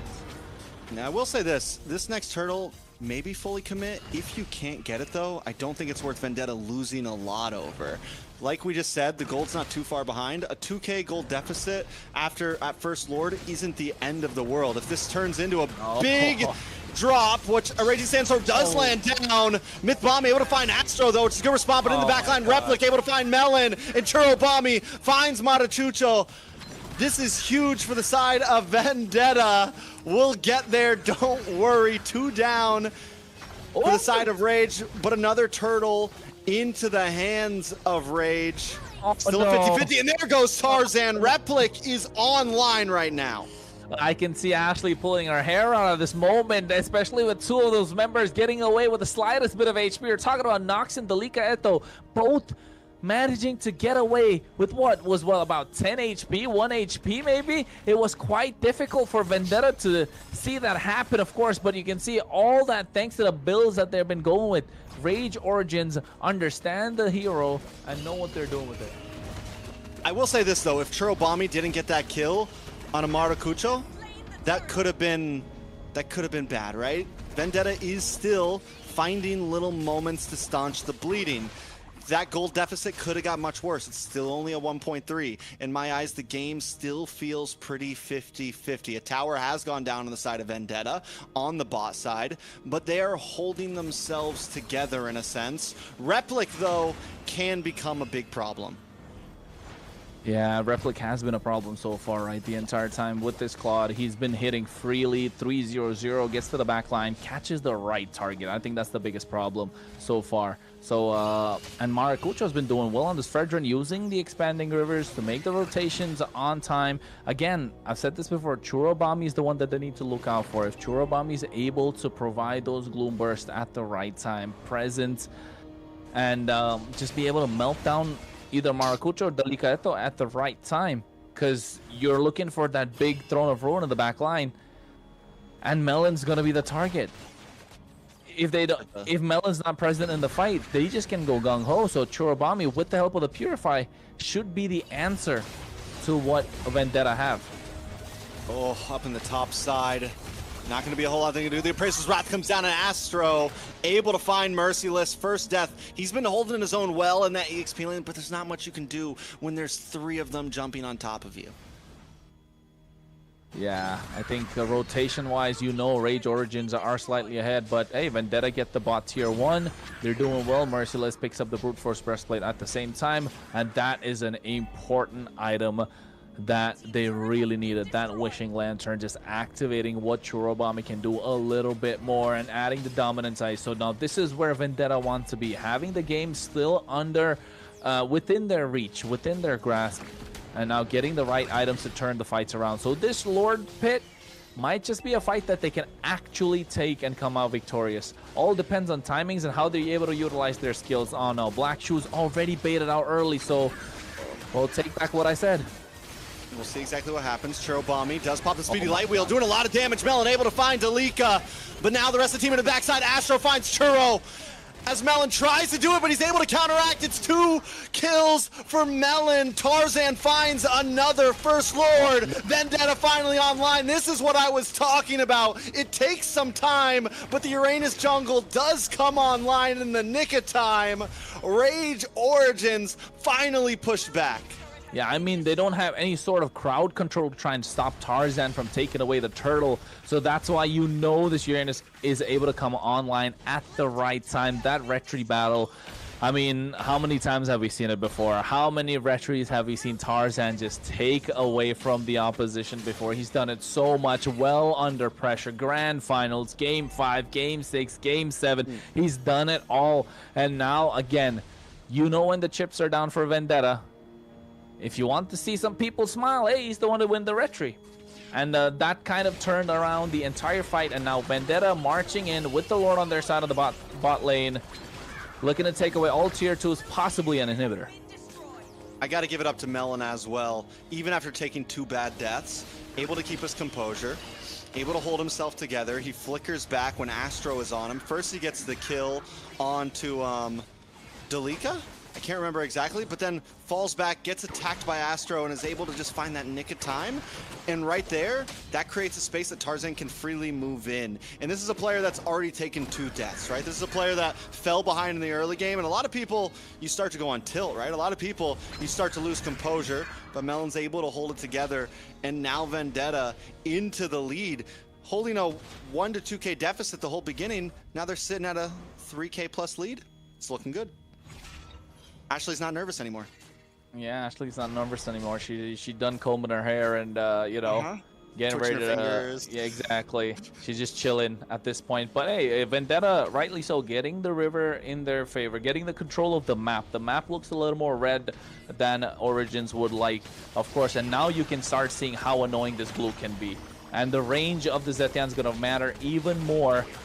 But they need to find the right position and backing them into a corner not letting them clear the waves. So getting all the advantage that Vendetta can get in their favor at this point. 40 seconds to the Lord. They need to find a way to try and turn things around if you're Origins. But what can they do? They have such a all-in composition. It's either all in or nothing with what they have. They have no possible capability to split push apart from Replic on this Claude, right? And looking at his build as well, he's going to get that Malefic gun. He doesn't have the Rose Gold Meteor, doesn't pick up the tough boots, opted to go for the warrior boots that kind of helps in the laning phase, and yes, from Merciless, but the problem has been Myth Bomby and Churro Bomby the entire time with their magic damage, so he can be slowed down. I think it just comes down to if he'll be able to get that Rose Gold Meteor later on along with his Malefic gun, but hey, conceal play. Conceal play, but a big whiff with the Raging Sandstorm. Myth Bomby waits for them in the bush and is able to stop the advance just in the nick of time. Now Vendetta wants to turn things around. Diving into the mid side. They're going to try to back off. Nox shows up, able to get some nice poke to keep Vendetta away. Lord on the map now. Big ults are gone on the side of Rage. No Raging Sandstorm, but it doesn't stop Astro from making his way around the side. He wants to try to target onto Melon. He wants to do better what he messed up last time. Yeah, I think this is where they want to be. I think Melon especially looking to cover up his mistakes. This time Vendetta get control of the Lord Pit. Raging Sandstorm just back up right now. Look at the waves already pressuring down mid lane. It's not looking good for Origins. But Lord almost being reset. They come in, and I think here goes Throne of Ruin. Astro helps Replic secure the kill with a huge blazing duet in the backside. Tarzan now on the run as well as Rage Origin secure the pit. Melon and Merciless both gone. Will Vendetta try to do something about it? They can't. They won't. Second Lord goes into the hands of Influence Rage. Now talk about a set. Was that a 5-man Throne of Ruin? Jeez. Delika Eto, we were not familiar with your game. Oh my goodness, that Alice popping off at the right time, especially when Vendetta had control of the pit. You could see Astro along with Maracucho making their way, and then instantly the rest had to back out, and that was the opening that they needed. Go in, skill 1, Throne of Ruin, along with the Flicker, catching everyone off guard, and that was just enough time for Replic to go in. BMI, Blazing Duet, melt down the back line, zone them away, got the Lord in their favor. 15 minutes in, it's a slow push, maximizing what this Lord can do, maximizing all these super minions that's coming in. Already 2 super minion waves on the top side, and you know they have to respond, but look at Astro's position, not letting them through whatsoever, because we all know Melon is going to be the target for Origins, and Vendetta are going to do everything to protect him at this point. Yeah, but getting that inhibitor on the boss side before the Lord even connects is huge for Rage. Vendetta needs to think about how they're going to take this fight. They do have the Shred with this carry, but it's definitely, they're in a bad position at this point. Oh. Rage Origins, though, not overcommitting. They take it slow. Both teams, I mean, even when both teams have a lead, neither of them are, like, fully risking it all, and I like it. Honestly, this might be the best match in terms of just evenness that we've seen so far tonight. Yeah, no, and that's why I said this could go all 3 games if you ask me, but this is definitely the best match of the night so far. With game 1 being one-sided, I mean, with match 1 being one-sided either way for either game, match 2 being a complete landslide, this has been back and forth. Get to see what both these teams can dish out, right? In terms of map control, how they're executing the draft. Not many mistakes coming out from both teams, and when one makes the mistake, the other punishes, which has been so good the entire time, and which is what we want to see in MCT AMER North. Yeah, and I think the big thing about it too is it's not going back and forth because of sloppiness or super brawliness or like huge mistakes. It's going back and forth because both teams have had some moments where they've played really well, right? In that last big Lord, Astro gets that early position in the tri-bush. He makes his way around. He makes it so Delika can pop down the big ruin. So I mean, overall, both teams have had their moments. In the previous Lord, it was Melon and Tarzan, so it just feels like very clean gameplay right now. Very clean indeed, and I think, again, it's going to take a massive play from Delika Eto on Rage Origins to try and make something happen, but I don't know if Vendetta are gonna fall for it again, because hey, fool me once, shame on you, fool me twice, shame on me. Ain't that the saying, Trex? It is definitely the saying, and Gold is sitting at a standstill, so either team could get fooled. Oh, here we go. Bommy able to jump in, but wait a second to the back line. Metacucho able to take the Lord as in the backside. Astro and the rest of the team jump onto Vendetta, but Merciless finds the Lika as Astro was on the run. Ooh. Look at the backside. Merciless also on the chase to Nox. Yes, the Lord went into the hands of Rage, but Vendetta might be able to respond as Metacucho goes against 3, all on his lonesome. Is he going to be able to get a kill here? He already popped the Appraiser's Wrath. Vendetta just trying to take him down, but he's just so bulky. Finally falls. A killing spree for Tarzan. Hey man, that hero's been hitting the gym like whatever. Is he bulky? That was a carry, glue, and a Uranus trying to take him down, and oh my goodness, it took almost forever. Even the fact that Melon knew that the Appraiser's Wrath wasn't present for Maracucho, he still did not want to go in knowing how much damage that hero can output. But that one mistake, that overextension coming in from Rage Origins really cost them the advantage that they had with the Lord that they got. So at the moment, you can tell that Vendetta still are in the game, or rather I would say even slightly in control, but meanwhile the bot side looking to make a play. Let's see exactly what's going on down here. Astro looks for the setup. The ruins come down onto 3, but the damage just not there. Replic showed up a little bit too late to the party. Astro with the conceal play, but no one else was able to catch the speed. So Rage backs off. We're back to a standstill here. It's 9-9, 19 minutes in. This is what we want to see, folks.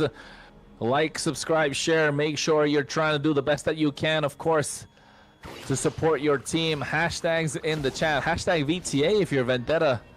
And hashtag IR if you're Influence Rage Origins, of course. 9-9 is the score, like Trex mentioned. And I think, again, it's going to come down to the river control. They did well to secure that Lord Origins, but in the process of trying to get Melon, they overcommitted and they paid the price. And Melon has been so good on this carry so far. Same thing with Churubami, very aggressive, which is what we want to see in a Lilia, right? Tarzan, I mean, so far, hey man, MVP performance if you ask me for Vendetta.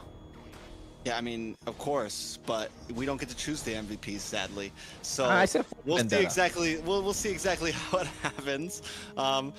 One thing I will say, RNG definitely in favor of Vendetta right now. The Lord has popped up on bottom side twice, and that is the side that they're missing the inhibitor from. It's going to make their life a little easier. I want to shout out Merciless a little bit too. The guy's been doing a great job of controlling these off lanes. He's been doing a great job, and he hasn't been exactly the star in a lot of the fights, but in terms of macro, he's been huge. No. Speaking of him, the Caster Curse comes into effect, and down goes Merciless into the backside as well. Vendetta falling apart right now, but they're looking for the response. Metacucho goes down as Melon shows up to the fight, and Tarzan leads the charge. Yeah, I mean, a lot of that pressure being alleviated right now. You can see Noxus goes down as well at the same time. Myth Bomby just being an absolute menace. This Patrick just showing everyone what he can do. Oh, Melon, that was so beautiful. At the back line, Blazing Duet came in from Replic, but the Wind of Nature popped in exactly just to make sure he doesn't take a lot of damage. Same thing coming out from Merciless as well. Just that Winter Crown. What's it? But here, backline, Whale and Sword of Ruin. 4 members cast it at the same time. And Melon falls, and that's huge for the side of Vendetta. Lord brought very low, but there is still a retribution on the field for Tarzan. He's just trying to find placement. He doesn't want to let the Lord get reset. He knows he needs to secure it. Will a stun happen, and he finds it, but it may just be for his life. Was it worth the price? I don't know. I think they did. I think Replic was trying to take down Tarzan, but slightly out of range, so ended up getting the Lord. They didn't know if they wanted to gamble that retribution. Really well played from Tarzan, and this could be a problem for Rage Origins. Even though, yes, they have control of the game right now, they could have possibly ended if they didn't rush the Lord. Maybe a reset would have just helped them better. But now we'll take a look. The Lord's already come in. It's going to get another set of super minion waves that's going to be marching in right now, and Vendetta doing everything that they can to make them back off, to maximize what they can get from this Lord. Oh man, we are back at a reset here. back at a reset, 12-11. This is a nail-biter. It's down the line. This is only game 1. We still possibly have 2 more of these. Who knows? Could go any way. Rage Origins, though, with the advantage once again, and I think they're going to try to hit the gas here. They're going to look for a play. Watch Astro with the conceal. Looking for a moment. No, they just come for the inhibitor, and this is why I'm enjoying watching these games so much, because we got our inhibitor, we're out. We have both your side lanes. It doesn't matter where the Lord pops up. We have a huge advantage here. We know that you've been playing good Vendetta, but as long as we play clean, we think we can win this. Very disciplined, right? Very disciplined, not overextending. This is something, and you can also see confidence in the team in every single play that they make, not hesitating to go in, knowing which target it is, and when they commit completely, knowing that they can take them down. And it has been Melon so far that's been putting Vendetta on his back the entire time. The only reason they've been able to hold on for the longest of time, the moment Melon falls down, Origins are ready to go gung-ho and dive completely. But MLBB, again, being an absolute menace on this Glue. This is why I said Glue is such an S-tier pick right now in the current meta. You can play him in the wrong position because of how brawly the game has become. Even though they're able to make macro decisions, disciplined, but this Glue is just completely changing the face of the game. And now Astro, who was so active early in the game, in the mid-game, we haven't seen anything out of him for what? For about 5 minutes now? I mean, he's still been making plays. I know that it seems like it's all coming down to Delika, but Astro's normally the one who starts those engages. He's normally the one that at least gets people in position, and then Delika follows up. So I do think Astro, and look at his position, he's always finding a way to the black line. Look at him right now on the mini-map. He's going to work his way around. He's going to be the one that most likely engages first, and then we'll see Delika follow up with the Ruin. Yeah, need to find a way. Oh, look at MLBB, how deep he is into enemy territory. I don't think you want to be there, my friend, but Immortality's already popped for Nox. Oh, no, he's under the tower. Oh! Fury of the Phoenix. Oh! 3 minutes. Wait a second. Big collapse. Vendetta trying to fight back. Merciless able to find Delika, though. The Appraiser's Wrath comes down. It might not be enough, though. Winter Crown does pop. Melon able to find Replic. And now Vendetta have taken charge of this fight. Even with a huge stun onto multiple members, they collect the pieces and take out 4. I think not just 4. They're looking to take the base crystal right now. What a play from MLBB. Just one play, diving straight onto Nox. Yes, Nox is the only one that survived, but right now it takes everything from Nox just to defend this. And they do have the range. Influence Rage Origins, but do they have the time? I don't know if Tarzan's able to zone out Nox. They might just not be able to defend. Clear. Ooh, wait a second. Nox. Winter Crown. Another wave coming. But that's it. There's not going to be time. The death counters are too high, and Vendetta in a classic tug of war back and forth match take game number 1. What a game. What a game indeed, Trex. I think this has been the best game so far for the entire day. Back and forth, of course. And that last play, MLBB. I mean, I wish we could see a replay of that exact moment. How deep he was in enemy territory. He was taking so much damage, but he knew he latched onto the right target. Right, Ashley? I heard y'all were talking about me behind the scenes, huh? We were watching you on. We're just letting the viewers know how nervous you were. She came onto camera acting very cool, but I just want to let you guys know the whole time it was like, oh God. Oh, God. Oh. They're lying right now. Just saying, they're lying. But I will admit the game did go a little bit differently than what I expected. I do think that the other team did put up a decent fight. It was a good matchup. But hey, they took the first game. I mean, they did.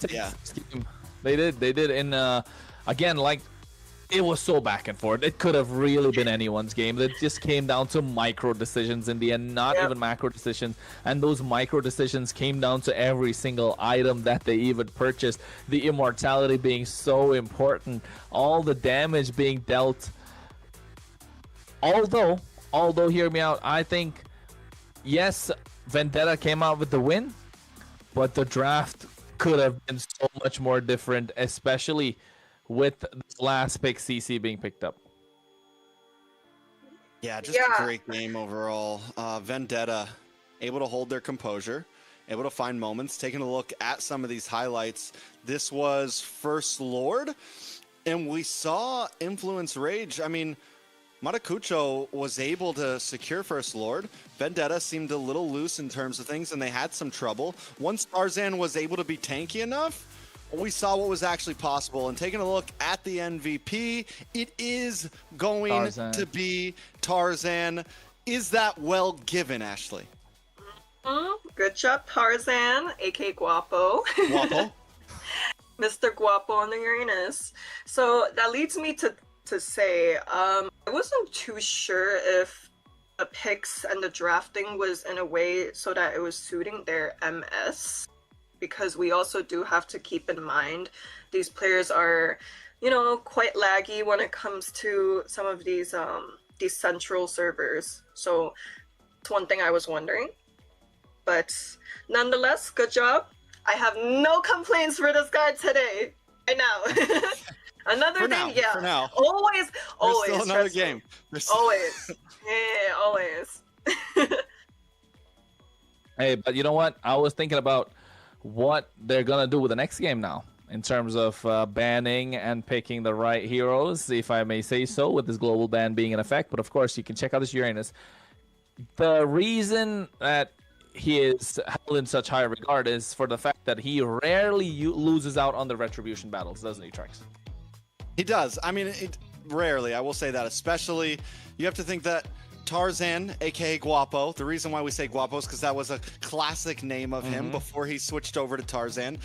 And that just shows how long he's been doing this, right? And going against, in my opinion, some of the best retriers, not only in NA, but like globally. I think we have some good retry people. The Lord Pit is something that a lot of us in NA are good at contesting. So he does well in it, and he does well in the utility jungle. You know, we talked about the possible Akai pick. It's something that we've seen him do in the past. We talked about, like, he's a clean player, and I think he showed up today. Even when the pressure's on, he was able to hold it together. When he had 10% health on that last Lord, he was able to get it for the team, because that was a do or die situation. If he doesn't get that Lord, he's gonna die anyways, and at that point, it's GG's.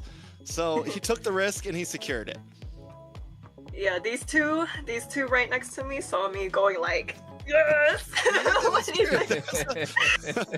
I will admit, I was celebrating a little when he took the Lord there, but that was a nail biter situation. We were all like, oh, this is it. Is he gonna do it? Because it's true, there was do or die, and the risk was worth it. So yeah, high risk, high reward. That's what he's been doing the entire time. And I mean, the situations that he puts himself in, with, of course, with the help of his teammates. Again, that last fight could have been so disastrous for Vendetta if MLBB didn't find the right target, right? The right target is so important. And Influence Rage Origins were doing that throughout the entire fight. But again, the itemization just coming in so clutch. Winter Crowns, Immortalities, getting those Wind of Natures used right on time. Again, we can, of course, MVP was Tarzan, but let's not take away credit from any other player. Again, I'm mentioning, call me a broken record, MLBB is but absolutely fantastic. And Melon, with all the pressure that was on him, he was able to pop off at the right time, survive. That's the main thing for the carry, able to survive for a long time, adding so much pressure to Origins, knowing that, hey, if the carry is not going down, can we really take the fight? So putting doubt in the minds of the opposition. And of course, Churobami doing the same on the Lilia, playing aggressive when the rest of his teammates are behind. So yeah, and of course, merciless, like you mentioned in the game. Yeah, I really do. Oh, Ashley, you got something? Yeah. I think every individual player on the side of VTA has done their role in a great way, and you know, we didn't get to talk about Merciless much, but throughout the game you could see that he was initiating most of the slow pushes during the Lord fights, which is very crucial as an EXP laner.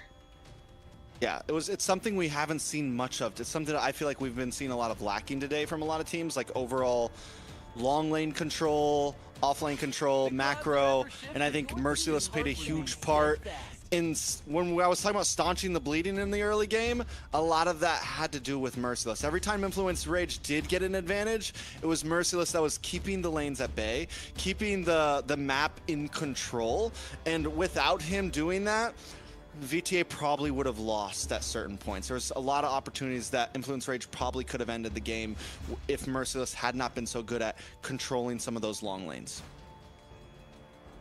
Yep. Let's jump into draft 2.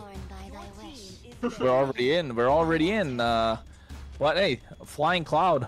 I would say my favorite map. Not like it makes a difference, just like flying around. Me too. It's fun. Okay, It's fun. you know what the most disrespectful thing is to do though? It's like when you're ending and you just fly around it. Yeah, take the opposition cloud. Ooh, that's just insult to injury right there. And imagine 5 members doing it. Whew. Yep. That would be an Ashley move. What? She goes, you guys know what the most disrespectful thing you could do is? You know what my favorite thing to do is when I'm winning? Really taunt the other players. I've done it to my own team, don't worry. I've done it to my own team. Fly around, drop an emote as well at the same time. Yeah, that base could be 2 hits away and I'm flying. Hey, well, if you're Vendetta, you don't want to be flying too high right now, right? It's just only one game, and with the way Influence Rage Origins have been playing, you can tell that they're here to compete. They're here to contest, and you gotta kind of take this game methodically. That's why the draft, we're already looking at Sora, Glue being taken off. Again, we've been talking about Glue for a long time. Jushin, Marcel, we haven't seen those 2 heroes at all today. So, again, see? It's a delayed click. Always catches me off guard. The delayed. Yeah. Do you think we'll ever actually get to see him played, Ashley? Would there ever be a time that you would let him through the draft? Marcel? Yeah. I would consider it, yeah. Like, I don't think it's like 100% for me, like to ban it. Okay. Fair enough. Because for me personally, like, I don't know about first picking Marcel all the time either, because there are a lot of good counters towards it. I've been waiting for too long. Kronos, thoughts? I like Marcel. I think Marcel is a great first pick material. It's good to build around him. Of course, he's not going to be the primary crowd control or a primary initiator. You play him more like a secondary, so you're looking to get maybe like a Lapu Lapu in your team for when you have that. Just an example, maybe a Yu Zhang. But then again, hey, if you got something like a Baxia kind of left open, you're not really going to let it through, are you? Yeah, hey, I mean, I would... Ashley? I have a question. So, like, okay, let's say you pick up the Marcel, right? What are you gonna do if the other team picks up all of the counters possible? Granger, Kimmy, Changa. Well, now what? Well, then you just dominate. Well, then, I mean, if you pick 5 heroes just to counter Marcel, then what about the other 4 heroes on the enemy team? Exactly. I don't know. I mean, it also comes down to... I don't know, but we're gonna bully that Marcel for sure. Yeah. Win or lose, that Marcel's having a bad game. No, because think about it. It's not the Marcel that's suffering. It's his team. Because like if he freezes his team, and then now you got a rocket launcher coming through. You got a chain ult. You got a Granger projectile. Like now what? I mean, at the end of the day, it's about synergy as well, right? Synergy about the team you're building around. So, I mean, I guess we'll get to see if Marcel ever comes through. But, hey, I like the response. The Hilda, the Eve, really good. Just to prevent whatever's going to be played around this Baxia. Whatever's going to be around this Baxia. They can't, I mean... Oh, wait. Vendetta can go for the Khalidia, right? Just to match the aggression? Definitely. We'll see exactly what locks in. VTA. I mean, Tarzan already getting this Basha is scary, honestly. We saw how well he did on the Uranus, let alone something a bit more of a meta utility jungle. But here comes, I mean, front to back, just simple. I mean, they're going for the simple, easy lineup here. We get the Farza. We haven't gotten to see a Farza all night. I am always a fan of Farza. I think whether she's like super in meta or not in meta, she's always just a clean, easy, safe pick. Agreed. Because... I mean, yes, she has her weaknesses kind of left open, but so strong, so much burst, such nice high ground, good at siege, good at Bates defenses, got a great wave clear, can contest neutral objectives, great for invades, fast rotations. You can do everything. It's just the meta kind of has to favor her with what the roam position picks her. But I think a dragon here for Origins would just do really well. They need to lock it in, otherwise it's going to get banned out of the next phase. Oh, Harith instead. That's also a decent answer. But the Lapu's also a possibility for XP lane against the Farza. You could also go for the Dragon. The Dragon is obviously the better pick, but there are some answers. And is VTA going to ban all of that? Because in my eyes, too, a good Farza, you wings by wings, you have to be able to deal with those counters, right? Positioning is key with Farza. And we've seen a lot of Farza still dominate games against their counters. The night sky tells Ashley? all. Honestly though, I wasn't liking the Hilda first pick because typically if the enemy team is going a tank jungler, right? The only focus that the Hilda has is pretty much the Farsa, right? But when you have someone like Khalid and Baksha backing you up, that's kind of, you know, handicapping the Hilda. So I'm not too sure how that's going to work, but I did like the Harith pick against it. I do think VTA might just ban out junglers. Definitely possibility, especially we are seeing the Guinevere, and then influence. You're right. The Hilda against the utility jungle for me also a little weird. I think the Yve and the Harith are a good combo. You get the RWM, you keep them locked in even longer. If you can pull it off, you wrap it up with the Harith who can jump around in there. I mean, there's a lot of possibilities, but it's at this point we still need to see Influence Rage kind of round out their draft. Well, when I look at VTA, they already have a very solid mid trio. They're already looking very clean, and now it's just kind of like, what do we want to throw in to make this work even more? No carry on the goal lane, so probably the only possible answer could be that Claude for Vendetta. Apart from that, maybe go for a fighter goal lane, but the CC is already taken off. Sora is banned out. Freya is not available. Granger's, Granger is a good pick. I agree. Have the poke. You can actually outpoke, or you can at least poke along with the Harith in lane. I mean, Granger plus Farsa is such a great combo, right? All the time. Just such a throwback too. But here I think, I disagree with both of you when it comes to the Hilda. I like the Hilda. Does really well to control river. Yes, you struggle against the Khalid, but you have, you can always poke back and you can sustain in the river using that bush, you know? So you get the poke from the Yve, a lot of range there. So it's going to come down to more of a Yve versus Farsa battle compared to Khalid or Hilda. But here, the jungle, it's going to be super crucial, something that can dive into the back line. But hey, I thought I heard Onyx time, and then we see me too. I think it just changed. Me too. Yeah, I did hear that. I was like, that did happen. That's not a lie. Yeah, because I was like, Joy pick. Joy is good too, though. Joy is really good too for the Farsa. I definitely heard it's Onyx time, so I think it changed last second. Yeah, I think it changed last second. Okay, fair enough. I do like the Suyu pick more than the Joy, though, for sure. Suyu. Yeah. Suyu. I like Suyo. I really like Suyo. I like Suyo as well. No, I don't know anything about this Suyu. Yeah, I don't know what Suyu is. Don't you know? Don't you know I've been pronouncing like a lot of these all of them wrong, which is surprising. Like, I'm the white guy here, and for some reason I'm saying them right. Hey, no, Maracucho, my friend, Maracucho. Maracucho. There you go. There you go. Maracucho. Oh. Listen, I gotta. This VTA's lineup. Leo would be proud right now. You got the caw, you got the brrr. I'm feeling the lineup right now, and I'm pretty sure he's watching right now. So shout out to Leo. I hope you like the lineup from VTA. The caw is Matilda. Where did you see a Matilda over there? It's a Farza. She's got birds too. Come on, wings by wings. No, but you can't see me right now, but I'm flapping the wings right now. Actually, last words. Good luck, VTA. I know you guys got this, and if you guys doubt me for a second, then I'm going to have a word with you guys. I'll see you guys in hopefully 15 minutes. Make it 25. Oh, please. Sorry, production. I'll say 15. All right, we're going to jump into game number 2. If it was up to me, Rage Origins would tie this up and bring us to 3. Can Vendetta close things out and grab the broom, or will the Rage bring the rage and even things out? I think. Well, hey, Trek, seems like you got all the hype, the excitement, and you said something that Ashley didn't like.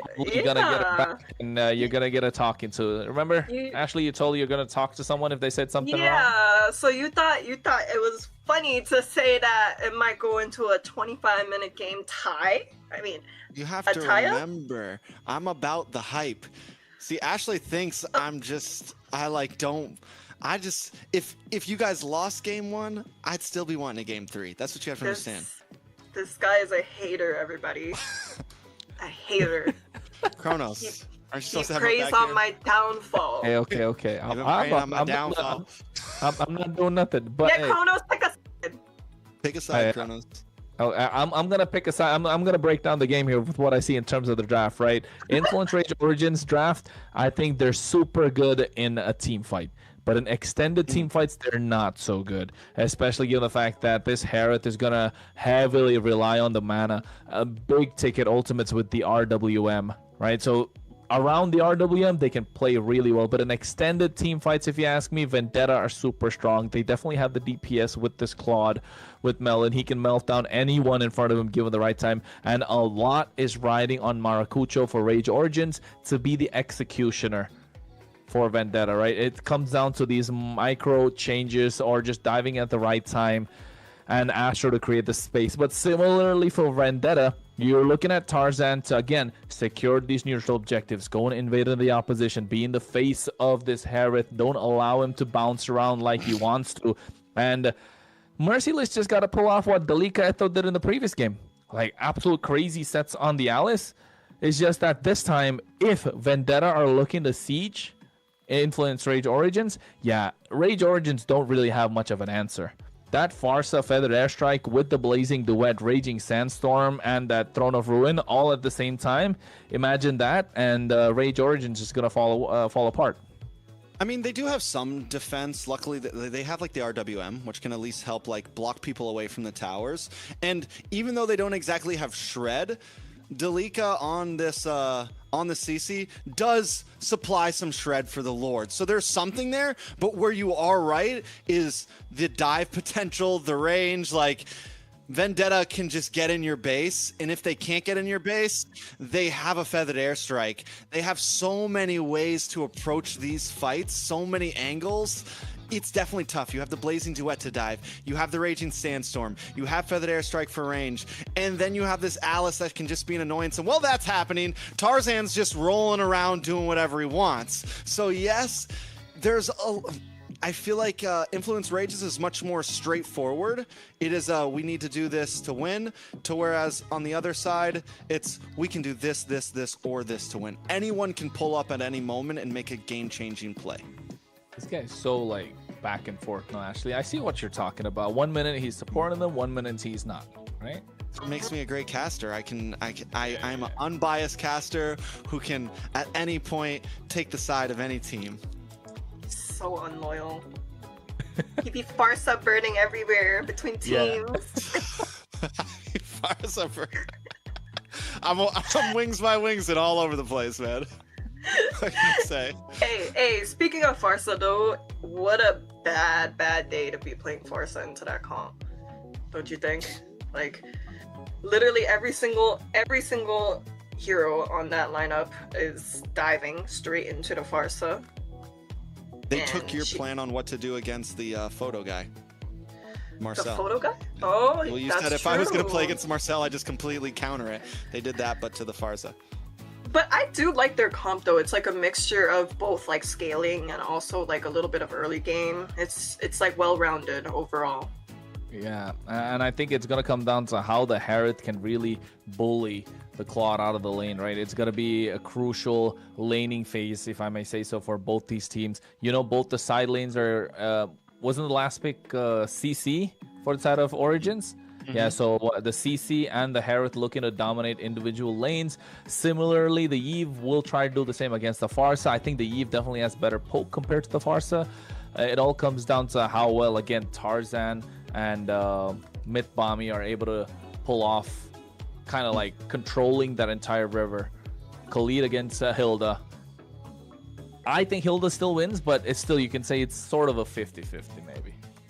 Yeah, I think once again we go into a game that comes down to less about like somebody completely won the draft and more about who can play better. Because you mentioned the gold lane, even there, Claude's a hero that, yes, like there's some gold laners that go against him, but you can almost always 50-50 any gold laner with him if you have the skill capabilities. Farza as well. Yes, there's tons of counters to Farza, but if you play good enough and your positioning is good and you save your wings of wings for the right time, you know, you can almost always find moments to still make big plays. So both teams, who's going to play better? I'm excited for it. That's true. That's true. Excited for it. Ashley, you want to fly out of here before, what do you got to say? What are you thinking? I don't know. You already know what I'm thinking. The Vendetta's got this. There you go. She did just compliment the other team's draft, though, so she is also wings by wings in a little bit here. I'm doing like a little bit of just a little bit of breadcrumbing, you know. She's trying to be a caster too. Trex, come on, you can't be demotivating us like that. Hey, man, but don't worry, guys. That's how I build the best. I'm genuine. I'm the dad who's like, if you're gonna do great, do better. I'm genuine and authentic to my words. I'm like this guy. Which guy? Hey yo, whoa. Okay, yeah, I was gonna say pointing at this guy. No. True. Get it. Well, either way, folks. I think you can take it. Everyone can. It's okay. Not a problem. Not everyone. Not her. Anyway, no. Ashley's doing a great job today. She's hanging with the best right now. True. Big shout out to Ashley, guys. We could do better tomorrow. We could do better tomorrow. So make sure you guys Ashley tune is gonna in. be with us again tomorrow. It's exciting. Yeah, and to tune in, you gotta make sure to tune in. You gotta follow all our socials. MLBB Esports. You think it's gonna pop now? Is production gonna pull it up? MLBB Esports. The best MLBB Esports, the best MLBB NA Esports at that. And if you want stats on MLBB NA Esports, make sure you go to runestone.gg. We don't even need ad bumpers. We just throw them out there because we're the best. Exactly. We got this locked in. We're so locked in to see what's going to happen. MCT AMER Mobile Legends Bang Bang Championship Tour of the Americas North. They're going to be happening Thursday, Friday, folks. And of course, if you're looking and curious to see the South, we're talking about Saturday, Sunday. The winners are going to go straight to the grand finals. Of course, it's going to be North versus South. It's going to be a prize pool of 50 grand. US dollars, not diamonds no more. And at the same time, that slot for EWC alongside that wildcard slot that's available as well, Trex. Trex, would you be happy with the wildcard slot, or you're just really gunning for the main stage? If you're a team. For North? If I'm you're a team. Oh, if I'm a team, of course, I'm gunning for the... What do you mean? If I'm a team, I'm gunning for the main stage. I don't know. Some teams, have that. Ashley, are you going to gun for second place? I know, right? You've had second place. It doesn't feel good, does it? Hey, that was not called for. I'm sorry. I'm sorry. That'll be all from me. He's got to apologize. That'll be all from me. You guys did amazing. You guys did so great. Ashley, the only reason I joke with you like this is because we're... I don't want to hear it. That's why I beat all of the teams you root for. You do. You were the Navi Slayer. No, I was talking about for the men's. All of the teams you're rooting for. That's why I beat them. We're not going to continue this. I don't want to hurt your feelings. Yeah, let's not. But guys, statistically, I don't want to hurt your feelings. This guy. No. Statistically speaking, though, since VTA is known as the Dark Horses, Dark Horses so far has reached at least top 3 for the international team. You think they're the top 3? VTA? VTA? Easily. I mean, I get behind that. I get behind that. I'm sorry. The sound was just a little loud. I couldn't hear you for a second. I just wanted to re-clarify. Is he being sarcastic with me? No. Do you want to fight, Trex? No, I don't want to fight. I'm just gonna grab some popcorn, folks. Where is it? Guys, Go ahead. Do your thing. Go ahead. break the wings. Yeah, oh my god. I'm out Not here, again. guys. Not again. That's gonna become, that is gonna be the thing this season. Just let you know the wings are things. We're building memes, guys. We're building content. We're probably not going to find another Farsa game, maybe. But then again, with the global ban, it's so open, right? You want to see some of those Farsas pop up. Farsa plus Granger, Farsa plus Claude. Yeah. Do you not like Farsa? You don't think we're going to see Farsa? I love the Farsa. It's one of my favorite mages. It's probably the only mage I can play in the mid lane. But I don't play mid lane. It's such a problem. My Kagura's pretty good. Guys, what? Okay. Forgot to ask you guys this question. I'm like Lemon over here. Yeah, sure. Okay. Yeah, this guy is lying out of his butt cheeks right now, but anyways.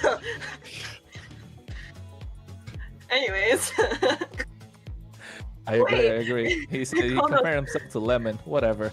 What, like a store lemon or like a, a lemon gone bad? The lemon. Yeah, the sure. lemon. Sure, buddy. The Kagura legend, the lemon. We know who you're talking about. You're not no alien. You know who that is, bro? Yeah, of course. Who doesn't? How old are you again?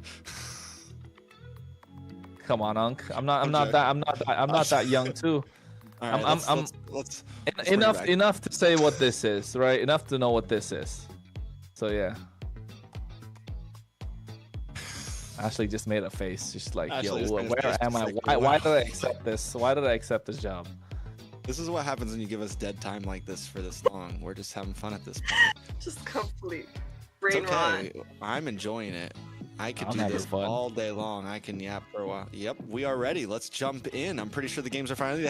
They just had to do a quick redraft. Everything is good. I'm pretty sure the lineups are staying exactly the same. Ashley, we'll see you in about 13 minutes and 45 seconds. Don't know which way that's going to go, but that's how long the game's going to go. Let's jump in to game number 2, Kronos.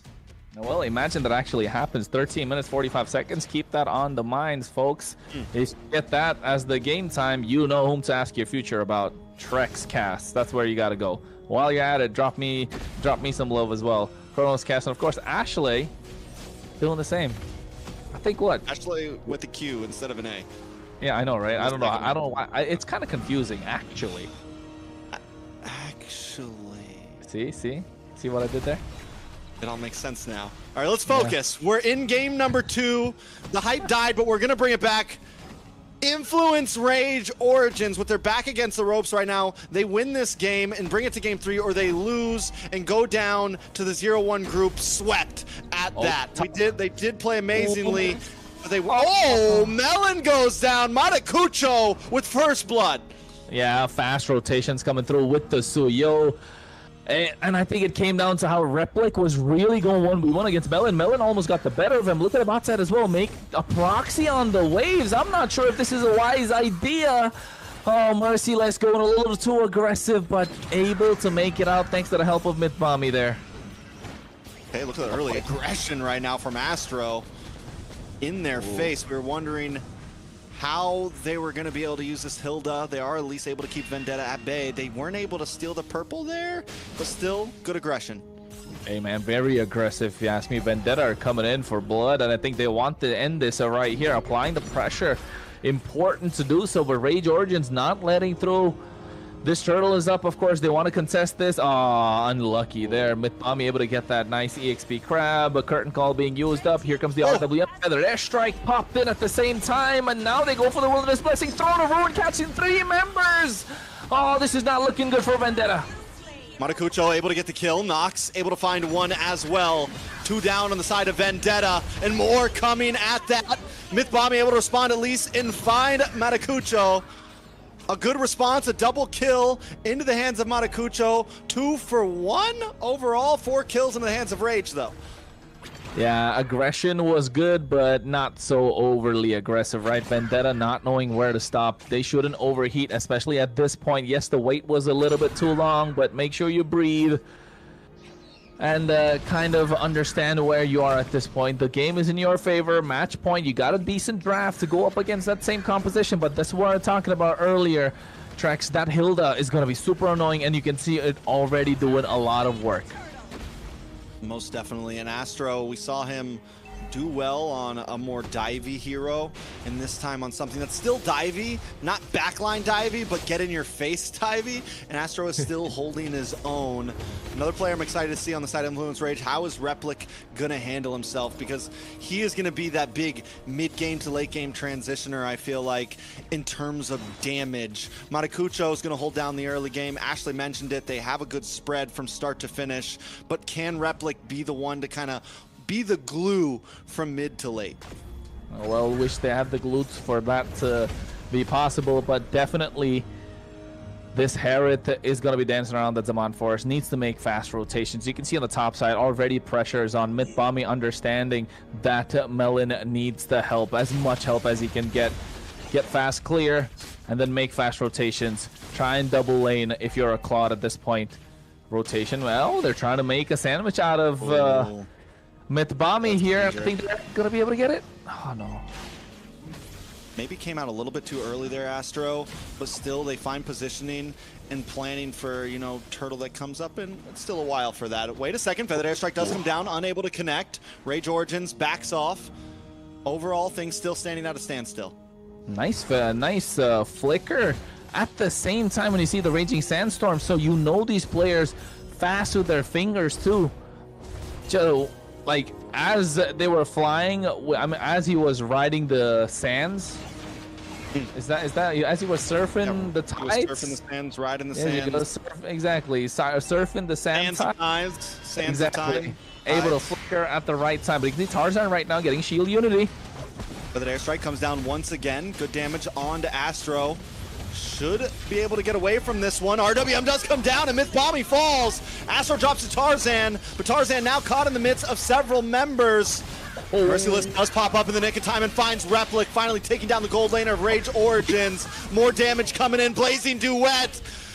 Melon shows up at the end to help clean things up and then gets out of there. Yeah, Delicaeto on the CC has been really nice, kiting at the right time, almost getting Melon as well, forcing out a flicker even after the use of the Blazing Duet BMI. Melon could have gotten a bit more if he were a little greedy, forcing the flicker forward, but understanding he's not able to get the damage against that CC. He could have gone down to the Yo-Yo Blitz, so backing off, but again, this is all for us Turtle tricks.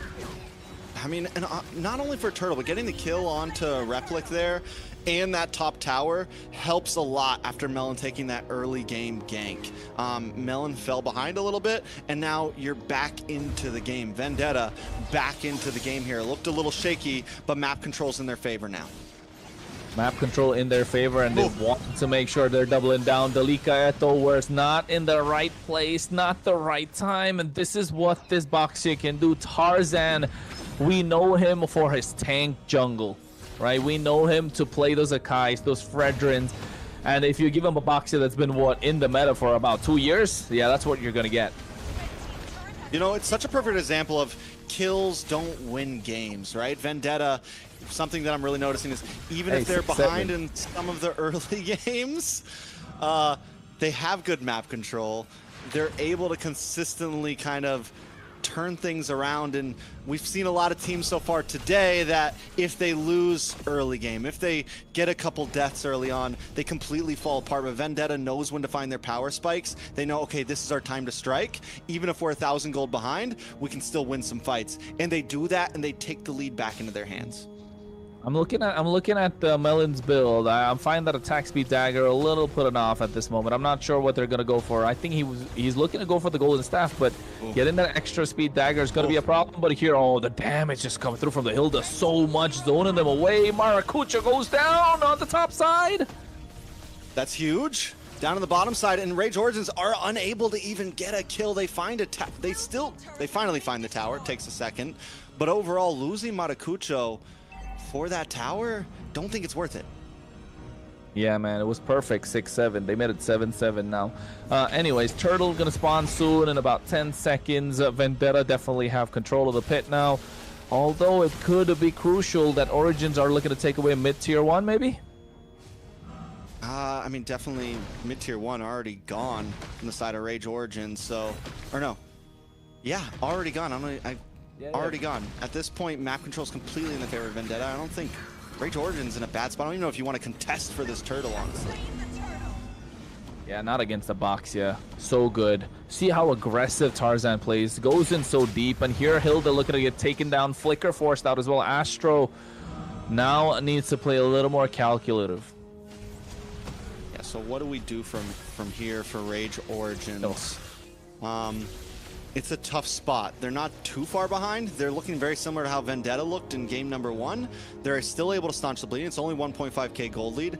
They can't let this escape too far. They can't whiff on this next Lord. They can fight for it, but if it turns into a big wipeout and Vendetta just turns this into a 3 or 4k, it's trouble for Rage. Yeah, they need to find a way to let this Herod scale and play within the RWM. Dish out the damage when you're inside the RWM, but then again, that's what the Claude, that's what the Khalid, that's what the Alice is for. That composition, that's super divey against the Eve. Noxus has so much pressure on him. He played the previous game absolutely insane. Just one point where Mythbommy went gung-ho at him. Maybe that could be the case again, but here Mythbommy gets caught. Mythbommy goes down, Nox able to find the kill, but a quick response from Vendetta. A blazing duet in the backside. Turobommy finds Nox. 2 for 1. Matakucho's nowhere to be found along with the rest of the team. Rage Origins have to reposition as Vendetta just clear house at the pit. Not looking good. Just what I spoke about as well earlier, Trex. How are you going to be able to protect the Eve if they're going to dive onto you just like that? BMI, Blazing Duet, Flicker committed from Melin, and Merciless following up with that nice Throne of Ruin at the right time. And look at Tarzan, so aggressive, deep in enemy territory, not allowing them to clear the waves. And same time, Merciless getting the top side, so winning on all fronts. But here's Zaman Force dropped down and no damage dished out.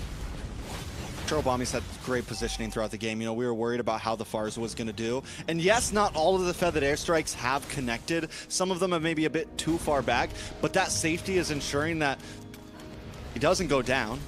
And when he does connect them, they're always well placed. So coming into that, they're able to secure another Lord, which is going to be huge for them. And Rage Origins, on the other hand, are kind of put back into a weird spot. Ooh, a weird spot is where they want to put this Farsa, but not able to do so. Astro, I mean, it's the Hilda's job to kind of get on top of the Farsa, but they're controlling their front line so well. Especially Tarzan and Mythbommy, and True are Merciless, just ready to go straight into the back line. Vendetta still playing it safe like we saw in the last game. Both teams able to control. Astro tries to get in the backside on Turobomb. There comes the Wings by Wings once again into safety. Astro now brought low.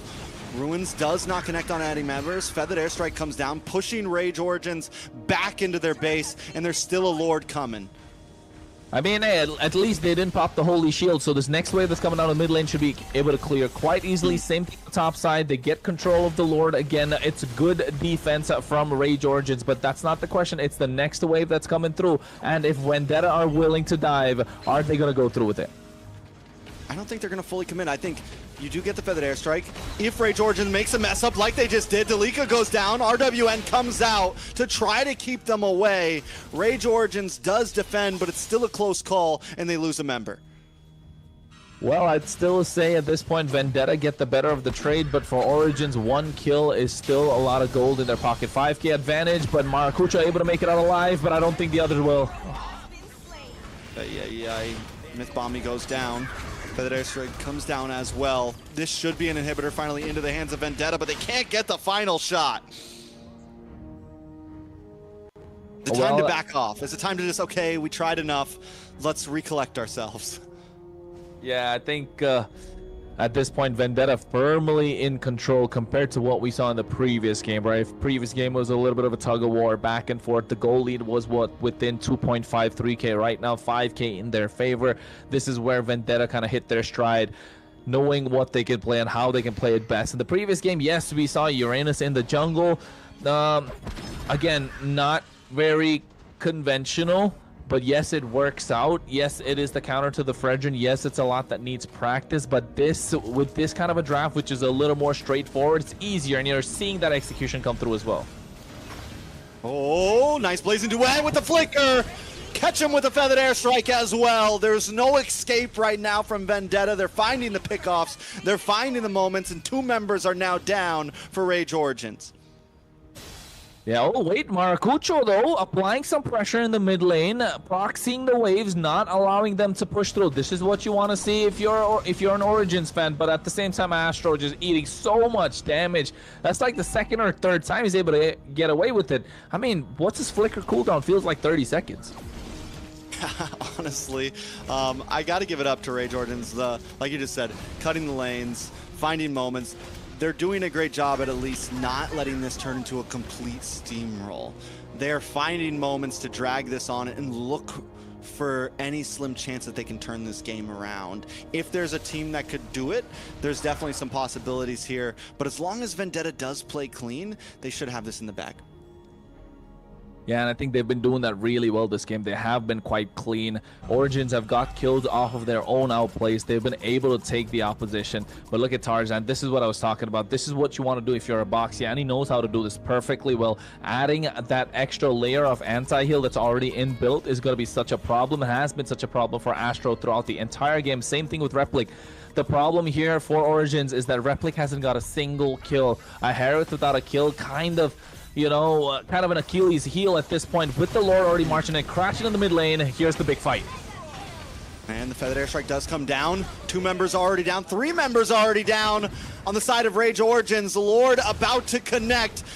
Vendetta cleans house in 15 minutes and turn this into a sweep. It's 2-0 up against Rage Origins.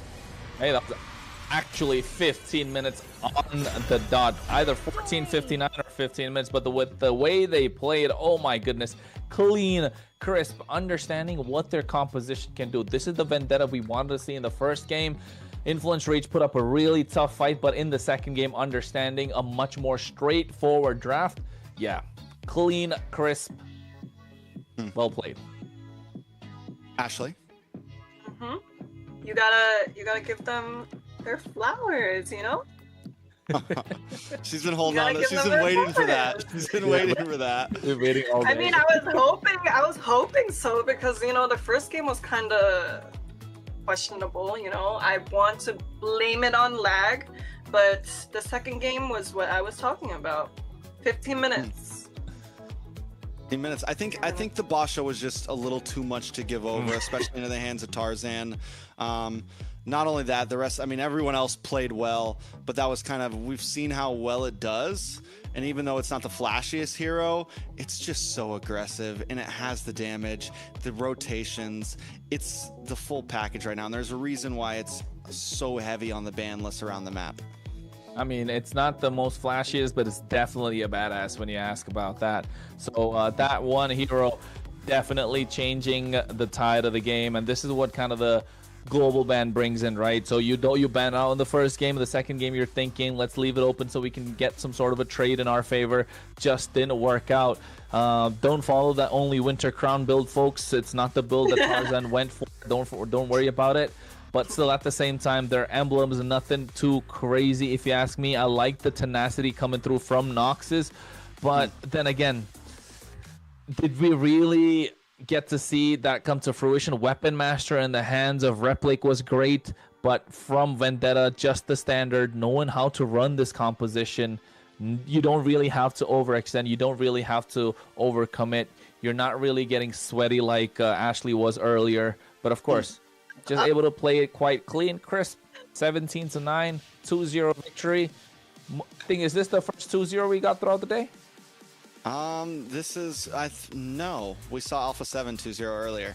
Oh yeah, Alpha 7 2-0, but this definitely, this was a nice 2-0. Yes. This was like this was a nice 2-0. And one thing I want to point back out to, let's focus on Merciless. Last game we got to only really see him hang out in the off lanes and do macro. This time we got to see Merciless on a team fight hero, someone that could really make plays happen. Exactly. And you see the KDA deathless in the midst of the enemy, had an amazing overall match. Playmaker. Yeah, and the special thing about Game 2 was that we were able to see every single person on Vendetta showcase a move, a special move. We saw a flicker play from Farsa. We saw a flicker play from Melon. We saw a flicker play from Merciless, and Tarzan being Tarzan, doing Myth. Like, I think that was the epitome of how Vendetta plays. Like it. I mean, who's the MVP going to be? At this point, with Merciless been playing 11, I think Merciless definitely MVP. 507. You can't go wrong with that. If he's not, yeah, there you go. MVP 507. Absolute monster. As like you mentioned too, Trex, an Alice, right? Playing an Alice, not dying a single time when you're really making the plays in the backline the entire time, being the focus of attention, being the focal point when your team is diving through. Yeah. I don't know how he did it, but hey, we all saw how he did it.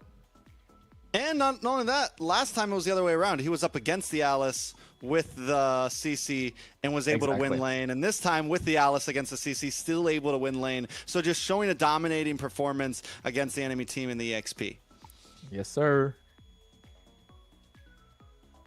Ashley? Anyways, we have a special guest joining us soon, but right now I want to showcase just not only Mercy's gameplay, but the gold laner, Melon. I mean, definitely Melon was playing really well on the gold lane also. I think overall, if we're not really taking individual plays and concerning overall, very well-rounded gameplay. This is what we want to see from Vendetta. A team effort. No one really is going above and beyond. It's just completely such a well-rounded effort from the entire team, and a well-played Vendetta. But and I think, you know what, Trex, you were trying to say something. Why are you rubbing your eye? Can't see? I had a little something in there. Okay. I'm crying tears of joy for Vendetta. I'm so happy. Are you now? Ashley got the win. And I'm also just making sure I am ready for this interview coming up. Speaking of gold laners, we're going to be bringing on Melon. Hello, Melon. Hello, Melon. Introducing VTA's gold laner, the Filipino sniper, and also Gigi's old water boy. Let's go, Gigi. But today we're not doing that. Today we are full VTA. Yep. Anyways, yeah, Trex, do you have a starter question? Yeah, I do. Melon, I think first things is, last year is when you really kind of came onto the scene for me, at least as a caster. I think before you were playing with like Yato and them, right? And you didn't even start. I don't think you started in season. You came like halfway through season. You played really well. And from that point on, my eyes have kind of been on you, because whether you think it or not, for me, you were kind of like a rookie at that time, coming onto the scene and like playing with a lot of the big players. And my eyes continue to be on you. I think you are kind of like one of the upcoming gold laners. Is your goal to be the best gold laner in the Americas? I mean, only go and right? Yes. All right, I like it. How do you feel? How do you feel about your gameplay today?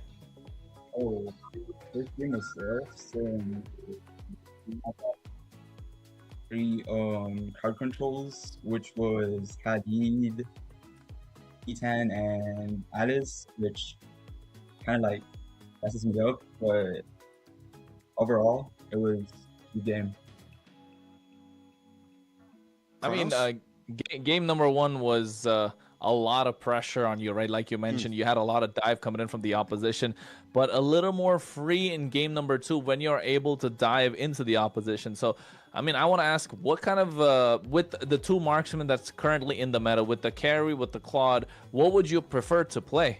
Would you like to dive into the opposition? Or are you okay playing the carry, waiting for the right moment, and then all of a sudden in the late game, you're just an absolute beast, an absolute monster? Because there, of course, some players like to take the charge. Some players would like to play from the back. So what would you prefer in that case? Honestly, I prefer Claude, but that's it. Huh? Ashley? in game 1. Oh my god. No, we gotta have a talk. What happened, man? Bro, it was okay. It was 90 MS for me and Tarzan, so I think it was not MS. I assume so, yeah. See? I assume so. Hey, I told you guys. You still held it together. There was that play, I think it was first or second Lord, when you got jumped on by Astro by the Khalid and we're able to flick back to where the orange buff is and we're still able to secure that. And that was kind of game changer right there. That was where you guys were able to finally step into the lead. So even with it all, I think you handled the pressure very well. With a question though, you do great on the marksman. With more fighters becoming popular in the gold lane, how do you play on them? How do you feel on the Freya? How do you feel on other options? I can only play one fighter, which is Freya, and which that's it. So you'd rather play marksman? No, that's no. That's what he wants you to think. That's what he wants us to think. Good cover up. Trek's trying to expose Vendetta. See, internally he's still rooting. He's still rooting against. He's like, yep. Melon is one of my favorite gold laners in North America right now. This is the rookie of the year right here. I already said that. This guy's gonna become a legend over the next 6 to 9 months, man. Watch. I spot talent. I spot talent. I thought you were gonna say 6 to 9 years. I was like, 6 to 9. Oh my god. No, but in game number 1 though, right? Game number 2 was absolutely dominating. Great performance from yourself. But in game number 1, that last play of Myth Mommy just going straight for the Zetian. Like, what was the call there? Because we were looking at the Lord Pit and like the glue was miles away from the Lord Pit all of a sudden. So what was the play at that point? Because we knew that was the target that you had to take down. But for him to be so deep into enemy territory, like, what was the call? What was the thought process behind there? Because you guys left everything and then they went to save the Zetian. You guys got the Lord. You guys got the whole fight. So what was the call? Who made the call? Myth made the call, but Z10 wasn't our target. It was just a distraction. So the plan was like Myth going on Z10, and if they fought us, they're dead since Z10 is like dead. Right on. I like it. It always sounds so simple, you know? It always sounds so simple for me. I think that's just his tone. No, everything is simple in his tone. I mean, that hero's been in the meta, at least for today. We've been seeing the Zetian pop off. And Melon, one more question, since Trex is not asking and Ashley's not asking any. What do you think about the global bans? For the global ban, I really think it's going to change the game. I mean, guys, for Christmas, I like the global bans. I don't just play 1 to 2 heroes a game, which was the case last season. I would like to ask a question now. Are you prepared to take on your competitors? Who do you think is a suitable gold lane competitor for you? Probably Zia. Zia. That's who you really want to beat. Yeah, we had an interview the other hour where Nats has said that you guys were a good competitor for them as well. But hey, you better win! You better win! That's all I'm gonna say. Come on! All right, so you finished today with a win. Right now, the possible opponents for tomorrow. You know what? We're actually gonna wrap things up. Any last things for you to say to your fans or anything like that? Oh, shout out to Akira and Yato. I love you guys. Thank you so much, Melon, for joining us. We're excited to see you play tomorrow, all right? Thank you. See you again tomorrow. I'm gonna have a word with him. Right after this. Auntie Ashley over here. The audacity. The audacity. Yeah. I'm kidding. I'm proud. A win is a win. I mean, especially with the way that he played, right? Aggressive, really great. Sorry, Trex. You were in the groove, No. in the mood to say something. I wasn't. No, I'm good. I'm ready for the next one. We're 3/4 of the way through, guys. It's been a great day so far. Vendetta just pumped me up. So yeah. Yeah, but I was right, I guess. I had like a hunch that maybe they were playing a little bit off because of the MS. And he confirmed that it was true. Like, imagine playing, what, Claude on 90 MS? That sounds... So wait, if they had 90 MS in game number 1, does that mean Origins had 90 MS in game number 2? So basically, the server that's being used for some of these games is Miami, and from what I know, I think West Coast players suffer the most from it. Just West Coast. We need to get to the bottom of this, right? We need to get to the bottom of this. But before we get to the bottom of that, at some other point, I mean, you could probably check it out in our, the content that we'll be putting out. But of course, folks, we've been through 3 grueling BO3s today. The first one being the only one that went all 3 games. Stamina versus Night Horde, 2-1 to Night Horde. The next game, Alpha 7 dominating Leon 2-0. And this series, what was actually a treat, 2-0 for Vendetta. And by no means was it easy to get the victory against Influence Rage Origins. And now the final match of the day. U2 Esports from Mexico versus Leviathan. For me, this match could end up being a banger. Obviously, Leviathan. I'm a fan of the team right now. I think I'm hoping they're going to be good. But obviously, we heard from Nats earlier that he's not really stressing them. So maybe there's things that other people know that no one else does. U2 having Zultra on the team too, kind of a classic and OG of the scene. Can he carry the team to victory? Yeah, I think I'm glad you mentioned Zultra as well, because while looking into the team, I was taking a look. I mean, Zultra is, of course, one of the standout names there. He's been on the scene for a long time. And in the roam position, especially with this current meta, which we know is very roam heavy. So, I mean, it is good to know that they have someone who can go toe-to-toe against some of the best roamers, right, Ashley? Like I said before, a lot of familiar faces, like Zultra, Tamal, like those two have been around since the beginning of time, and ever since like maybe a couple seasons ago, like I haven't heard much from those two, but now that there's the South and the North tournaments going on, now that we're seeing how they're playing, so excited to see. Yeah, I think it's gonna be really exciting. And for those that don't know, like for those people that have only followed the North American scene, Zultra has still been competing. He's not going to be super rusty or anything. He competed in the Latam Super League before it combined with Brazil. He's been on teams, so he has he's been in the scene still. It's just for a while there was that hard split, and now that we're seeing things kind of come back together, it's cool to see some of these faces pop back up for sure. Well, and it's now going to come down to what we're going to see, of course. But then again, Leviathan is such a strong team, man. Like, at first glance, you're just like, they're all right. But when you actually, like, take a look at it again, you're just like, okay, I'm actually, like, underestimating this. That's a strong team. Because at first glance, yeah, you're just like, okay, familiar names, but the more you read into it, you can see a lot work out.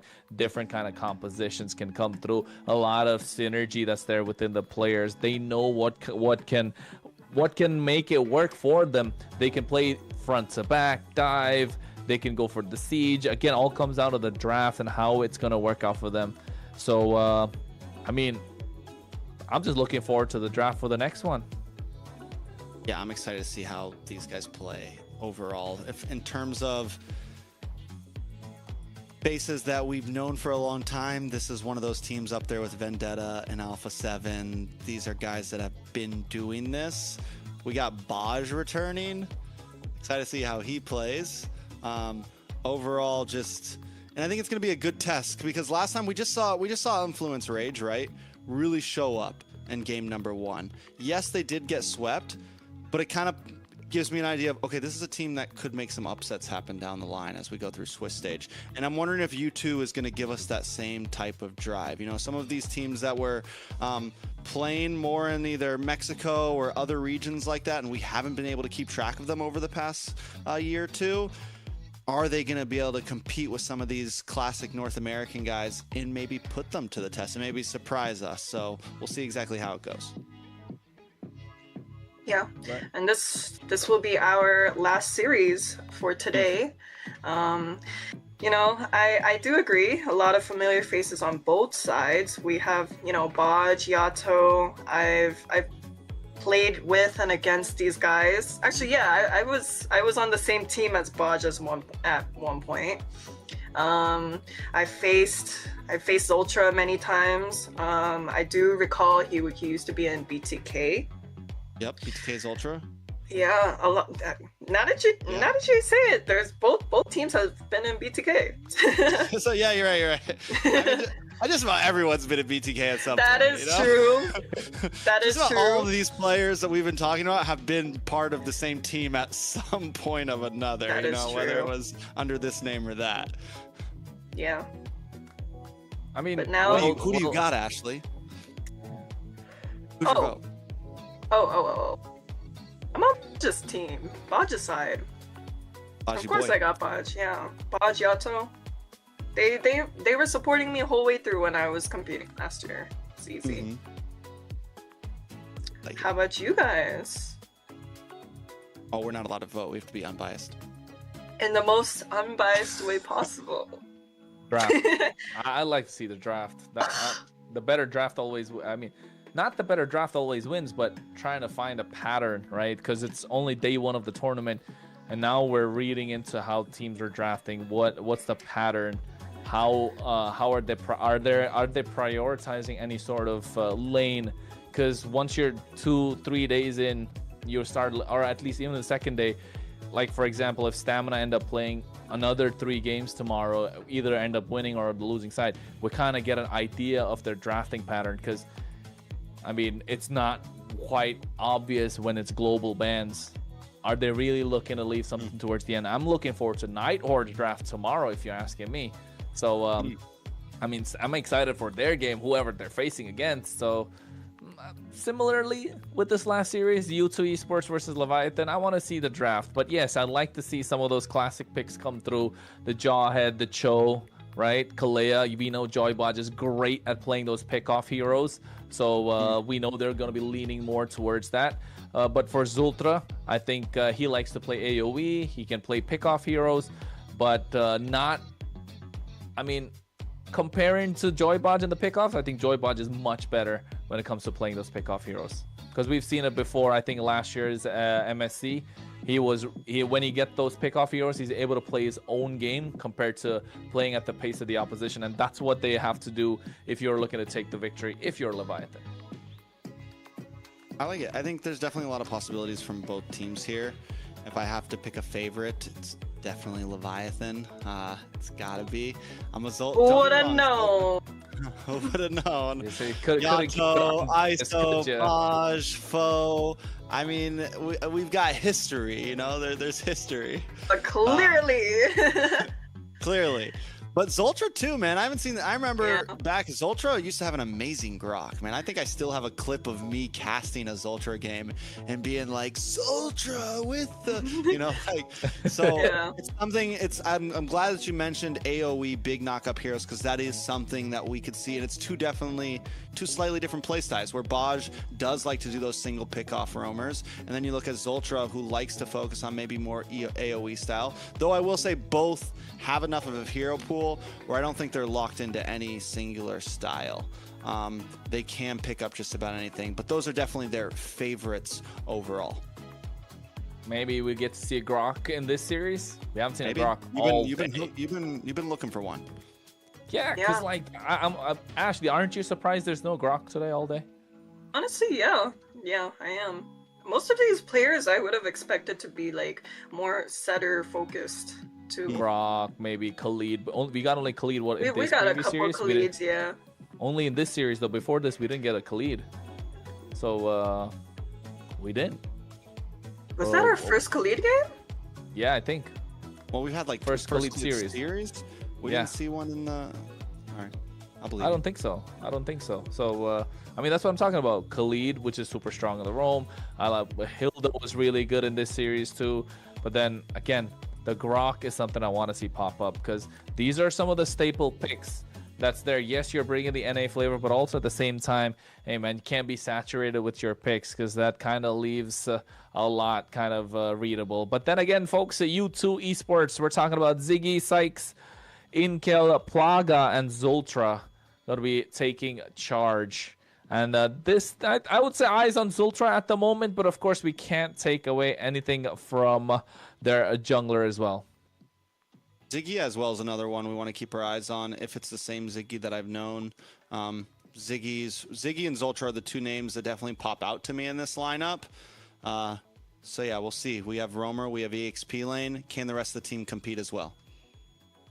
Yep, Ziggy for sure is the same one we are thinking of. I believe those two were the ones in TSU. Mm-hmm. Yeah. Yeah. Yeah. But yeah, So, I'm excited for it. Ziggy's a monster. Ziggy's literally won NACTs way back in the day. So these aren't just like new faces to the North scene. These are guys that have beaten players like Yato, beaten players like Ashley. They've done their time here. But then we have Leviathan with Bethlehem, aka Yureshi, Oh My Foe in the jungle, Yato in the mid lane, ISO in the gold, and Joybaj in the roam. This is a semi-full Filipino team we got here. Star-studded lineup, I'd say. I mean, to others, it might not look so, but oh my goodness. Like, if you keep... the more you talk about this lineup, Trex, the more you talk about this lineup, Ashley, the more you can read into the fact that, yeah, these guys can actually be the ones that could really look to get those big upsets against the Alpha 7s, or dare I even call it an upset, to be honest, because they could be the favorites going into most of these matchups that's there throughout the entire Swiss stage or even the playoffs. And if they are kept on opposite sides, I could actually see Alpha 7 versus Leviathan in the grand finals. No hate to Vendetta there. Yeah, I think when I look at this team, I think the possibilities are very high, but there's also like big chances. Like, I've seen just about every one of these players have some bad days, you know, and sometimes the pressure, like, have they really been brushing up? They all have high peaks. Baj, Yato, all of these guys have won golds, have like done crazy things with other teams, but together in this formation, can they pull off those things they've done with these other teams, you know? And that's the question on my mind. Have they been practicing for the past 7 months, right? Are they rusty at all? Do they still have that dog in them? Like, you know, Nats was saying, like, he is reinvigorated for Mobile Legends right now. He is hungry for this. And I think when we look at some of these, like, top 3, top 4 teams, a lot of it's going to come down to the hunger. Yeah.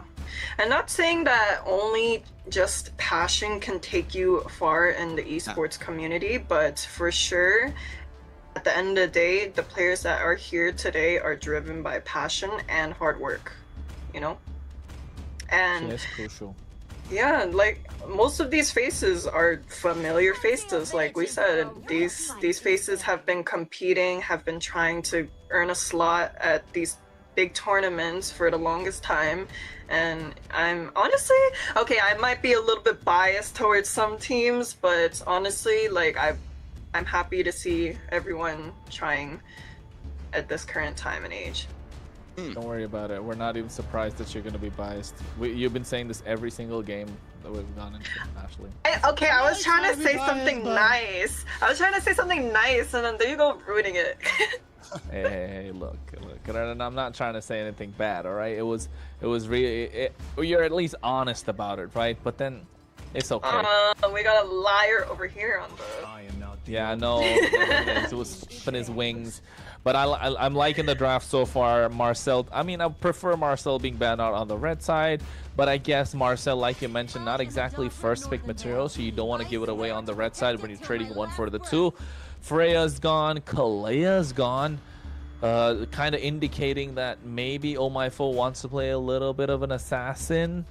Probably looking to go dive heavy on the side of Leviathan. So I'm probably looking at the Boxia being taken off as well if I'm Coach Tyrant, maybe. Definitely a possibility. I mean, we've seen the Bosch already be a problem. I think it's got to be a first ban here for Leviathan.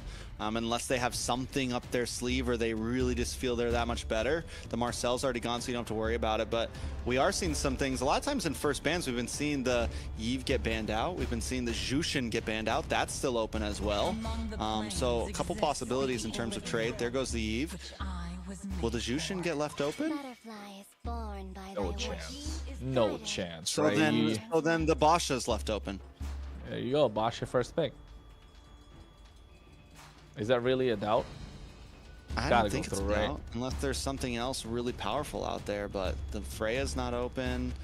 Oh, the Sora is open. The Sora is open. Yeah, because the Kalea's been out. There's a lot. With the Kalea being banned out and the Phoveus being banned out, that leaves so much. But the fact that there's a lot of times if there's just one, blue side has advantage. But yeah, you pick up the Sora, but then you give over what? The Basha and this, you know, like no matter what, you're giving up two strong picks to Leviathan here. Yeah, you are, but it's. I like the Valentina still, but I would still prefer the Boxia so much more.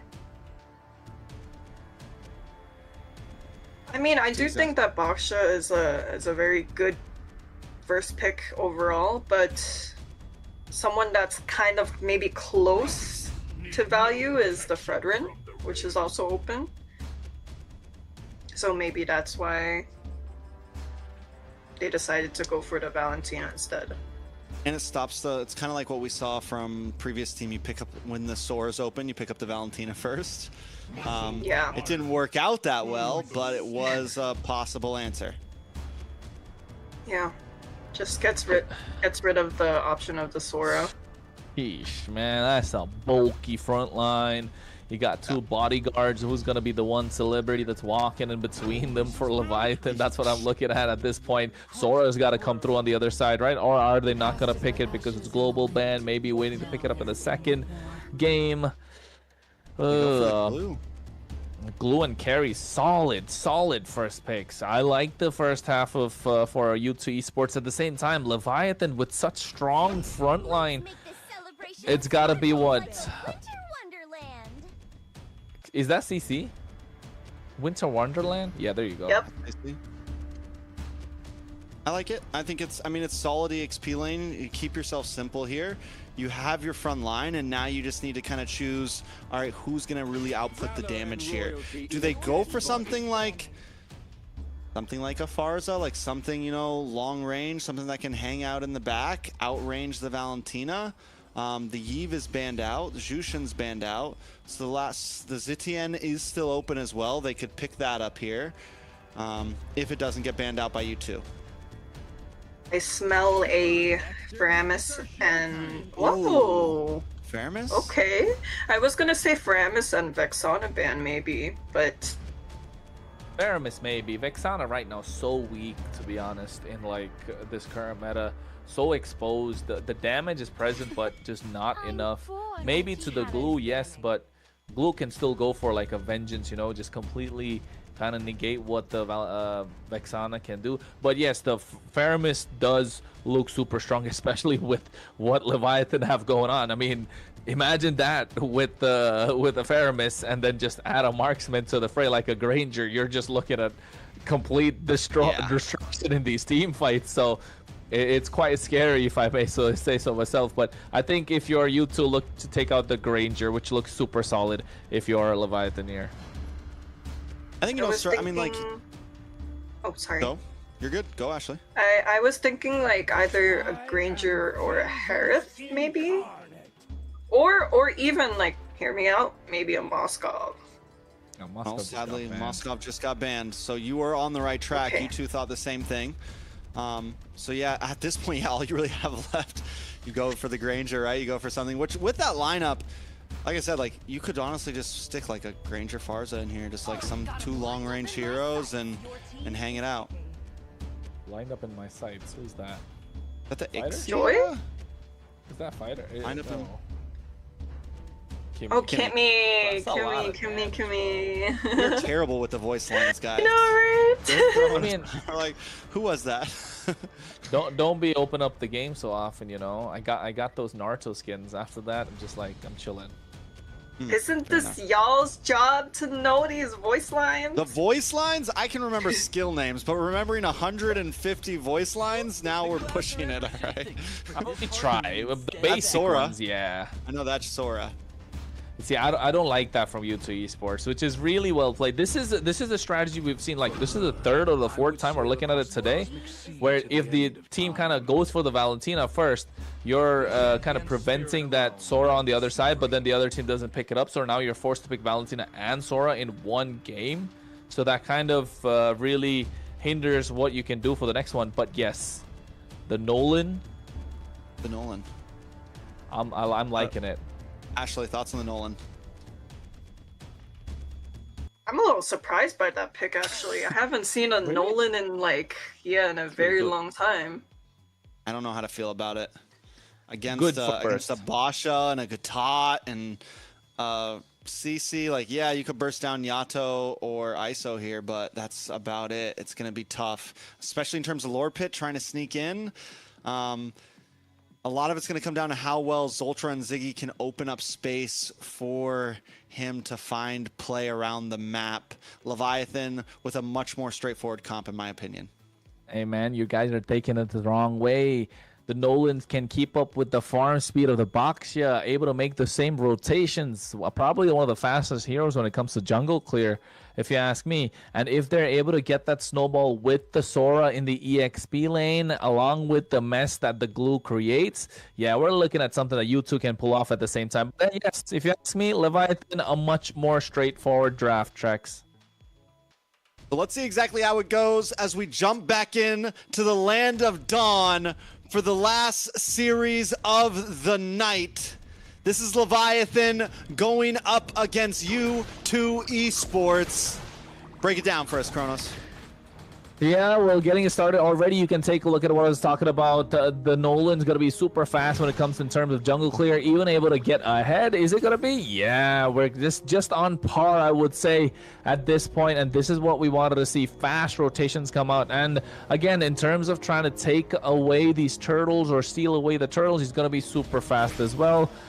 He's going to have that extra bit of mobility to move in, get those fractures on point, and you can see the invade just working out to perfection, not letting the Boxia do what the Boxia wants. This is the Nolan rotation that we've seen for a long time now, and it's just perfectly executed so far. Oh, a lot of damage on Oh My Foe there. Brought down Zoltra with first blood, and more damage comes out. This is rough. A good start for you two. Well, Sykes able to be a problem early on. This is what you want to see when you're doing a Nolan. Get ahead, prevent the enemy jungler from doing anything whatsoever. Meanwhile, Zoltra just tanking a lot of damage. Oh, he could go down. No, he doesn't. Exactly how it goes. Coming into this, though, with that, I liked the way that Oh My Foe did his rotation. Went for EXP lane. Yes, he loses the camp. But getting that EXP crab early on helps make things up. But then taking the death, U2 quickly moves on to him, and that's going to slow him down even more. And Sykes right now going to start to have a level advantage, going to start to being ahead, and especially coming into first turtle, that could be a problem. Yeah, and you can already see Joybot has to put in a lot of work, right? Tries the unbreakable, and now he's zoned out completely, all thanks to that one early invade coming in from U2 Esports. And will we see something happen with Bethlehem here? No, Sykes still able to get it. First turtle, plus another kill into the hands of Ziggy. Leviathan in trouble right now. Yeah, and you can see already Ziggy taken down by ISO. And here ISO flickering forward, trying to take down Sykes as well. At the same time, he's bobbing, he's weaving, trying to make it out of harm's way. But at the same time, a lot of pressure from Zultra, able to take him down. ISO gets one, but gets taken back.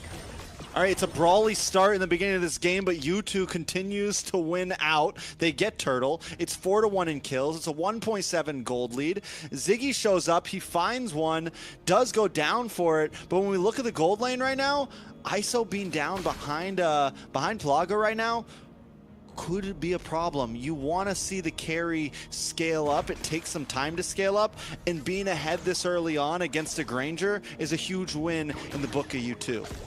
Yeah, not just that. Don't forget, Sykes even got the better of Omifo in terms of rotation. Omifo is down 2. He's already down 2 deaths. Same thing going on with Inkel in the mid lane. Has the advantage. Of course, Leviathan have a great scaling lineup, and I was going to say we're going to wait for the Sky Piercer from Yato, but gets that as a first item. So if they play this right, Leviathan could walk away with the game if Yato's able to get a couple of kills early. Yeah, Yato's going to need to find something because that is a major damage dealer. Everything else is pretty much bulky on the team, right? It all comes down to just ISO and Yato in terms of damage. Bethlehem eventually may come online. You have the Shred. We've seen CCs carry games before, but you don't want to put all your eggs in that basket, right? Thing is, we look at U2, and you have Ziggy, you have Plaga, you have the Valentina, plus you have Sykes. And right now, with the way they're already kind of snowballing in the beginning, it's looking good for their composition. Well, I think... Oh, wait, traction built. AOG as well, catching one member. A lot of damage does come down. Ziggy able to get the response out of Bethlehem, though. And Sykes takes another turtle. Well, powered by Runestone, that turtle. And I think at this point, U2 Esports slowly started to pull away with the game. They had a great draft going in. Joybotch, oh, did he just cancel out his Unbreakable at that point? But you can see already getting on top of him. ISO forced to flicker out. Zultra caught in no man's land. Flickers out of harm's way at the same time. But the Fracture, could get a kill. AOG out of there, Joybotch. Joybotch gets away to safety for a second. I thought he was cutting it way too close. Is able to pull it off. Leviathan now still with only a kill on the book, and now 3K behind. Taking a look at the items, ISO does go for an early Sky Piercer. Is that the right play with how Leviathan is handling? He doesn't go for the Hunter Strike first. He's looking to scale here, but with being so far behind already, could be a mistake. Yeah, I would say so too. You're lacking a lot of damage at this point, and you don't have the poke from your team. A lot of pressure on Bethlehem at this point, if you ask me. Because if you got ISO and Yato trying to be the executioners, you need someone to poke down the opposition, and Zultra doing a fantastic job on this glue. And you know what I wanted to point out though, Trex? Just taking a look at the cameras that they've been showing, U2 Esports seem to be playing together in the same spot. Kind of have a boot camp going on, so communication would be much better compared to Leviathan, right? Yeah, that's huge, actually. That's something that obviously you're not going to see around the map here, and it's going to be, even if you are the underdog team, just being in person communication like that improves immediately. There is harsh approval. It doesn't matter what anyone says. It makes everything a little bit easier. 100%. Omifo able to get the anti-cuirass early as well. 6 minutes 30 seconds into the game. The last turtle, Zultra already being annoying. So far, we haven't seen Ziggy go for those Windstride wind. Wait, what is going on? They almost got that one kill. Not close to it. The grab is there as well up on the top side. Zultra playing an amazing game right now. Should get caught off here, but still overall has gotten kills, had made plays around the map. Leviathan need to translate that kill though into a turtle, but look at Sykes. Yeah, look at him. He's just waiting. Waiting for the right opportunity. Look at it, go for the fracture as well. Retribution not able to get it. Windstride coming through with AOG. Lifetime. Oh my goodness. But an AOG of their own. Able to get to reply. Get 2 for 1 trade. And ISO able to snipe from downtown. Finds another. Adds a stack to the Sky Piercer. It looked so good for you two for a moment there, but quickly Leviathan respond with the AOG of Joybotch's own. They get the turtle. They're coming back slowly into this game, but U2 Esports still hold a strong gold lead. And it's in a lot of the right places. In the gold lane, over onto the side of Plaga, still deathless, got Corrosion Scythe, just got the golden staff. Luckily ISO though, getting that kill, puts himself back in the map, and maybe it was a good choice to go for that Sky Piercer when he did. He did finally lock in the Hunter Strike, but at least that second kill that he got will put a stack into the book of that Sky Piercer. Yeah, I think that blessing at the moment is working out for them, but I really thought Sykes would have been able to get that retribution and that turtle, didn't we? Pop that fracture, and at the same time too, just a little bit of a difference. But Inke, oh my goodness, what an AOG, just going in at that point. No hesitation whatsoever.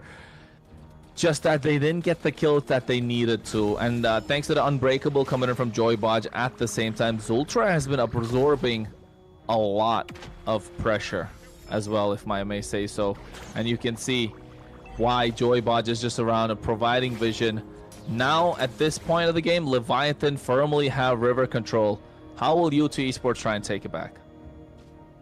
I mean, at this point, they still do have a lead. I don't think they're exactly completely fighting for river control. It's get into these off lanes. They've already taken a tower on bot side, on top side. They still have map control in a sense. And at this point in the game, mid lane they're struggling for. ISO just gets in the Malefic Roar. U2 just needs to think about how they're going to approach this. Is this their time? Power spike, item spike definitely seems to be in the hands of Leviathan right now. And you two have to kind of be careful about this. And this is where we're starting to see the problem with Sykes, I feel like. How is he going to approach these Lord fights if Leviathan has that river control that you're speaking of? He's got to look for good angles. Yeah, I mean, you just got to be psyched up when you're going in. But you're just like, oh, my foe. Uh-oh, big damage on Oh My Foe. Shifting Clouds comes in. Ooh, Traction Pulse misses as well. Yato doing a lot of damage, and now you can see the go in AOG at the same time, catching one member. Revitalize popped in, and Plaga doing a lot of damage with a speedy light wheel. Zultra on top of the target. Inke creating a separation. Bethlehem goes down first. And that's huge. Bethlehem's been the one to kind of start and zone out these fights. A lot of time we just saw him there, but this time he dives too deep. U2 Esports, though, still keeping it cool. They know just because we took one, it doesn't mean it's a guarantee for this Lord. We haven't found ISO yet. We haven't found Yato yet. Well, they need to find the right target. Look at Yato, though. Got the Blood Wings early, so a little bit of extra sustain, and the movement around the river has been quite fast, if I may say so. Just giving that extra bit of control that they need over U2 Esports. I mean, overall, the fights in general have felt fast. I mean, and they're not very, it's not very like 5v5 in one spot. It's very spread out. We just saw Sykes and ISO going at it in a 1v1 off cam up in the top side. We see Oh My Foe getting hit by a grab. You know, everyone is constantly moving around this big circle and finding little plays here and there. I'm wondering when everything is going to finally kind of implode into one big fight. A little bit of touch and go, right? That's what it's been the entire time. So how are they going to make this work? You can see already Zultra being annoying on this glue. Rightly so. Joybodge trying to get the control back. Oh My Foe coming through. Badass roller on the way. Catches Zultra. Now he's going to be the target. Gets pulled back by the Unbreakable. He gets on top of it with the grab as well at the same time, but look at Plaga. They still have the damage with the speed of the light wheel. Fracture comes in with AOG out of there with the help of the Revitalize. Yato kiting, all the damage being dished out, but you can see Zultra is going to be the target. They take down Sykes, still hiding in the bush, looking to take him down. Oh. Yato deleted, which is huge, but still U2 doesn't try to rush it. Yeah, and it's because of the fact that they don't have Zultra to try and zone out the entire, the rest of the team, which he has been doing for quite a long time. And at this point, I feel like it's looking a little difficult. So, how will they make it out? Oh no, they're looking to catch Sykes. He has been in that bush constantly, right? He's been in that bush constantly the entire time. It's looking a bit risky, if you ask me, that Leviathan are not scouting out these bushes before going into fights. Yeah, so let's see how this goes in. Still, I mean, we're literally still on First Lord right now. Just to point out to everybody, we're at 12 and a half minutes. First Lord's still up. Nobody fully committing. Both teams really just taking their time with this. Leviathan, every time one goes down, wait a second, a lot of damage. Oh, wait, Zultra again splits up, absorbs a lot at this point. And look at Leviathan, man. It looks like U2 Esports pulled up in the wrong corner. I mean, but they're holding a strong goal lead right now, and even when Zultra pulls up in the wrong place, he seems to be able to get away, and it goes the same for Leviathan. Lord Low, Sykes comes in and steals it. Yeah, Retribution on point as well. The grab wrap comes through. Yes, they get Ziggy, but look at the same time, the Badass Roller makes his way out of that OG, coming in to shot Zultra at the same time. 8K additional damage, Fracture comes in, just not enough to take over. Was free the entire time on a killing spree. No one's been touching him, and now the straight through ISO forced to flick out at the same time. U2 Esports might just pull it off here, Trex. Yeah, U2 Esports is dominating right now. Even in the moments, Leviathan seems to be able to get some big plays in the fights. U2 goes the distance. They're able to drag these out a little bit longer. They're able to find moments to keep on re-engaging and responding. Inhibitor goes down. Holy Defense is gone. And U2 with almost a 6K gold lead at this point. Well, U2 Esports, they've been playing it slow, calculated, a bit of touch and go, no tug of wars. They just get what they want and they get out of there, which is so well played. The discipline that they have with their decision making, knowing what they want, and even looking at the itemization, not getting too greedy at all whatsoever. Nice Wishing Lantern early. Anti-Crash, Radiant Armor, Guardian Helmet on this glue. That's a lot of HP there. And I think they have enough defense. They just, I mean, probably just get maybe the Dominance Ice on Zultra. And I think it's going to be really hard to take down. Yeah, I mean, he's already kind of been a pain in Leviathan's backside this whole game. He's been, even when he dies, it's worth it most of the time. Even when he's getting pulled away back onto the tower, it's worth it most of the time because it's biting time for YouTube to be able to look for the re-engage and things of that nature. Now, Leviathan, what do they do from here? They still are holding clean map control, but also I almost feel like it's just YouTube playing it patient. The only reason why Leviathan is really out doing their thing right now is possibly because YouTube doesn't want to fully commit. I mean, it's very clear U2 are the ones that have controlled the pace of the game, right? If you ask me. So far, Leviathan playing off the back foot. Zultra now could possibly walk into a death bush, but then again, it's so funny when you see, like, it feels like Zultra really going into the wrong corner, and then you have this badass roller alongside a Gatot Kacha just standing there. But at the same time, it's just Goofy Patrick walking up to them, right? It's just Goofy Patrick, bro. It's just Goofy Patrick. He walks up to any corner fearless. He's not stressing it. It's freaking Patrick. He don't care.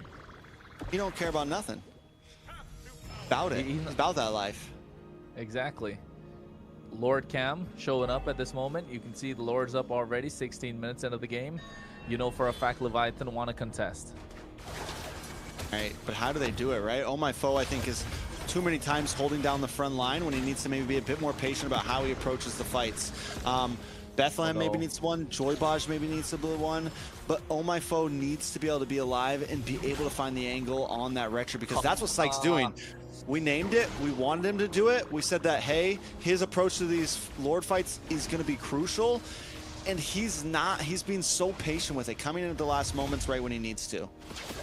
Yeah, and you can see Zultra as well canceling out the recall from Joybaj right now. Already Lord taking out half HP. They're trying to reset it, but U2 Esports not letting go. Plaga still at it at the same time. Badass Roller trying to get the retribution, but not able to do so. Nice wind strike coming through as well at the same time. They go in, and now he makes his way out of there. Oh My Foe doesn't want any of that smoke. Just makes it out alive, knowing that the Lord's coming through. They need to defend. And Leviathan just can't find an angle in right now. Even Plaga using that AOG, it seemed like, oh, was that a misclick? Like, no, you're able to get behind them, you're able to distract, you're able to pincer down onto Oh My Foe. It's a good play around the map. U2 Esports, in terms of how they're approaching every fight, is just so clean. How are they going to be able to do this? How are they going to be able to finish? From the bot side, the Lord gonna come through. Leviathan, I think they're hanging on to their life here. Already going in, wind strike. Oh my goodness, catches 2 members, but at the same time, you can see the back line. Oh my foe gets taken down instantly. Nice shifting skies, curtain call, but to what effect? Winter Crown from ISO pops at that, gets himself an immortality. But oh, this is what we wanted to see with a Sora, and are we getting a treat for our eyes? And not only that, but Plaga has had the gold lane experience, but in the backside, another AOG connects. Yeah, Inke did not hesitate whatsoever. AOG, but Joybot just making it out alive, and U2 Esports pulling off an upset. 1-0 in this best of 3. I guess the question on our minds is, was it even an upset? Did U2 really come into this as the possible favorites? Because they just dominated that game. I mean, and you mentioned it, they're all hanging out together, and I think that's something we really saw. The comms were on point. The communication, the way they approached every single team fight there was just a well-oiled machine. And now U2 is going to be a team on a lot of our eyes. Yeah, honestly, like, I want to say I stand corrected again with the Nolan pick, but honestly, this is such a classic, like, TSU move where, you know, these teams start picking up some weird or abnormal picks that we don't usually see, because I haven't seen this Nolan pick in so long, but we just watched them basically own the other team with this Nolan. Yeah. I mean, the Nolan, again, haven't seen it for such a long time because it's such a niche pick, right? That's one of the reasons. But still, I would say probably A tier when it comes to the junglers, when not a lot of assassins are left open. It's something that has a very one-dimensional playstyle, and that's what he did. Gets the buff, goes into the enemy jungle, invades. Once he gets that invade done, it's going to be hard to stop him.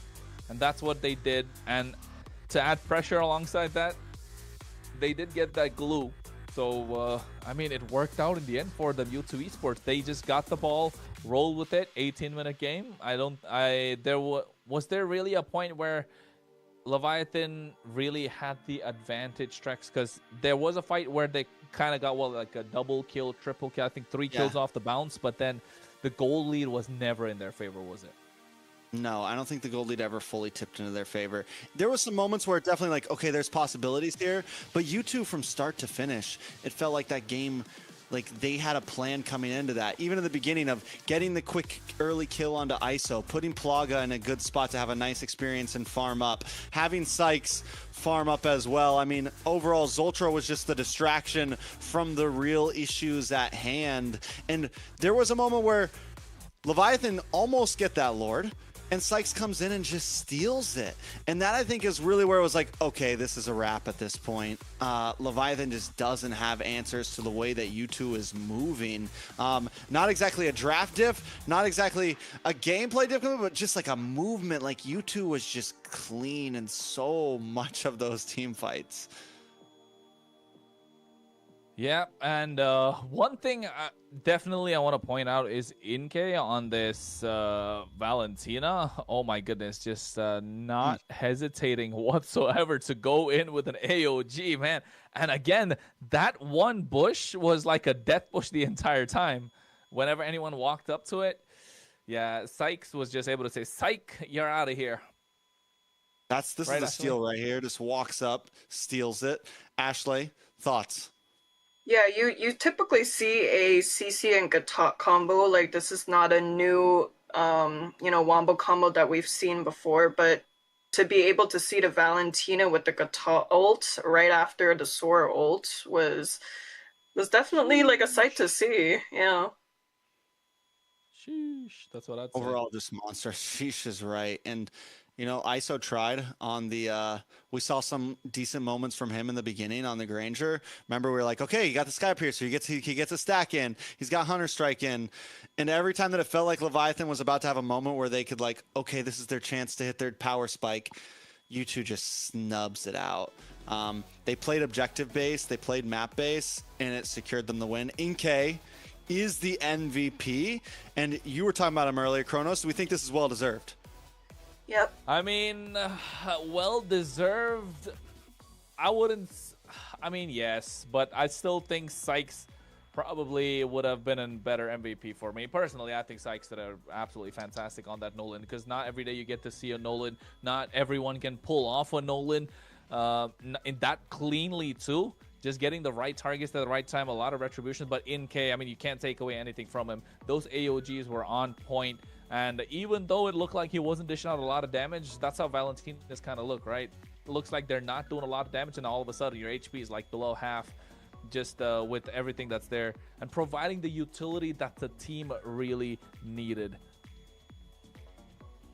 Almost like to argue that even the Sora could deserve MVP as well, because of all the crazy sets. You know, he was usually grabbing like 3-4 people, letting the Valentina layer on top of his skills. Yeah, I mean, everyone, even Zoltra too, with some great plays of zoning away the team and creating space. U2 seems to be, after just that, I mean, obviously it's just their first game, but if they continue to play in that type of nature, they're a team to be reckoned with. They're a team that I think everyone might have to have their eyes on moving forward, because mainly for me, it's just like they played very tight. Everyone knew their job. Everyone knew exactly where they needed to be when they needed to be there. And even in fights where it was like, ooh, they might lose this, they were able to pull it back together. And that comes down to, you know, communication and how well are you doing it. It's like what we saw from Vendetta early on when that one play happened and they were able to turn the whole fight in their hands. Comms were there, they played clean, and that's what we saw from U2 in these fights. Yeah, exactly. So I do believe if this does turn out to be a sweep on the side of U2, then would that technically mean that U2 is one of the top 3 competitors, or at least fan favorite competitors, maybe? Whoa. Who knows? Kronos, you first. I mean, if they pull off this as a 2-0, yeah, I still wouldn't call them as favorites to take the whole thing, but a team that's definitely there to watch out for, because they're looking to pull off upsets against, I mean, like Trek said, is it even an upset? They could possibly go toe-to-toe against some of the bigger teams like the Alpha 7s that we know of, and maybe give them a hard time or run for their money. That's what we want to see, right? We don't want to see any team go through quite easily. We don't want to see them breeze through, because again, when they're kind of representing Americas in the international stage, you want to make sure they're going with a hard-fought victory, right, Trex? Yeah, I think either it's two things. Either Leviathan was getting overhyped, and maybe they're having a bad day, who knows? Or U2, yeah. I think if they 2-0 this, my eyes are on them, as we got to see, like, if they keep this wave going, my eyes are definitely on them, because they're playing very well right now. So we'll see exactly what happens. Yeah, like one thing I do find interesting though, and I don't know if it's necessarily because of the global ban implement, but what I find interesting is all of these picks that I usually don't see getting picked up, you know? Like we saw a Jawhead pick today, we saw what were the other Sun niche? Okay, we can say Sun, sure. It's niche. I'm sorry, it is niche. It is very super niche. It's 0 picks in MPL ID and MPL PH. It's niche. Was Nolan picked up in MPL PH? Or? Yeah, I think MPL ID it was picked up. Yes, I'm sure it's had a small pick rate. Yes. Small pick rate, but yeah, Nolan's still pretty niche though too. Yeah. Yes. But not as niche as Sun though, right? I mean, like the first game too, like we see that getting pulled out. I'm just like, whoa! It's almost as if like we're 5 games in and we don't have much to pick from. Which gives them an advantage here too, because now like they can still pick something up like the Basha. They can still like they just won game 1 with a niche pick, which means now in terms of global ban, they have an advantage because they still have meta picks to choose from. This is what I was saying the whole time, Trex. Finally.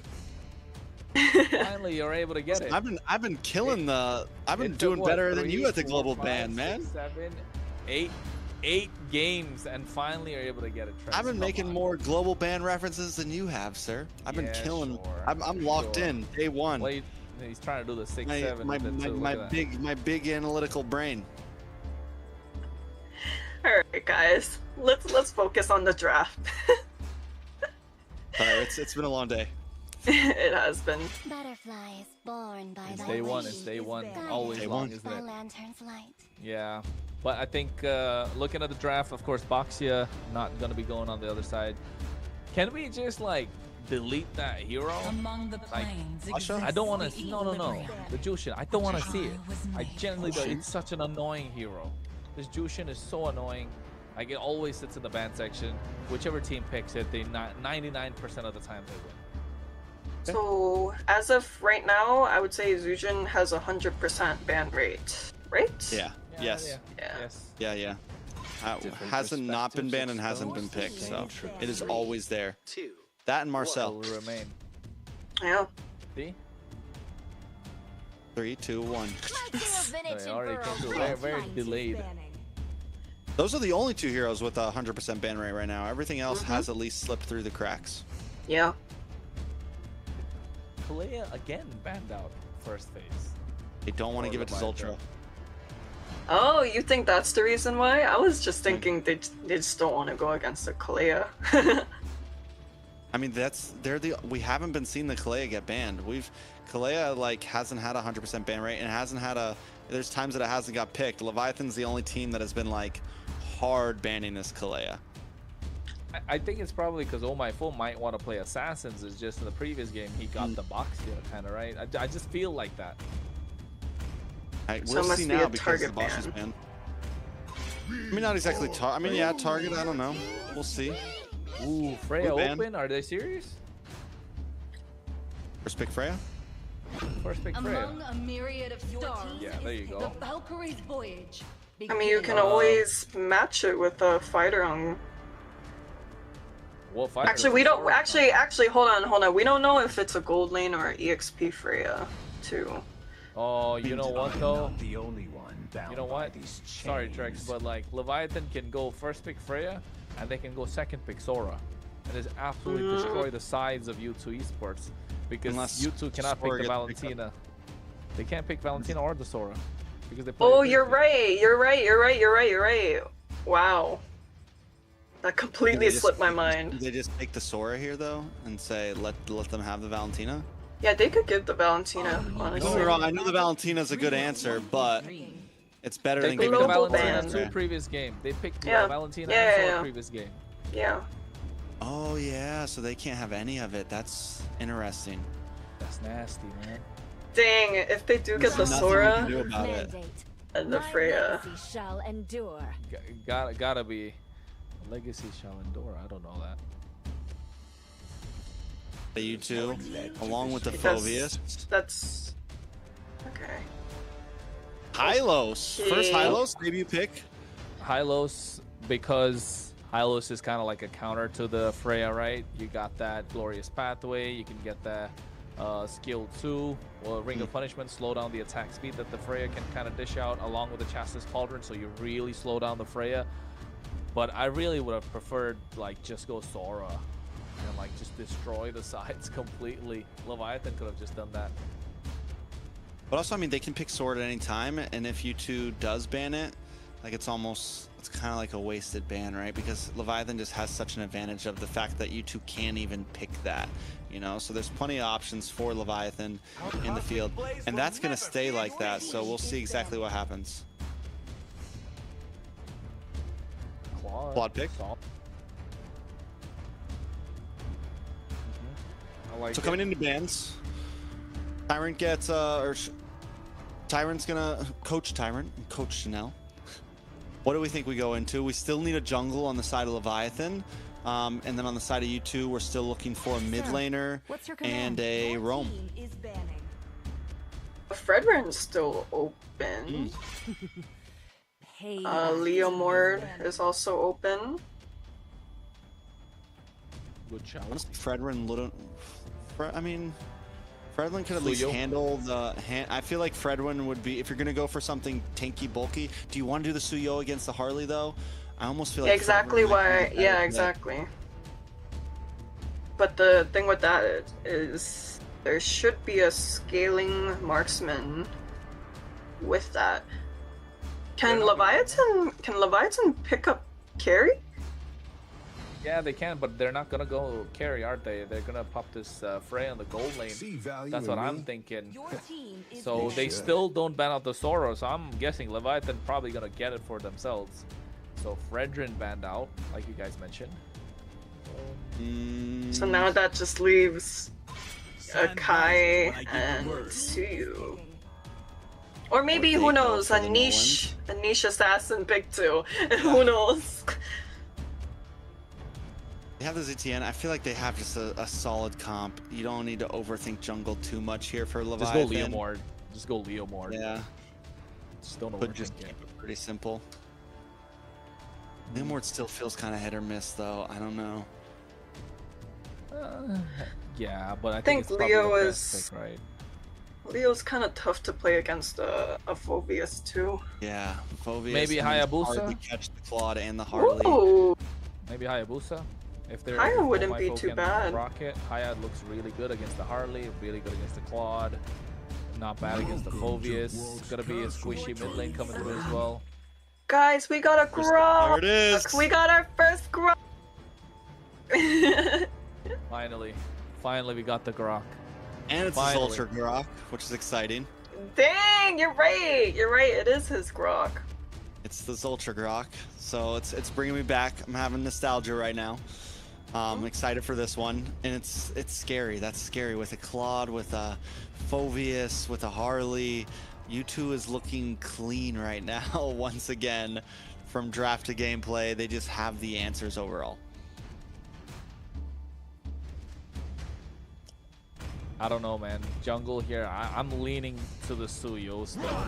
Like the crimson But Leo Mord is just so solid. So yeah, Leo. Will it grant immortality? Leo Mord in the Alice. Oh my god, this is so heavy dive, so tanky, so much on the line when they're trying to go gung-ho. Yeah, this is like first turtle so strong. The problem with this, though, the problem with a comp like this up against like a Harley and a Claude is it's hard to catch. You know, these are heroes that can really move around and split up and just kite you. And then you're also jumping into a Grok and a Phobius who like want you to dive into them. And with a composition like Leviathan where everyone's going to be pretty grouped up, one big wild charge or tectonic charge, and everything changes. You know, Leviathan has to be careful about how they engage. Give me a hero would be so good for U2 Esports. Welcome to my castle. I bet you'll never want to leave. Why is that hero? Oh, okay.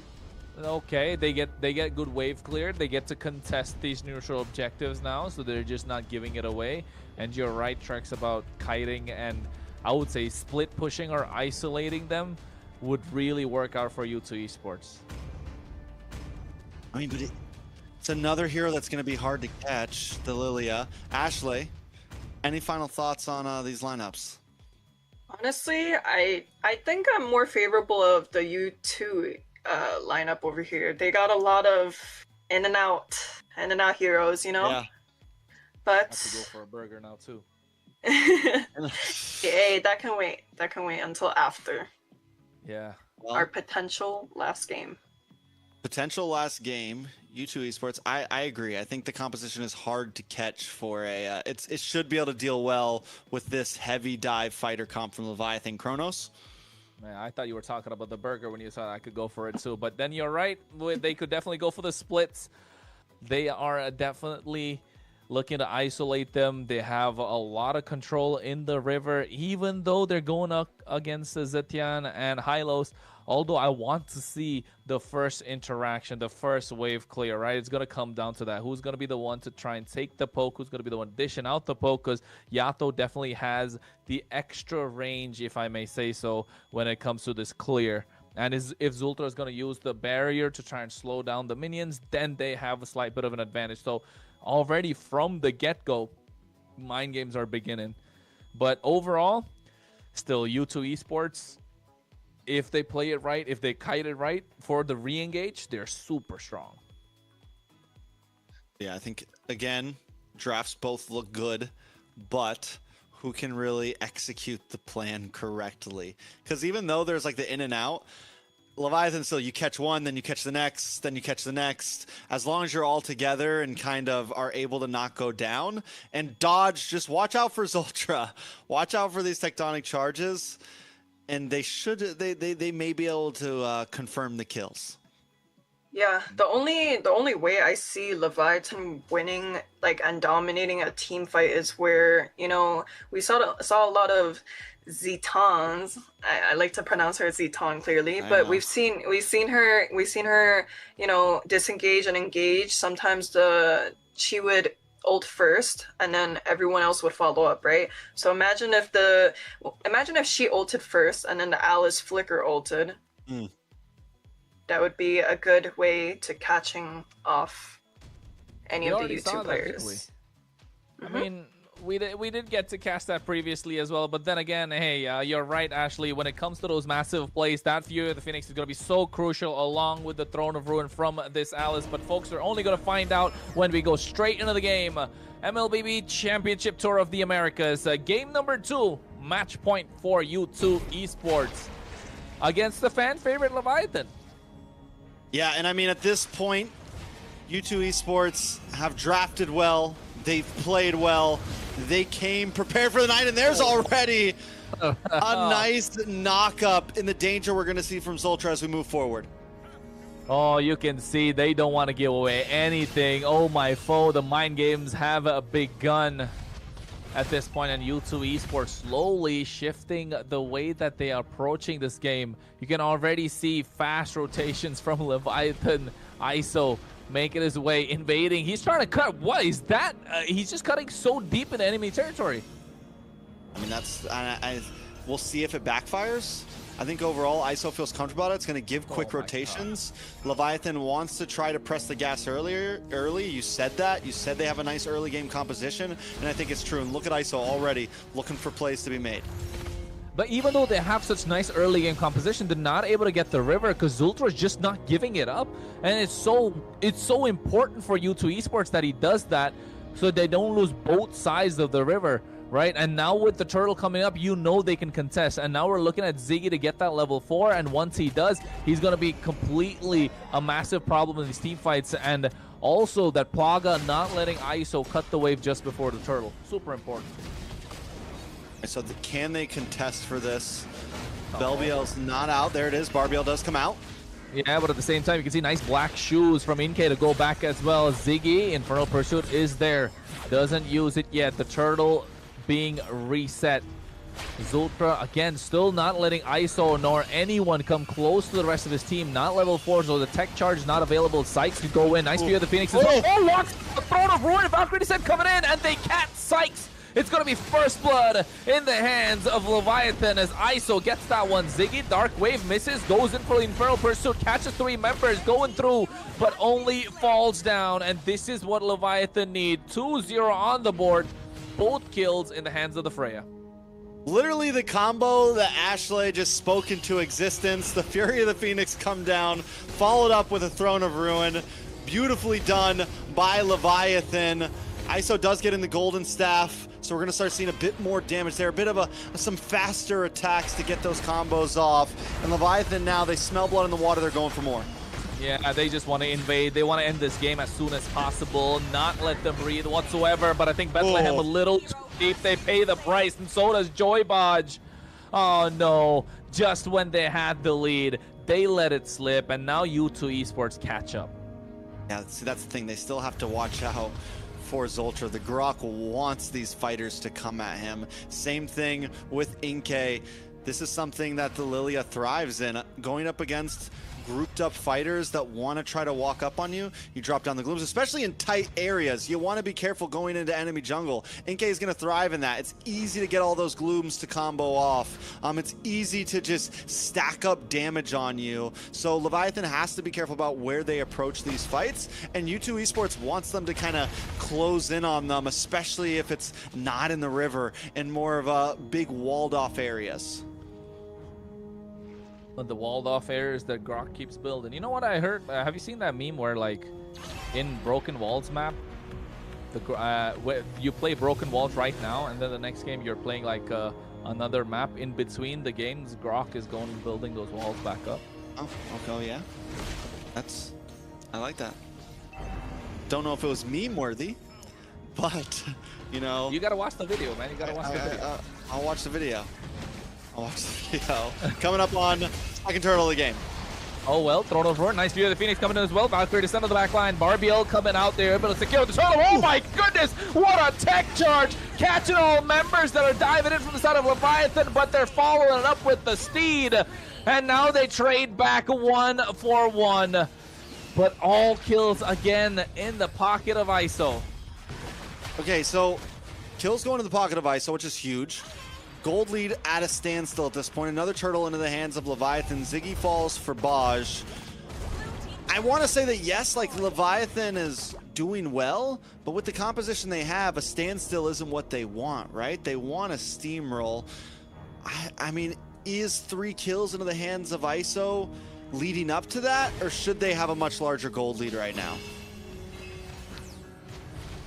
I think just go for a larger goal lead. Just let it snowball out of control. They're getting the kills they need to. Yes, they got 3 kills. They're on par, but still the goal lead has been 50-50. Oh my god, the Claude is taking too much damage. Oh god. Goodness, what a tech charge. Oh, my phone walked right into that one. This is why the Grok is such a great pick right now in the meta. And Zoltra showing so why. The Zoltra Grok is not letting us down right now. It was foretold, we got it. Everyone that's been waiting for it, it happened. And I got a feeling we might see a lot more of it as MCT moves forward. ISO did just lock in the Corrosion Scythe. I mean, ISO's having a good gold lane experience still. Even with all the chaos on the map, ISO could be the one that carries things through here. But as long as Zoltra keeps playing the way he is, and Ziggy and Plaga also, I mean, it's still a very tough game for Leviathan. I mean, yes, ISO can play this game right, but the thing is, on a fighter in the gold lane that has all the gold in him, all the bounty, if you go for a Valkyrie Descent and they're able to kite and you get isolated from the team fight, it's not looking good. But oh my god, it's not looking good right now for U2 Esports. But Zoltra again with a massive tech charge, creating the space that his team needs. But ISO comes to the back line. Valkyrie Descent flickers forward as well, finds 1 kill, maybe gets another. No, Sykes able to back off, but look at Ziggy. He buys time just by himself, zones away 3 members with the Infernal Pursuits. Meanwhile, a Thief in the Night on the bot lane, able to take a tier 2 tower. Yeah, and then Sykes able to still, no, doesn't get the final shot there. I thought the Deadly Magic would finish it off, but not able to complete it. U2 Esports gets pushed back. We're finally having some back and forth in this series. ISO will continue to scale, but at this point it comes down to who's getting the big plays, right? Turtle gonna go into the hand of Leviathan. We see U2 Esports win these fights when Zoltra's able to get the big knock-up, when they're able to find those big moments. We see Leviathan win the fights when they're able to get the big Barbiel coming, but not going to save them this time. Blazing Duet combo was so good. Plaga flickers out, and this is what I'm talking about. ISO right now, isolated completely, but here's the Throne of Ruin at the same time. Infernal Pursuit coming through is too much for them to deal with. Inke not present in the fight is not working out for them. A lot of flickers expended, revitalized, so many resources. But U2 Esports, they don't win the fight, but still end up getting the better of Leviathan. I don't think there's any answers for this Freya right now. I really don't. This fray is going to get out of control, and it's only going to get worse and worse and worse. Nope, there's nothing. Unless, I mean, they really need to, it needs to be a huge knockup and everything on ISO. And at that point, the rest of the team's going to collapse onto you. I would say the Harley is a great counter to the Freya, right? But you need to get the Freya isolated from the team fight. Usually, ISO is coming in after Sykes kind of goes in, and you can see the build as well. Right now, Genius One, Divine Glaive almost getting negative pen in terms of the damage that he can output. And Claude going for the Trinity.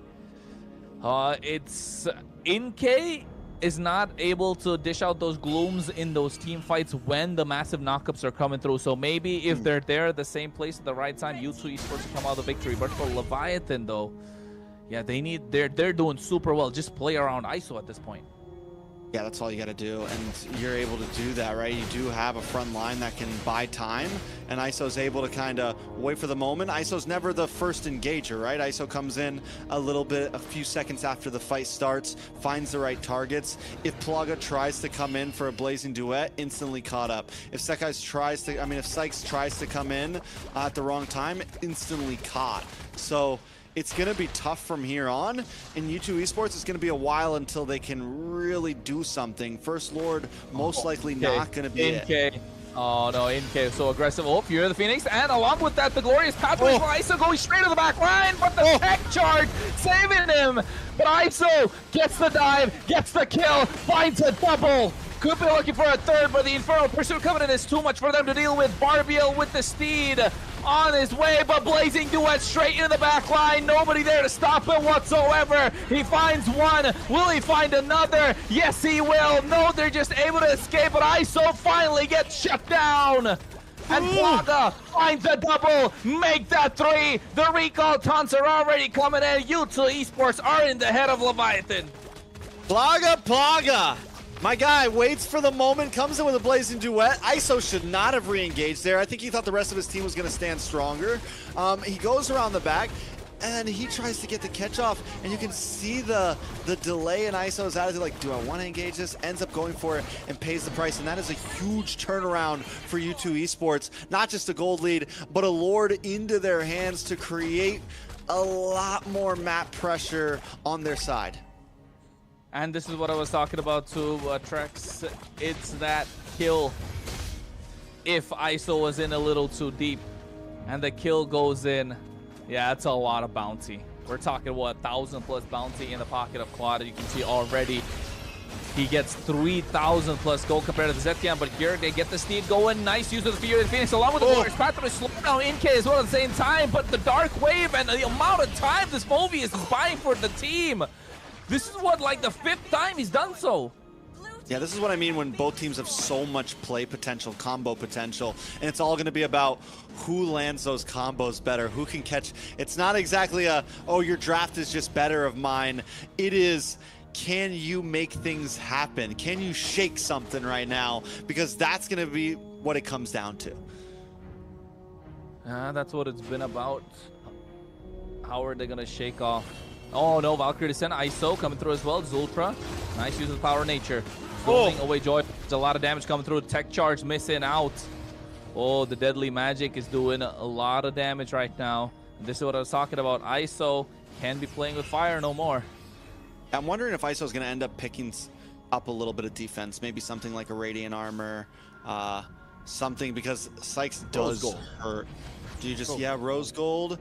Plus maybe an immortality, or I mean, no, you just swap out for the immortality after.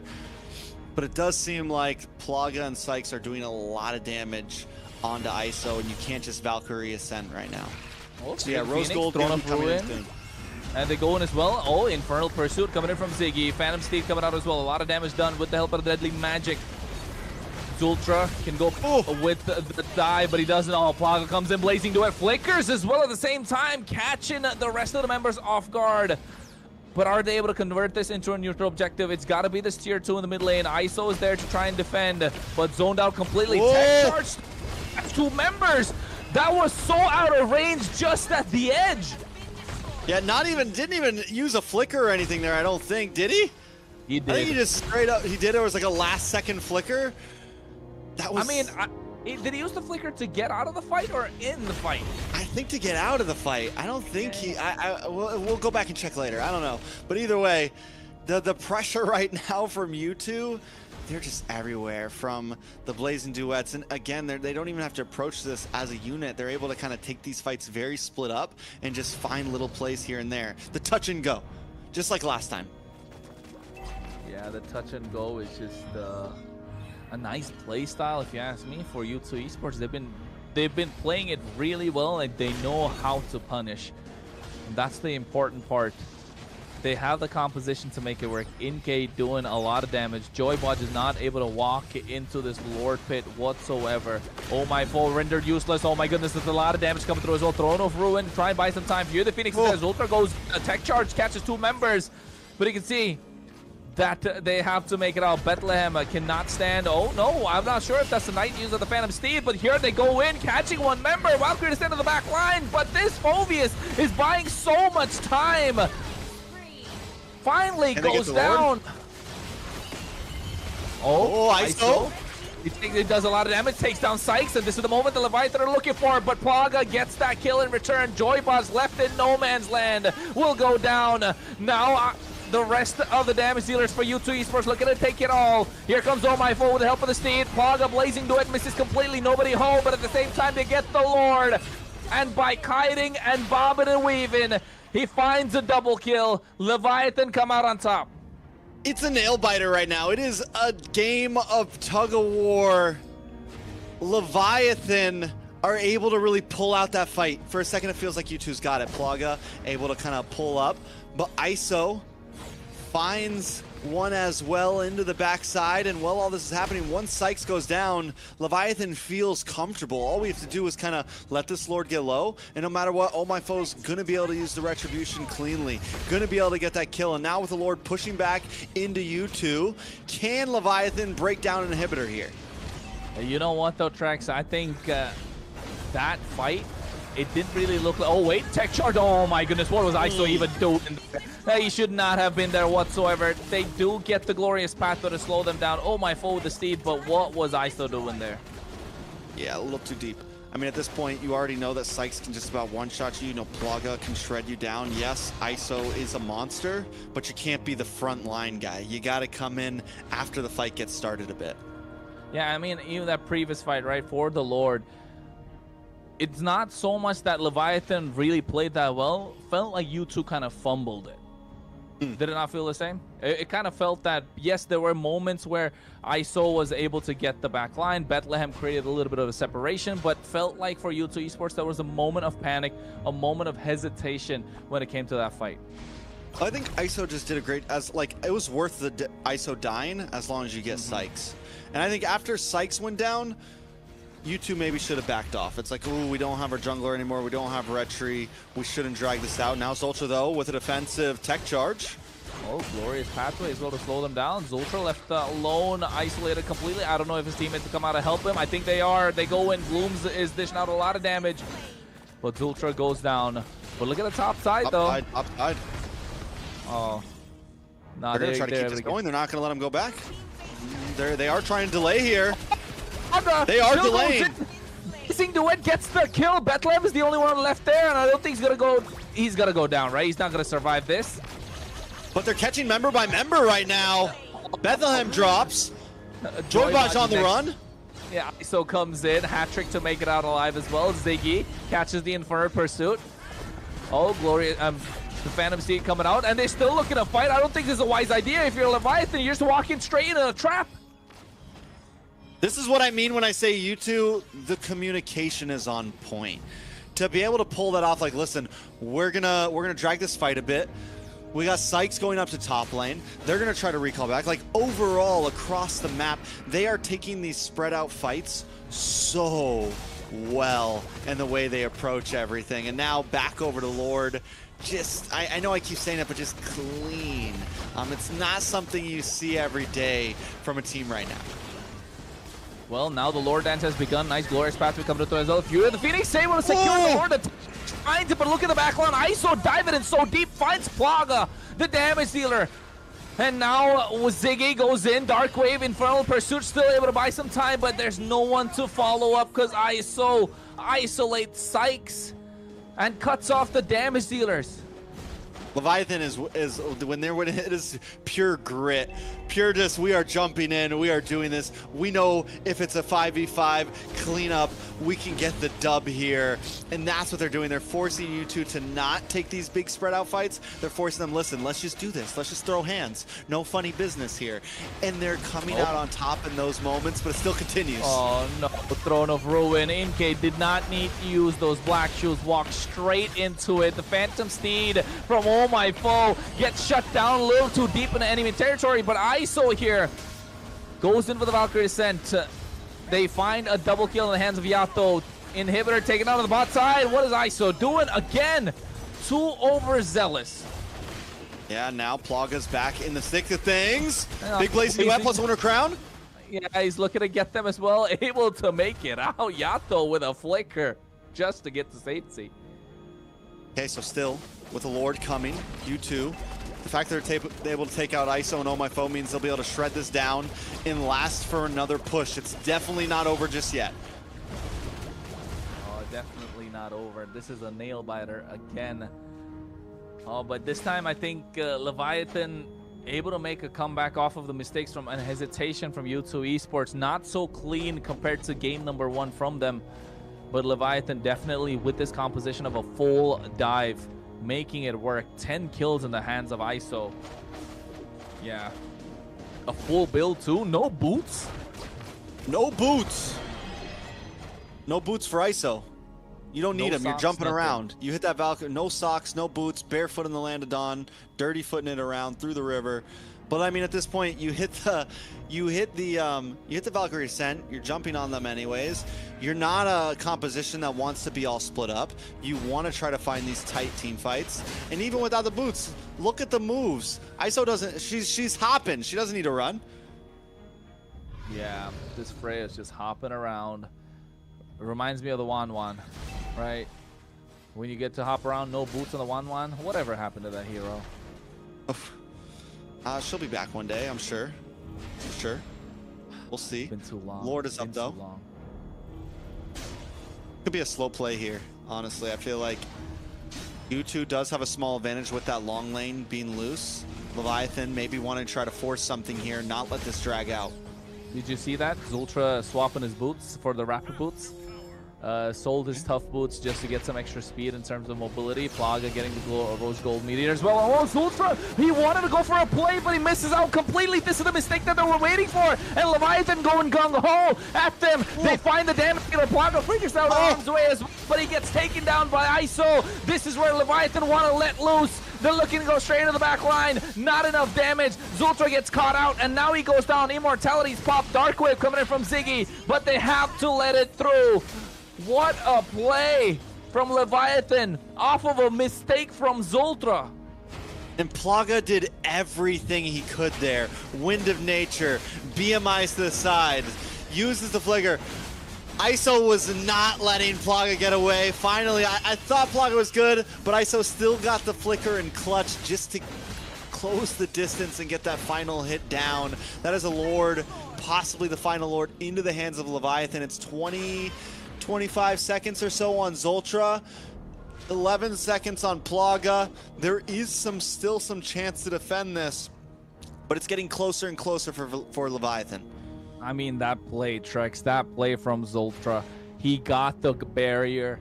He could have just went straight in for the tech charge, opting to use that power of nature, right? That proc the passive of the Zetian, or Zaytan, like we call it. And then all of a sudden, he gets pushed back. The tech charge comes in, misses completely. All Leviathan capitalize, and now can they convert this into a base crystal? We'll see. I mean, with everybody up, with Plaga, with the ability to clear, U2 does have decent defense. Leviathan, 2 inhibitors. I think this could be defendable, even though it's 23 minutes in.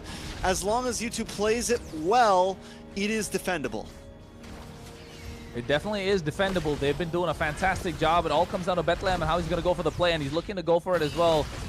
Just waiting for the right time to go in, pop that Throne of Ruin. Zultra is doing a lot of work, taking a lot of damage, but here comes the next set of waves, and I don't think they're going to be able to save this inhibitor in the mid lane. Zultra goes in, a nice use, tech charge as well, finds the right target. ISO melted down, deadly magic used up, but there's the Winter Crown to try and Immortality popped it as well. Blazing to it coming in. And Valkyrie to send to make sure he gets out alive. Oh, my foe is still there. And look at Ziggy going gung-ho. But at the same time, Bethlehem in the back line, buying enough time, comes out of the battle of the EXP laners. And again, ISO finds a moment, a killing spree. Plaga takes one back.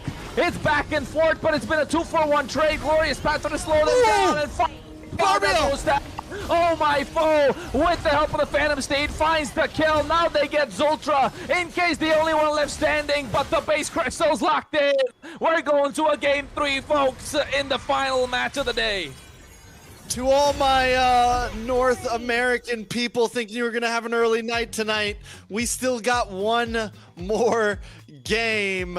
Leviathan tie things up. It's going to be a best of 3. That final play, I thought Plaga was about to save the day, and Barbiel comes out and just gets the kill. He wasn't even on the horse. The horse just came running by and gets the final shot on the Plaga. Ashleys, how we feeling? How we feeling? I think that game had everyone on the edge of their seats, you know? Like, every single fight, it's like, who's gonna win? Who's gonna win? And then now we're going to a game 3. I'm excited. All right, we're jumping right into draft. We're not wasting. Oh no, Bonox drops. This is our first Bonox drop of the night.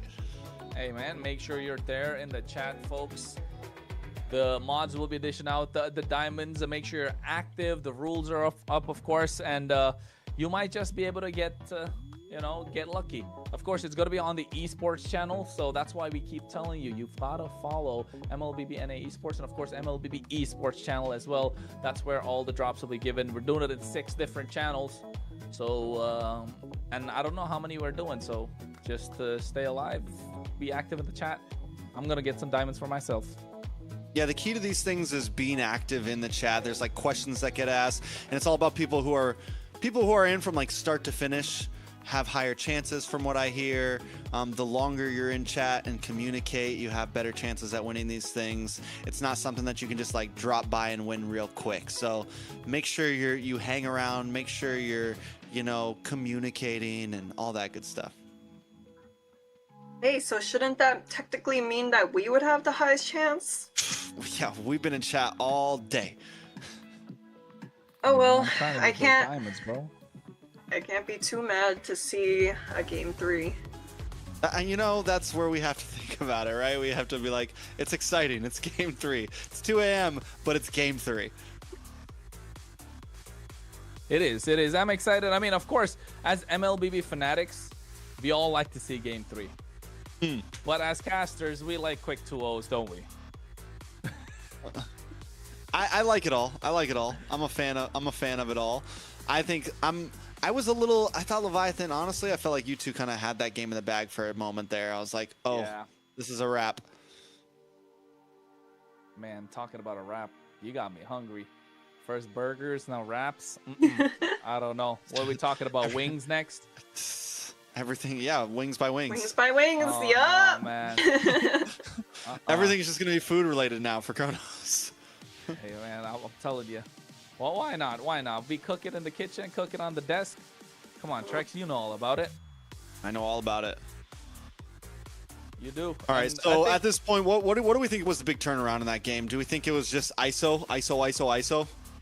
It was ISO for like most of the game, right? I would say 50-60% for Leviathan, but the other 40, I would say, kind of fumbles from U2 Esports.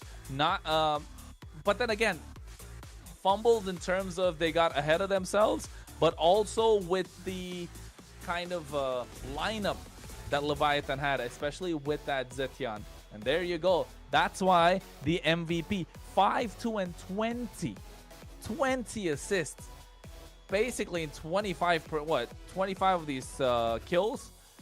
And that's just being a massive difference maker, especially that Celestial Armament. That's the biggest one when they get that going, I mean, when you have that up, it has like a 100-second cooldown, that passive, and it was still enough there at the right time, prevented Zultras from making that massive play. Maybe if Zultra, instead of opting to go for the skill 1, if he went straight for the ultimate, it would have been a 4-man knockup right there. And that would have been a complete destruction of Leviathan. It would have been a 2-0. But him opting to go for a basic kind of a combo, which you usually do, you get that skill 2 and then flicker forward, basic attack skill 1, that pushed him back, and then that kind of changed the story. I just saw that flicker from Yato there. I feel like Zitian, my eyes, like whenever there's a Zitian on the field, it's always hard for me to keep up with everything the Zitian is actually doing, like the amount of damage, because it's just like such a hero, like kind of like kites around. But there was some major plays there. One of those last pushes where Yato lands the Fury of the Phoenix, and I think every time one of those really landed, those were some of the big game changers in so many of those fights. Even from early on, the first combo that Ashley called out was going to happen, the Ruin plus the Fury of the Phoenix, and then after that, so many of those just put everything into the hands of Leviathan. I'm scared, bro. I'm scared. First she said 15-minute game, then you said 13:45. Then she calls the kind of pickoffs and the way the combo is gonna go. She should be a caster. I'm scared. Y'all are seeing, so y'all are reading into something. I don't know. I'm trying to predict my future. Who knows? Who knows? But anyways, yeah, like the is that our 4th Zeton MVP of the day? Yes, the amount of ZTN is an MVP hero right now. It's not even the player; it's just a ZTN. Yeah, quite a few. That hero, I didn't honestly expect that to be one of the most played mages of the series today. Yeah, no, and just a great win rate overall. I feel like. Yeah. I'm wondering. I can't remember exactly what the stats are. It's been a long day, but it's probably close to 100% win rate. I'm trying to think if we've seen ZTN really lose that much today. I think we have maybe one game, maybe one. We'll go back over the stats later. It's gonna come in tomorrow anyway on the screen. Let's not stress over it. Now we gotta think about the next game, the draft for the next game. It's game number 3, and for those of you who just joined us, global bans, bro. Ashley, what is global bans? Are you asking me what global bans is? Yeah, tell the people who just came in. You gotta tell everyone. They know you and like, hey, I know that girl. She was there in the MWI. So we didn't have global bans. What if we do? All right, guys. So global bans is basically when you pick a hero for one game on your team. That hero is unplayable for the next couple games. And for our 2-game series of today, we saw a total of 8. Wait, no, sorry, not 8. I can't math. 10 picks that in total that they were able to play after the 2 games. Which is a lot. Well put. Well put. If we count the bans that they're in the game, that's 15. Ooh. Actually, 20. Yeah. No, 20 if you count the opponent ban as well. So 20 heroes you can't really play in game number 3. Because you banned 5, the opponent banned 5, heroes. And then there's 10. No, the other doesn't count for 5, you, right? 10, 15. So 20. Oh no, yeah. Hey. Yeah, whatever. Yeah. But the thing There's is, a lot of heroes you can't play in game 3. But the thing is, this global ban rule is going to be implemented the whole way through. So during the grand finals, where you see a best out of a 5 or 7, whatever it is, 7? You're going to see a 7. Yeah, and the reset doesn't come till game 7. 7, yeah. Wow, So that game is 6 like game crazy. 6. We're talking like, yeah. It's like more than half the heroes gone. Which is very interesting, right? Which is very interesting because like you're looking at combos at that time, because you're literally playing 4 combos. That's the best part. Like Akai, you'll see Akai R-Lot come through. You might see an Atlas pop up, Beatrix plus someone. So yeah, that's just interesting. But then again, that's for another day. So game number 3, Trex, what are we expecting draft-wise? We still have some opportunities open, I think, for both team. I will say it feels like we have to remember that U2 used that Nolan in game 1. So in terms of jungle, they do still have some options, and that's going to force Leviathan to probably ban the Basha here. They're going to have to watch out for that. Freya as well could still fall into the hands of U2, but where Leviathan has a nice advantage, they still have the opportunity for the Sora. They still have the opportunity for the Valentina. So there's not today. But you know what I'm saying? Like, those are the things. But that means U2 has to use a ban on that, which last game they didn't, which means there's opportunity for things to leak through as well. By heaven's mandate. Ooh, that's okay. Because I was thinking Freya, Baxia, Jushin for Leviathan here. The Zetian coming in means something's gonna be left open. Marcel, Jushin, or Basha, right? And yeah, Marcel, Jushin, Baxia, Freya. So yeah, so you two are looking to take something away. Well, that's a lot open. So do you guys think they're going to stick to the Kalea ban, or they're going to let it go? I think so. I think so. They might as well stick to the Kalea ban, leave it a lot more open. You will definitely get 2 power picks on your side, right? Oh no, they don't want to let the Jushin go. We see either Basha slip through or Marcel slip through here. Freya definitely slips through for U2. But that's the thing, right? So do they let the Freya? But they can't pick Freya, so Leviathan, U2 doesn't have to pick Freya. Yeah, U2 doesn't have to prioritize the Freya whatsoever. This is the best part about it. Yeah, I think that's what I mean by that Nolan pick in game 1 is coming in clutch now. It gives them a lot of options on how they want to approach game 3. Ashley? Just looking at what ban they could get. Okay, I held a ban. Yeah, U2's literally, it's like, let's do this. Let's run this.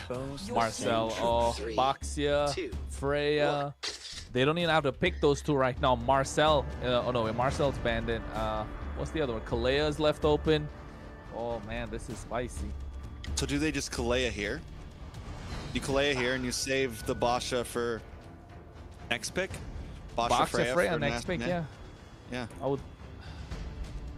That's tough. You get 3 free picks pretty much. But do they even need the Baxia if you go for the Kalea, right? If they go Kalea, you might as well just get the Guinevere. Go for the Guinevere? Why do you go for the Guinevere? The Wombo combo. The so Wombo good combo. right now. It's so it is pretty good though. Violent Requiem into the Tsunami Slam. Yeah, that's the Kalea. Was Guinevere open for last game on the side of Brock? I think it was banned out. I think for... it was banned out. Okay, makes sense. I didn't cure the pain. I harnessed it. Unless Leviathan takes the obvious Valentina. Thor's gone, but they do at least get the Valentina, so you get a Tsunami Slam, you get some options there. Freya here is a hard one because the Phobias kind of counters the Freya. We saw that in the previous game, right? How much work Ziggy was putting in on this Phobias, but I still think Freya just too good to let go of. Maybe Freya Guinevere or Freya Baxia, but I don't know if Freya Baxia would be the way to go. You're really restricting a lot of damage on your own side, but then again, I think Freya Baxia just, why not? Why not? Do you really need to think when those 2 are kind of left open, right? Block ticking down, U2 definitely. I mean, the pressure's definitely on because though there are some obvious picks, both teams are like, do we want to go for this? What do we exactly go for? Yeeve gets locked in along with Guinevere. So nice mid trio, mid control, locked in, and you top it off with the RWM just to help keep control. I mean, overall, U2, you have your crowd control already locked in. Now it's just about kind of damage on the side. How does Leviathan respond? This is tough. Gotta be some jungle pick, man. Not a lot left open, to be honest, at this point. You don't want to let the jungle pool kind of slip through. Or maybe if you want to go for a roam, just go for like a Kaja maybe, but then it has to be jungle, right? No, you can't go for utility. You don't go. I was Yeah, getting you go. Fredrin. I don't think Fredrin's a good pick here. It's terrible. It's so absolutely bad. terrible. It gets The countered by the Guinevere's Guinevere. Yeah. And the Eve, how are you going to play in the RWM? The Kalea is going to pick you off. I was thinking maybe a Harley pick would have been good, maybe. Yeah, I agree. Harley probably would have been better. Something other than that, because now too, you two can also just like pick up carry here. They haven't picked. No, they've already picked carry, so they can't. Come on, but Dexter. have they picked Claude? They have picked Claude. So what do they have for Shred that can deal with the like as far as damage? I mean, they could they could Low go on for the marksman Granger. picks. They could go for the Granger. Yeah. It works so well. Just ban the Claude on the carry, so you don't get the carry on the other side. You already banned the Moskov, so if you're Leviathan, you're scratching for answers now. There's no Moskov, no Granger, no Freya, no Claude, no carry. Call me a hero. So I saved my nation. no East. They banned the Eastern Shin themselves. So I don't know. I think they got some sort of a pocket pick that we're not sure about, or we don't know what. Is it gonna be like a Clint? Maybe a Beatrix? Guys, we haven't seen a Harith the whole day today. We saw Harith earlier. We saw Harith. They got a lot. Magic is my life. I love how excited That must have. Yeah, it just left. Long day. I think Leviathan lock and carry here, right? But then the carry is again so bad against the Eve and the Guinevere, because if you're forcing the Eve on the Purify, then you get caught in the RWM. But if you put yourself on the Flicker, then you get caught in the spatial migration. They don't have to pick carry because you two can't pick carry. Well, yeah, but like, what other marksman's kind of left open? What if they just go for like a fighter? What if they go for Sun or something? Maybe CC. I could see CC on They can't pick CC. The power of light. They already did. It's global banned. Oh yeah. Kaja, There's your told you Kaja. about that. Solid. For the side of Leviathan, they definitely cannot pick fighter gold. Granger. They need a Granger here. I think solid pick. For you two? For you two, I still maybe the Sun, maybe. But even so, they still don't have Granger Alice. Yeah. Granger Alice. Granger Alice for you two? Neither of these two teams have like any split push potential. Yeah, at all. The champion spirit alone reigns supreme. Yeah, it's Granger, right? That's Granger, right? There you go. Granger Alice. Granger Alice. Yeah, Leviathan. What if they just go for? I mean, they can still pick up the Harith, I guess. No, Harith's no, it's banned. I think Beatrix. Yeah, Beatrix. Ixia. Yeah. Carry. Yeah, I told you Carry. Carry's the only one that's kind of left. So. Yeah. I could have sworn that was an Ixia voice line. Damn, man, I got like 2, 3, you did 4, a great job. 5, yeah, I got like 8 out of 10. 8. I think 10 out of 10. 8 out of 10. I'm not even. I don't remember. Hey. Does Leviathan stand a chance here? Do we like the U2 draft that much more? What do they got to do this? Ashley? Honestly, I was more so the blue sides. What was that? You that too. was yeah, that was you too. I was more in favor for that side. You know, it had a little bit of everything. I also do like the Kalea and Guinevere pick. Also wasn't too much of a fan of the Fredrin pick, but who knows? Who knows? We just saw two ends of the stick for both sides, and this could go both ways. Ends of the stick. Could go both ways. I agree. I think we have seen Leviathan push the limits in last game, even when they were behind. I think in terms of draft, this is the first time where I do feel like one team did kind of win it out, and you two, they look good about it. Kronos, though, take us into the last game of the night. Hey, well, folks, the MCT AMER day number 1 is coming to a close right now, and of course, we're going into the last game in this best of 3 series, U2 Esports versus Leviathan. Who's gonna take it all? All right, so we talked about the drafts. We talked about how most of us do favor U2 here. I think the major thing is Oh My Foe coming into these pits, into the Turtle Pit, into the Lord Pit, is just such a prime target for a Tsunami Slam, for a Violent Requiem. It is definitely troublesome. Joybaj, though, can you get the pickoffs here? Can you maybe peel and create space for your team? We did see a Kaja earlier today, and it wasn't the greatest. Can it be better now? Oh, I was gonna say, look at top is looking nasty, but nice dark wave coming to the bot side from Bethlehem as well. Forced to flicker out. He might be going down. Oh, just surviving barely thanks to the shield. And look at Oh My Foe eating a lot of damage. This is what I was talking about. Trex is not looking good for Leviathan. I honestly think that Joybotch did a fantastic job trying to invade and zoning out the U2 Esports early on. But come level 4, U2 Esports are going to be unstoppable. Yeah, Leviathan, I mean, Joybotch did make it up to top. They did send Plaga back at least. So both teams with a failed gank on opposite sides of the map. But yeah, U2 still, come level 4, they have big spikes all around the map.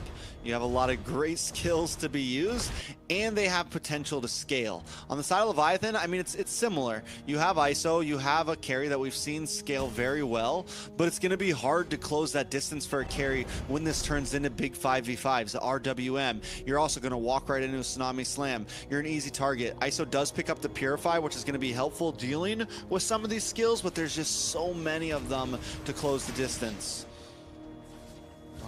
The turtle, this is where I think U2 are gonna hit their power spike. You can see already going to the back line. Meanwhile, the top side, one wing ISO getting the better of them. RWM dropped down from both angles. Nice use of the Throne of Ruin at the same time. Zultra's the first one to fall. Oh My Foe gets another. They're able to get it off the back of a lot of crowd control. Leviathan getting the better of U2 Esports.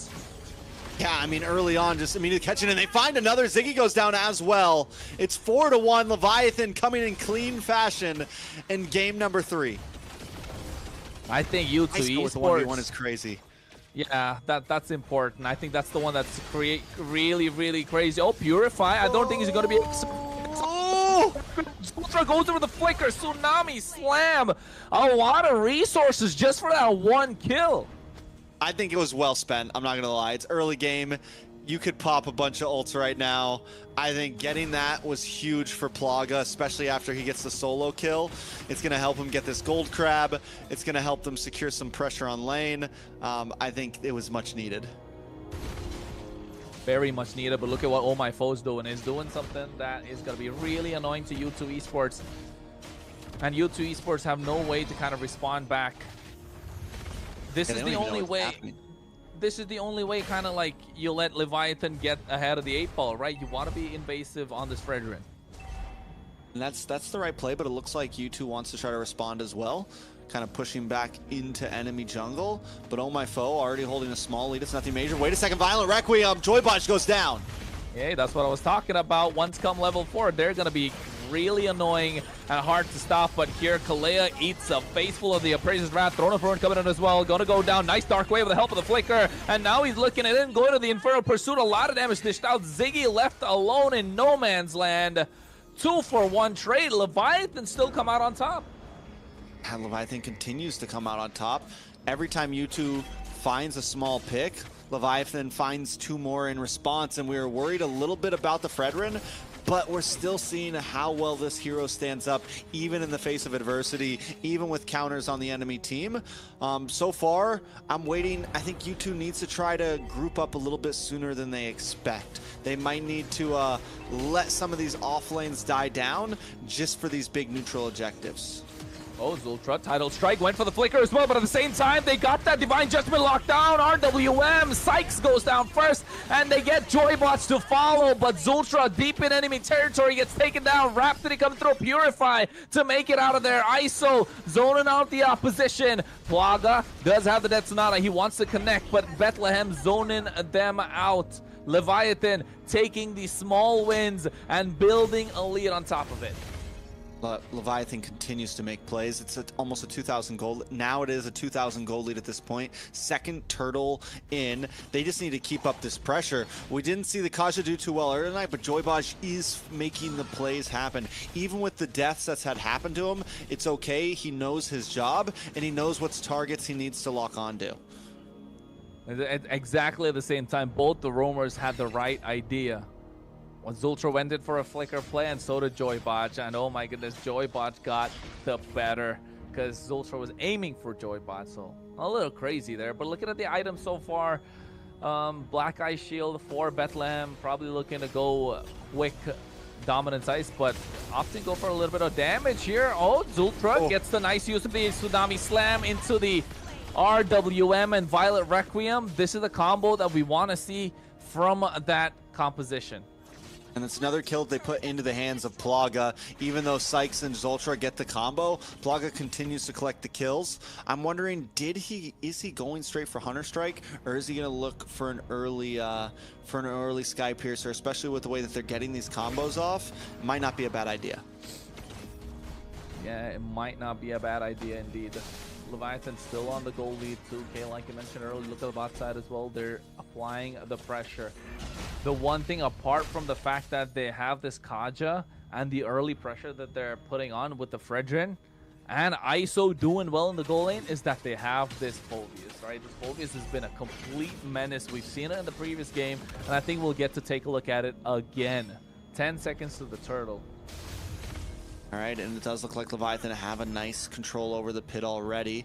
And as long as they can find this type of position, they're in a pretty good spot, and they're out rotating. So we were worried about Sykes, we were worried about Zultra being a problem to Oh My Foe, but Leviathan always makes it to the objectives first, and they're creating these walls that Oh My Foe is going to see it coming before they can actually get to him. Yeah, and I think it's looking good for them. They just need to find a way to get more of these sieges, get that mid lane opened up, and then just be a problem for U2 Esports. U2 Esports on the other side, look at the top lane. Oh, Bethlehem flickers forward as well for the Dark Wave. Plaga taken down low. He's using the Detsonata to make it up. Flickers as well. Meanwhile, the bot side, you can see a fight breaking out. Throne of Ruin coming in. RWM dropped down, but there's the Upraiser's Rat taking a lot of damage. And RWM of their own using the Valentina's IMU. Oh, everything for Leviathan is working out. Every single thing on every single front. But there it is, the Spatial Migration Violet Requiem. And NK still falls. Yeah, I think Yato being able to pull out that RWM of his own is huge in terms of these fights, because it completely flips the board onto U2. U2 thinks, okay, we can create this box, we can play inside of it, we can do chip damage. But now Leviathan can do the same exact thing in response, and it stops Plaga from being able to jump into these fights. It stops Ziggy from being able to survive as long if Ziggy wants to hang out in the midst of everything. The chip damage is exactly what Leviathan needs to kind of hang on. Yep, that's what they need. Oh, wait. And Judgment just to pull him in deep. ISO able to get this kill. Oh, Joybod just saw those recall taunts. He replies back. U2 Esports need to find a way to make it out. Otherwise, Leviathan looks like they're going to be running away with this game. This is what I think everyone was waiting to see from Leviathan. Game 1, they come in a little rusty. They come in with some hiccups. Game 2, it goes back and forth. But Game 3 now, Leviathan seems to have complete control, and they're not making any mistakes. And this is a composition where honestly they're going up against some picks that kind of had their numbers, and they're playing around it perfectly. Hey man, it's the same thing that happened with the Night Horde game too. Started off slow, found their rhythm in game number 2. Game number 3, it just made it out. Really good. Even though they don't have the better draft out of the two, I think we'd all agree on that factor. They were able to play it right from the start. And now you can see Zultra as well going for the Child Strike. Tsunami Slam, Throne of Ruin coming through at the same time. A lot of damage being dished out, but they leave Zultra alone, and he's left alone, and they're going to take him down. NK next to follow. Ziggy goes down as well. Double kill in the hands of ISO. A lot coming through. Divine Judgment from George just to get Plaga. Oh, but he's forced to flicker out, stays alive. ISO is 6-1-2 right now. This carry is online at 10 minutes in. The damage is there, and Joybaj is relentless with these ults, just continuously finding targets. Even if the whole team's not there, it's like, nope, I'm going to get you too. Nope, I'm going to get you too. And just not stopping at all. I mean, he knew it. There's about, what, 30 seconds for the Lord to come up. By then, he should have his Divine Judgment. He even flickered for it, hoping to get that kill. A lot of mental pressure to be added on, and now you can see the goal lead extending to 9K. So at this point, what does U2 even do? Do they have an answer? You just got to hold strong. What they definitely don't do is dive too deep, because this is exactly what happened. Violent Requiem, they get the kill. Nice Throne of Ruin as well, catching all 5 members. RWM dropped down. You can see Oh My Foe taking a lot of damage thanks to the turret, but the Lord is already in. 4 members standing tall, but Zultra taken down super low. They trade EXP for EXP, but Leviathan got the job done. Yeah, they get the inhibitor, they crack the base. Bethlehem is a small price to pay for what they will get there. And let me just also explain, Joybaj never even used the ult there. He was waiting for it. He wanted that fight to continue more. ISO continues to get free shots, has Speedy Lightwheel once again. I mean, it's trouble for you two. Oh, it's very troublesome indeed. Oh my god, he prevents it. What is... going through? That is criminal. That's just individual frames making a massive difference. Joybaj on a different level at this point, but Zultra making sure he pays, but Joybaj still makes it out alive. ISO with the protection of the RWM from Yato. Yeah, dishing out the damage.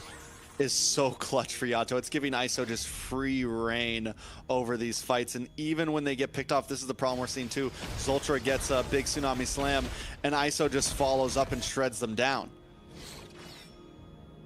Oh, Sykes not able to get a single kill on the board. It's not working out for them. Now makes us wonder, did they really need to ban out the Kalea like 2 games in a row?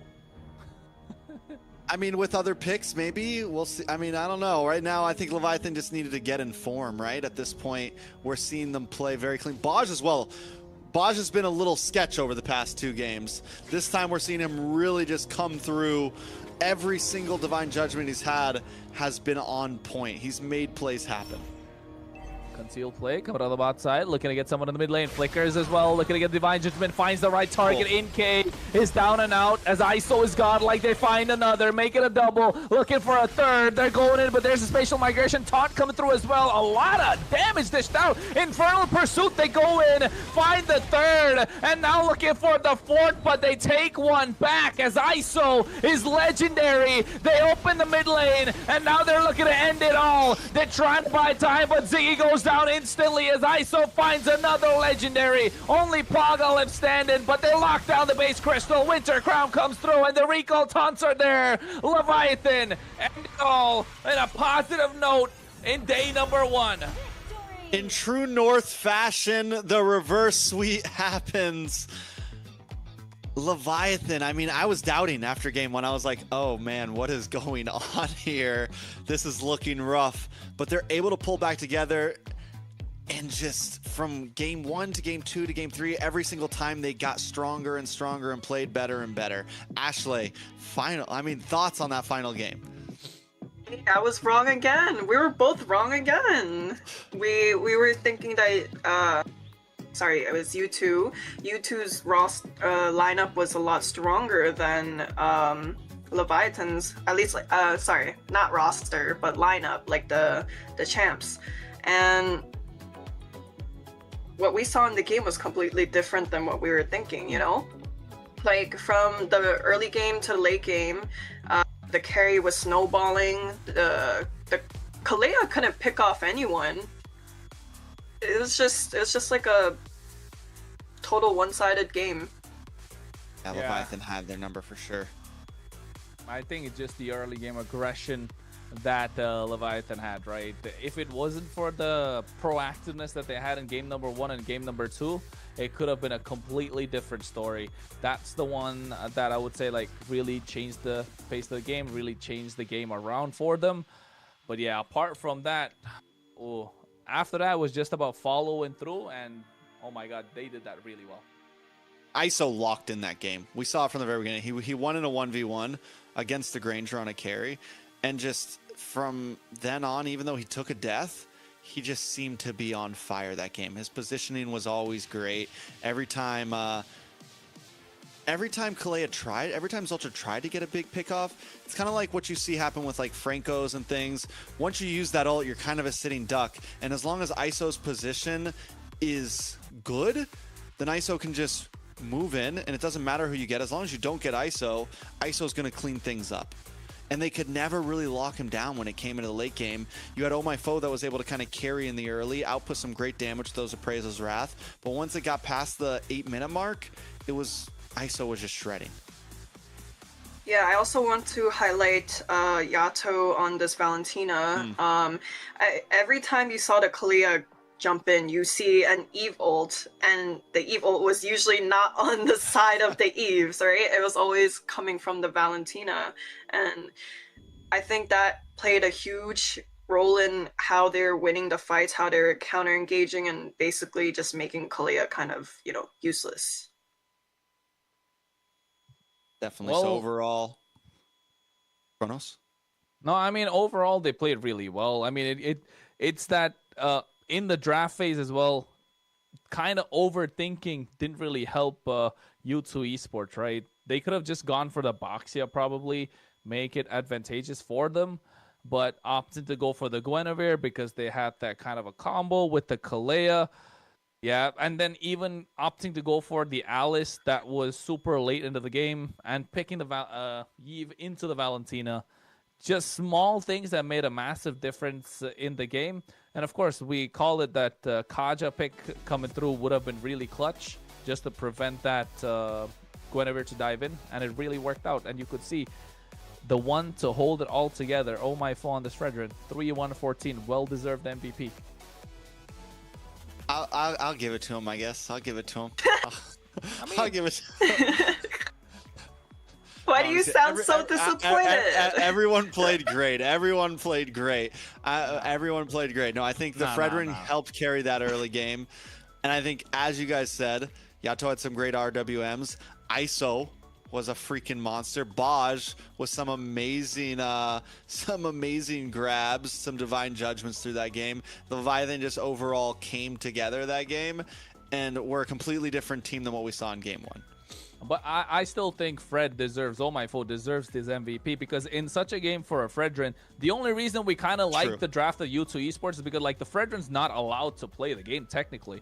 He's a constant crowd control, doesn't really have any space. He has to walk into the RWM, so the timing and the aggressiveness of Oh My Foe had to be on point, and it was right from the get-go after the purple buff invaded into the enemy lava golem, taking that down, and then just making sure you contest every single neutral objective. Of course, everybody played their part, but for Oh My Foe on that Fredrin, if he wasn't as aggressive and didn't really hesitate, it would have been disastrous for them. But otherwise happened, and they walked out with a victory. Wow. Yeah.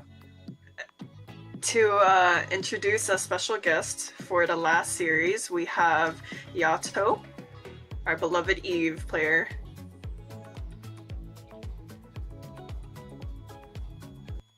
On Discord, unmute, Yato.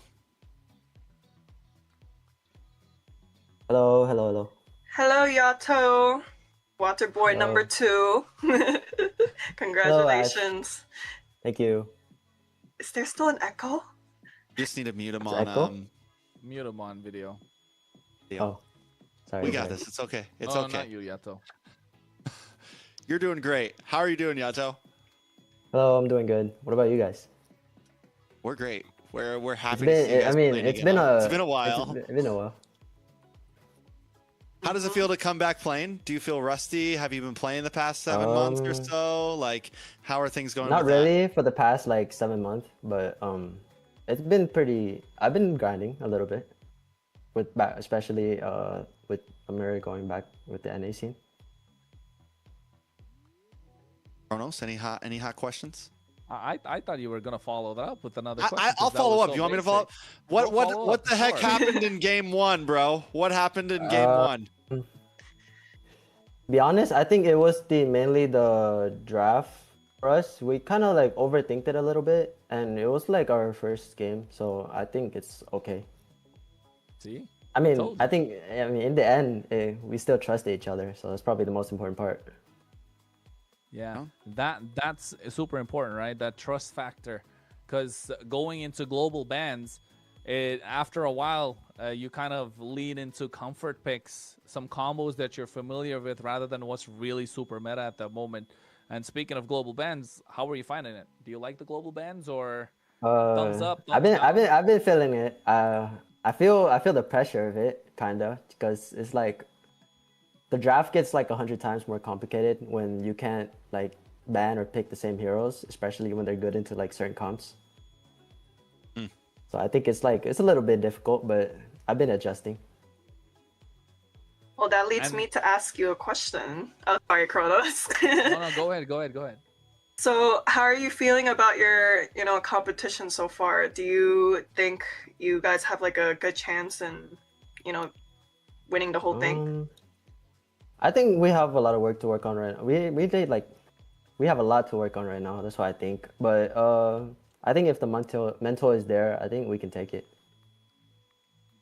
Yeah. I could agree with that, because honestly, like, the first game was kind of, a little questionable for you guys, but the second and third game was more like, all right, that's the Yato that we know. Who do you guys think are your big competitors?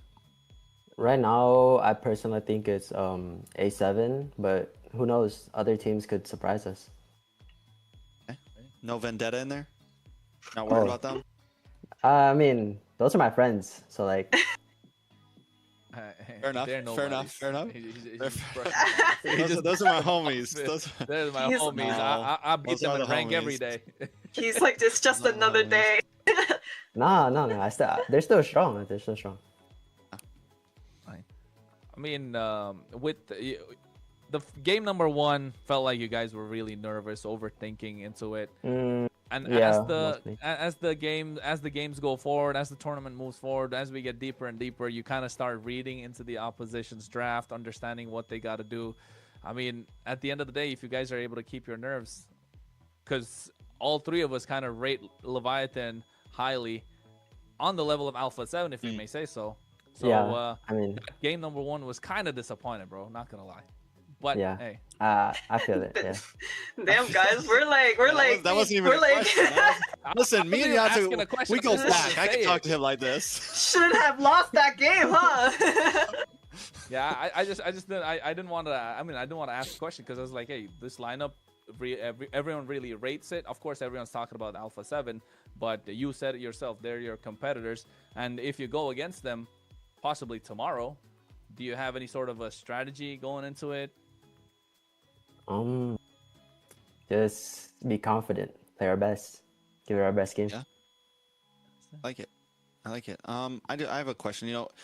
It's been a while since a lot of you guys have played competitively. We were talking to Nats earlier, and he was talking about how he like took a break for a bit, and he's back, and he really has like a deep hunger for this.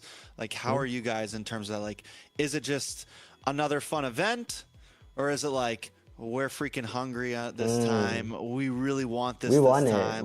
We want it this time. Do you feel like this is one of the times where it's like, it's kind of a new playing field? I feel like for a lot of NA, there's a lot of, it feels like things are kind of even for a lot of people. There's not just like one yes, there's A7, but still it feels a little different this time around.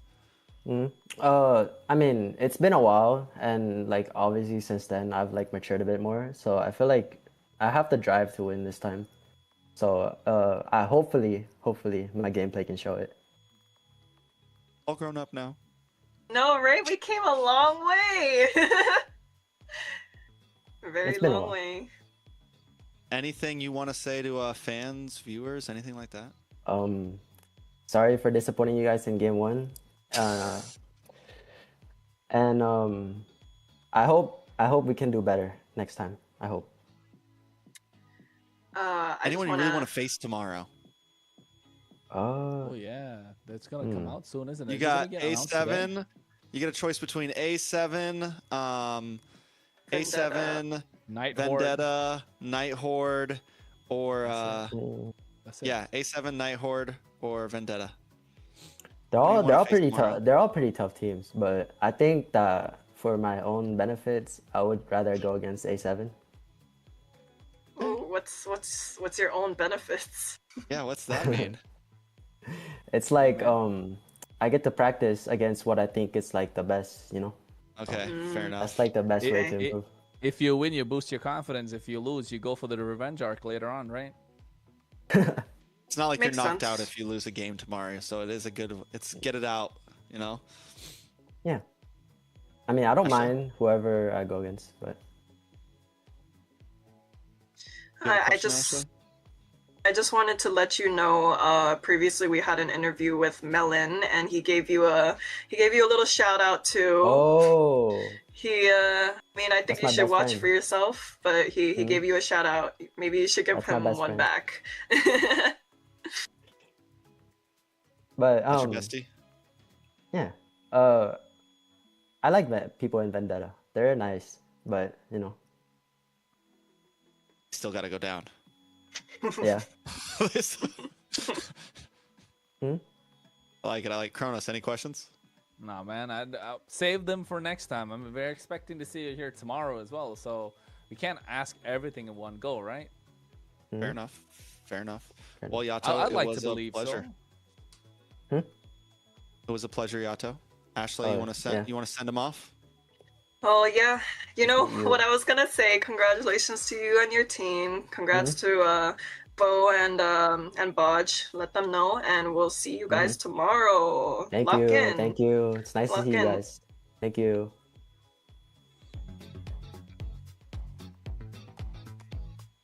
Oof. What a long, long way we came. It's been a long day. It's been a long day. We saw the Great MVPs. games. We got the interviews. Great games. Favorite game of the night? Honestly, Favorite that Vendetta Influence Rage game 1 was great. The one that went like, what was that, 25 minutes or something? Mhm. And game 1 of honestly game 1 that we just saw was really good. I agree. Yeah, I would. We're gonna take a look at today's matches though. Final scores. Stamina Esports against Night Horde. The big upset that I think a lot of people didn't expect. Night Horde takes it 2-1. A7 2-0. Vendetta up against Influence Rage. After a tough game 1, they're still able to win things out in a sweep. And then in unexpected fashion, U2 stomps down in game 1, but Leviathan are able to pull themselves together and Ooh. reverse sweep 2-1. Very well done across the map. I got some news, folks. I got some news. I don't know, do we wait for the graphic to pop up or do I just say it to get some spice going on? Trex, No. Ashley? You wait for the wait for the graphic. You wait for the graphic, right? Come on. We The wait for inner- graphic, right? Oh no, this is gonna Well, we be got tomorrow's nasty matches. tomorrow. Yeah. Oh, I just saw it. I'm looking at it too. This is gonna be nasty. Oh, wow. It is actually some bangers. It is some These are- How bangers. did you get it first and I didn't? What the? Because we're in the Oh, you're- cool group chat. Yeah, You're just, hold on. Yes, We'll I'm send sorry. it to you. We'll send No, it don't to send you. it. Don't send it. Don't send it. You gotta wait Okay. till it's public. You gotta wait till it's public. It's nasty. The It's games for everything. It's tomorrow. everything you would expect. It's everything you would expect. Not just that. I mean, Okay. after looking at today's games, this is probably the best matchups that we could get, right, Trex? I think Yeah. this is the best matchups we could get. Any guesses? You want to guess some of the matches, Ashley? Okay. I think. Okay, wait. Let me ask you guys this question first before I answer that. Who do you think is the second strongest team so far? From what I've you've seen today. It's currently a toss-up between Vendetta and Leviathan, I think. But Is it also, Vendetta Night Horde versus looked Alpha? great. I'll tell you. I don't I'll tell know, you man. tomorrow. But let's take a Oh, look look at at tomorrow's that. matches. Oh, Yato okay. gets his wish, going up against A7. Okay. Not just that. After that, we got Influence Rage Origins versus U2 Esports, what I think is going to go down to a game number 3 with the consistency that both these teams have been putting out. Ooh, Night the Horde next versus one. Vendetta. That's clean. That's clean That's because we got to see fire. great things from Night Horde. And this is going to be a great test for them, I feel like, going up against Vendetta, who were able to get the 2-0 today. And then we have the Stamina Esports versus Leon, which for me, it's like Leon needs to do something here if they want to prove themselves. Yeah, that the last one's gonna be important, right? If you're Stamina, you're trying to like make a statement, but if you're Leon, you're trying to do the same, make a comeback, make a statement for yourself. But yeah, bangers, certified bangers for MCT North. Yep. Everyone with us still at this time, leave a comment on which matchup you guys are looking forward to tomorrow. Which one are you looking forward to, Ashley? Me? I want to see Yato's game, honestly. I'm not too worried about. The Vendetta Nighthorde game? I'm not too worried right now. I don't want to jinx it, but I do want to see the matchup tomorrow with Alpha 7. For sure. It's the first match. We'll have lots of energy. Oh, is it? You're right. You're right. Pumped up. Yeah, we'll come through after eating too. So, yeah, all the energy is gonna be there. And for the last one though, Stamina Esports, we gotta have the stamina to make it through that. Because I don't know why, I feel like they're all probably gonna be 3 games, Trex. God, feels like it. We'll see. Day. Well, yeah, for sure. I'm excited. I think Dez needs to pull up tomorrow, but Leon as well. Like that is, even though I think a lot of people might not be going crazy about that match, it's definitely a match of like, whichever team loses this, like you're sitting on bottom of pedestal. You know, like it's both teams. Like I need to win this game to really do something. So it's going to be huge. And if you guys don't know how to tune in, make sure you guys follow all of our socials. That's very important. That's the way you're going to be able to get all this information. And if you missed that graphic, it's probably going to get posted on the MLBB NA Esports Instagram channel or X channel or Facebook channel or YouTube channel, or if you're into it, TikTok channel, all that good stuff. So make sure you guys follow us all around, because that's the way you get all of this information if you're not able to watch the stream from start to finish. And not just that, it's a big thank you, of course, to Runestone for helping us out with this entire project, where you get to level up your gaming experience. So if you want to do that, check out runestone.gg. It's the perfect place to track stats, improve your gameplay, and kind of stay ahead of the competition. So if you're trying to get that reverse sweep, you're planning on getting a reverse sweep, trying to take a 2-0, make sure you check out runestone.gg. And not just that, if you want to climb smarter, not harder. So yeah, runestone.gg, the official sponsors for MCT AMER 2026, and getting ready for a new esports experience with real-time data and more interactive broadcasts, folks.